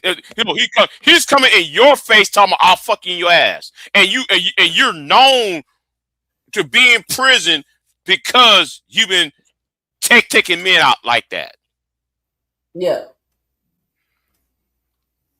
If you went to prison for grape and you've been in prison for that, why would I be in the same room with you? And the first thing come out of that man's mouth is, yeah, man, you look good. I might fuck you in the ass. We ain't having no more conversation. There's 2 days happening. I'm either leaving or we're fighting. I'm not gonna sit here and say, Hey, bro, you are fake. You got money because your daddy died. Facts. For white supremacy. You're a professional coon. All right? You have no talent, but other than being a coon for white supremacy. All right? You capitulate to the lowest realms of society to make your money. You faked it all the way until you slightly made it. All right? Everything he says out his mouth is bullshit. Anton, all he can do is talk trash to women. You see, he can talk that shit to women, but he's not as slick and he's not really a player. See, a player, all right? A player wouldn't have brought his side chick to a show. Yeah, that's crazy. A player would have left his side chick at the hotel so nobody would know. But he ain't got the skills because he new to this. Because he just got some money. So he brings his prostitutes because, trust me, look at him. Look at Anton. No one would mess with him unless he has some money in his pocket. Okay? Guaranteed. Nobody would mess with Anton unless he got some money in his pocket. He's shaped like an egg. He has one of those misfortunate shapes. Zero athleticism. Dude is not athletic. Yo. Who ass he beating? Dude probably been in a fight his whole life. Anton Daniels has never been in a fight in his whole life. I'm telling you. All he's been doing is getting beat up. All right? All Anton has ever done is got beat up. Now he crying and whining, talking about, oh, beat his ass. All the way from somewhere else, because you ain't do that. When Corey, see, this is the thing. This is what real men know. All right, this is what all men who bought that life tell me. You can say it once from all the way over here. Yeah, you some dick. Yeah, you some dick. So when Corey got up and sat down and said, say it again, guess what you didn't do, Anton?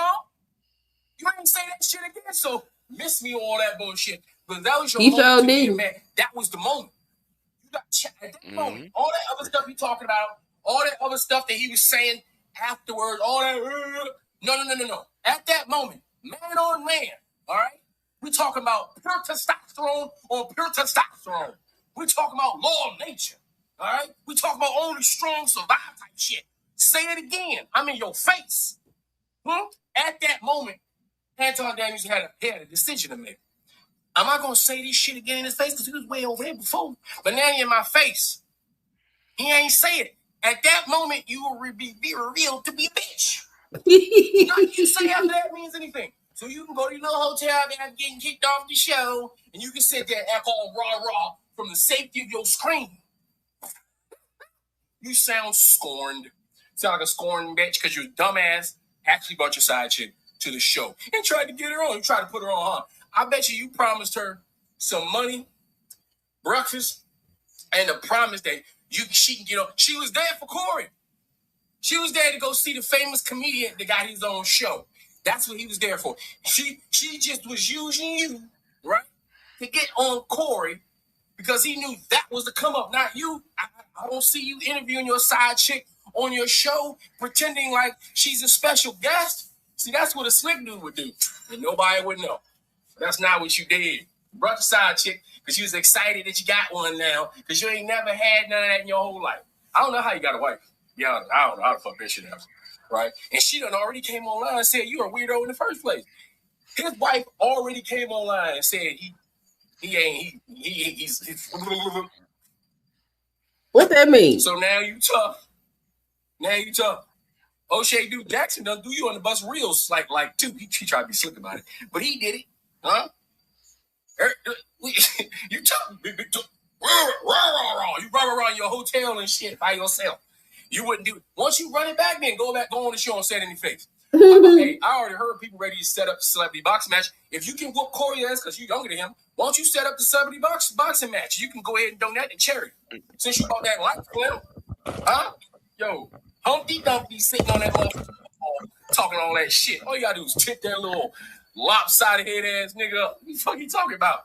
He mad, yo. I bet his wife mad as shit. It was probably already on the rocks. Now he got exposed and shit, man. He all crying like a BITCH on the internet. That shit's hilarious. And I don't even know this video probably get goddamn. I'm probably gonna get hit with this one too. Because they probably tell me because they probably making fun of him too much. But it's just hilarious. I'm sorry. I'm gonna put the clip I'm gonna put the clip right here. You're gonna see him bitching. You're gonna see him acting just like a scorned Negro who's upset, all right, because he got bitched out and everybody making fun of him on the internet, all right, for being a bitch because you should have said it again. If you would have said it again, bro, I'd have been like, all right, you got some balls. You got some balls. Because when in your motherfucking face, you ain't gonna say it. Oh, man, I really wish I could. I really want to meet. I really want to meet Anton Daniels.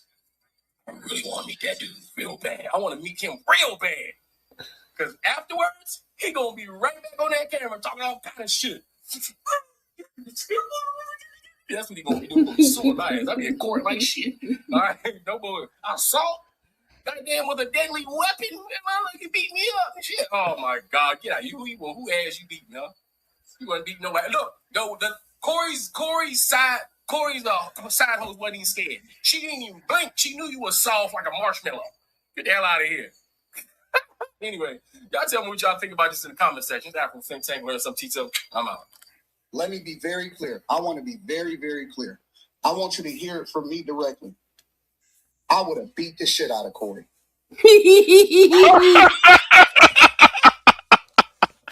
Oh, now he got the nerve to say that. He would have beat the shit out of him. That's what he say. Yeah. Now he was talking some major shit on Anger Man's channel. He was talking heavy shit on Anger Man's whole ass channel. Yeah. Corey would have got the shit beat out of him. And I was thinking to myself, we was walking out the door. Me, Mika, security, we walking out the door like, this nigga's so corny. We was laughing at the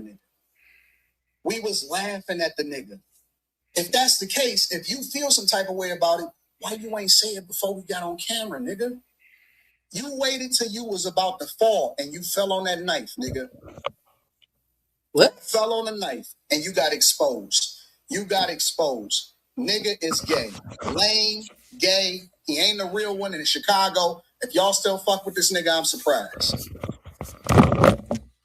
I'm surprised, bro. Now he trying to check his support. Very, very, very surprised. I'm amazed. I am amazed. Corny.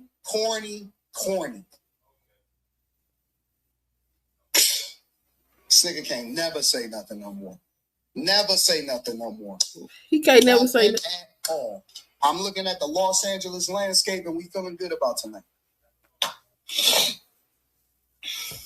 Hey, anybody that's friends with Corey, anybody that hang around that nigga, hey man, don't do nothing. Don't say nothing out of pocket. That nigga's a snitch. That nigga's a hoe. He a hoe. He a snitch in every facet of the word. That nigga's a snitch. He a hoe. And that nigga will backdoor you.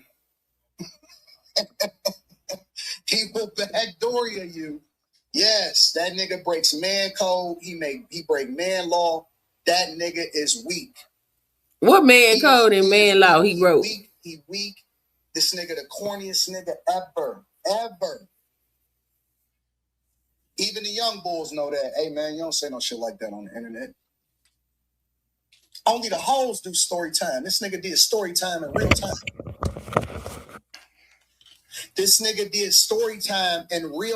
Bro. This nigga's a hoe. Gay. We might as well switch his platform.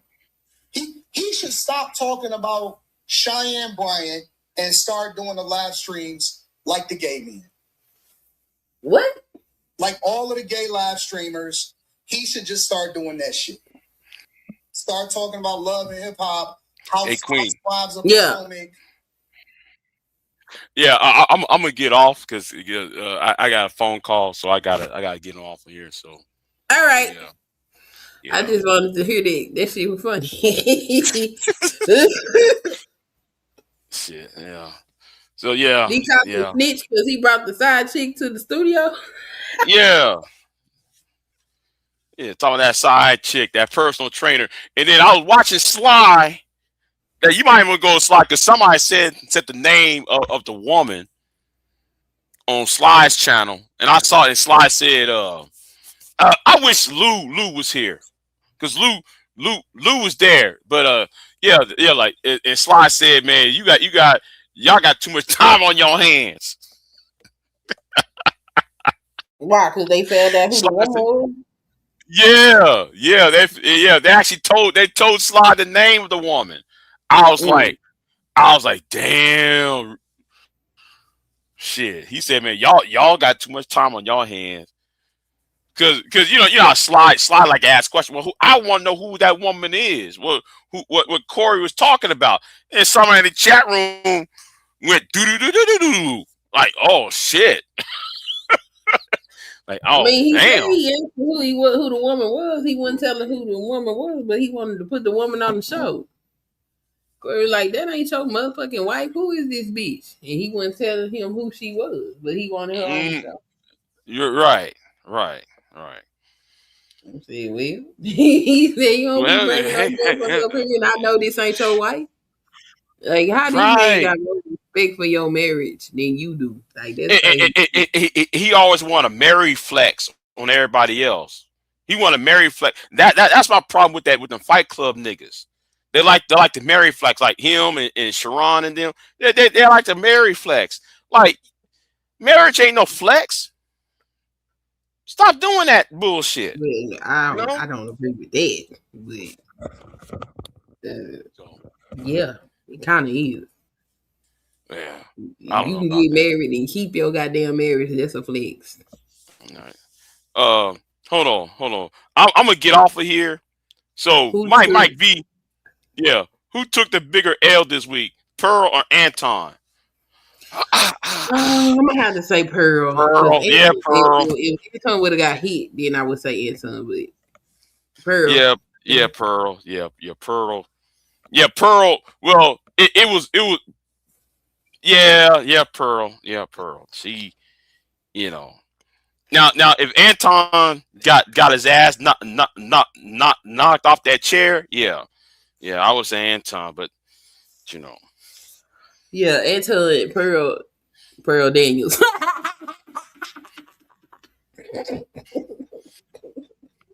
And you know what? God is good.